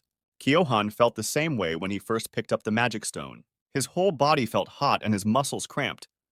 He had only 1 unit of magic power left now. However, in Baron Bourgeois' castle, the beggar Kang Kyohan performed a miracle even before the magical power within him appeared. Muscle strength and willpower are the weapons of Knight Kang Kyohan Yalu. The guy can't back down at such a crucial moment. He will definitely save the cadets. Screaming frantically, Kyohan pressed down on the Elijah's blade with his last strength. 1 repetition maximum is the unleashing of all power for a single moment. Now, more than ever, this skill, achieved through years of training, came in handy for Kang Kyohan. The sword blade stabbed into the heart of the monster forest, and the core cracked. Slapping his palm on the desk, the angry director asked why the reinforcements still hadn't arrived. In response, the subordinate explained that it would take another 10 minutes or so. The only thing to hope for now was that the new recruits would be able to hold out in these conditions on their own. Covering his face with his hand, Harun Basio realized that he had to go there personally. However, the secretary clarified that it was against the rules. The director is supposed to stay and protect the training center until a level 3 emergency is declared. Walking over to the window, the leader explained that the cadets were a precious resource for the kingdom. Their loss would be a huge stain on its reputation. It wouldn't be surprising if Basio were to be sent away for such a thing. Whatever the rules are, it would have been better to take care of saving the kids first, since the principal is facing disciplinary action anyway. It's a failure in every situation. Now, all the boys have to do is be patient. But looking out the window, Harun Basio noticed something strange. The giant tree is swaying and emitting steam. What's going on up there? At the same moment, there was a deafening explosion with the epicenter near a huge tree. The 3 cadets who had been grabbed by the roots finally broke free. Stepping out of her giant, barely standing on her feet, Helena couldn't believe that this guy had succeeded in finishing off a monster. Suddenly, the girl noticed that the giant tree had changed. But it began to grow leaves and soon the whole tree was in full bloom. Following this, flowers bloomed all over the forest. Running into the chamber, one of the assistants reported to the head of the training center that the monster forest had been conquered. There were no casualties or injuries. Looking at him in surprise, Harun Basio asked how it happened. Did Rafal White really do it? But to the principal's surprise, the assistant revealed that it was the work of the cadets. Helena, Lowen, and Harkrux, led by Kang Kyohan Yalu. The report said that the core was destroyed by 4 students. Upon hearing this, the people in the central chamber could not immediately believe what was said. It was only Cal's Black, sitting in the chair, who realized it was true. The world outside the inhabited zone is a very unpredictable place. Until recently, it was a disgusting forest teeming with monsters. And now it has become a blooming forest and looks like a festival is taking place here. The first thing the command ordered was to make a good magical marking of the terrain. The workers and engineers who arrived on the scene had already managed to find the aliens' weapons. Also, this forest turned out to be rich in magical stones. This is what it means to conquer territory outside the inhabited zone. People will be able to get a lot of high-energy resources that were concentrated so densely that they caused the anomalous phenomenon. Running up to Kyohan, Miss Ren and Ginny thanked him for his work. This guy is a real hero, and so the girl decided to thank him.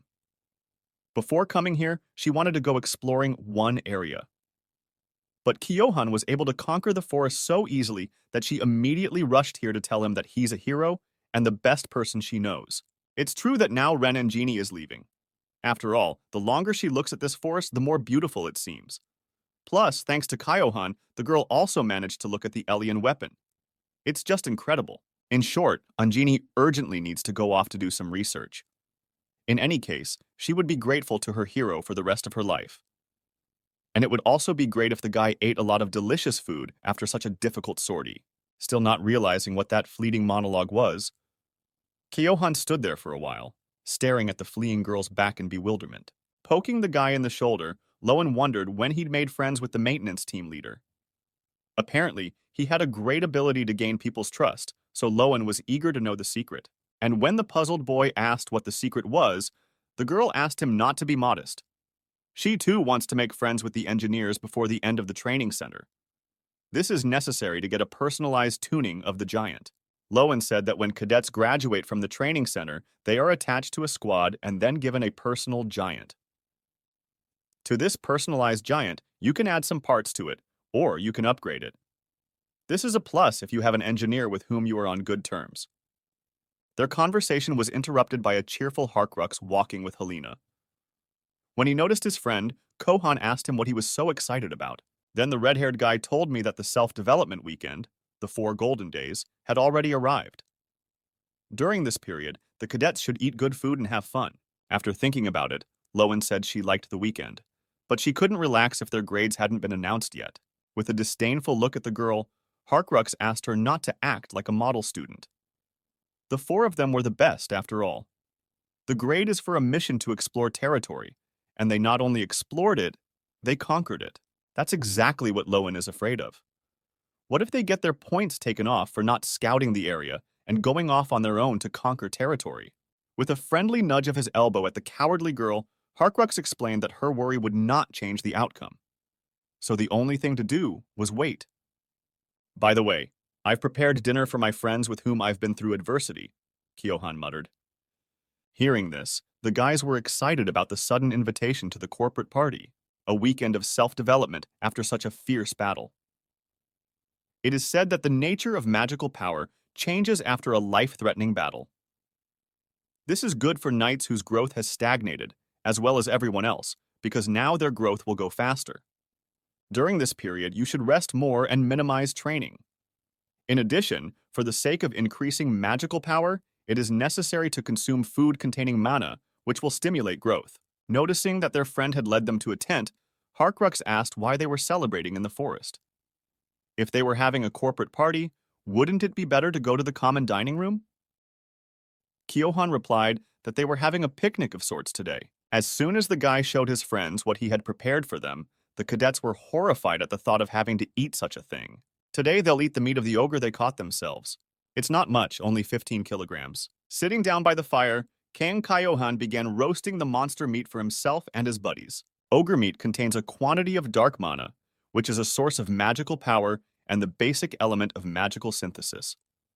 When eaten, the ogre's power contained in its flesh will accelerate the growth of muscles and magical power. To get rid of the toxicity, you need to roast the meat of the fibula or neck area. Accelerates muscle and magical growth. What's more, this meat adds a magical growth bonus. It can't get any better than that. Looking at the ogre meat with disbelief, Helena asked if it was really safe to eat. They say you can get sick if you eat monster meat. You can also lose your magic power. Turning back to her friend, Lowen told her not to eat if she didn't want to. Then she wouldn't know how good the meat was.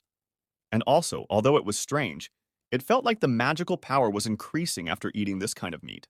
Taking a bite, Harkrux asked Helena not to be so picky. He, for one, was already challenged to eat ogre meat. Kyohan, who was also munching on the delicacy, suggested that the girl stop thinking and sit down at the table with them.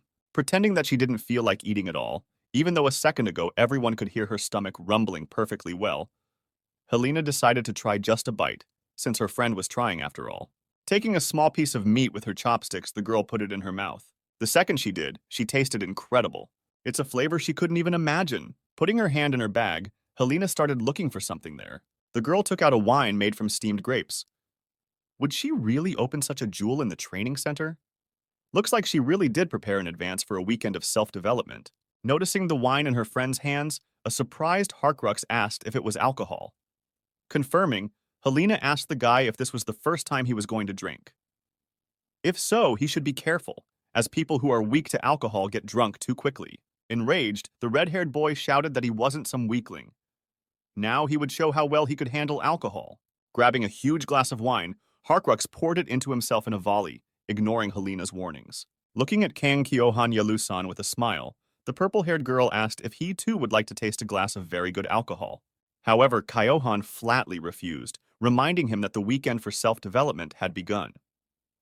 He's going to focus on developing his magic power. If the guy drinks alcohol, he will lose his muscles. In addition, the magic power might also decrease. Looking at her friend puzzled, Helena asked why he had come up with such a ridiculous excuse. Actually, they say that steaming wine helps the growth of magical power. It especially works during the period of magical growth. Looking at the bottle of alcohol, Kyohan still read the characteristics. Steamed grape wine. Contains violet mystery, aids in the recovery and growth of magical power after overwork. There was 1 liter left before the optimal daily allowance was reached. Taking a glass, Kang Kyohan declared that he would drink to the brim today in the name of magic power. So they sat there until nightfall. As expected, Harkrux got drunk and passed out very quickly. And by the way, even in his sleep he kept repeating that he was not weak. The drunken Lowen and Helena watching him just sat there and laughed at their friend. That cute little Harkrux was just pretending to be strong. I guess he hadn't heard that drinking too much alcohol was bad for your health. The only person who hadn't had too much to drink that night was Kang Kyohan. Still, it's the weekend, so it's no big deal. Suddenly, the boy heard a suspicious rustling nearby. Someone's coming out of the woods. Who is it? The sounds of approaching footsteps became more and more distinct. Helena wondered why he was carrying a bag, noticing a man coming out from behind the trees. Was he going somewhere? After looking around at everyone present, Instructor Kaltz remarked that they must be having a great weekend. So why did the Black Knight come here in this darkness? Kyohan stood up from the ground and asked what was wrong. Cadet Kang Kyohan, your offer still stands, right? Cal's Black clarified in response. Pet the cat.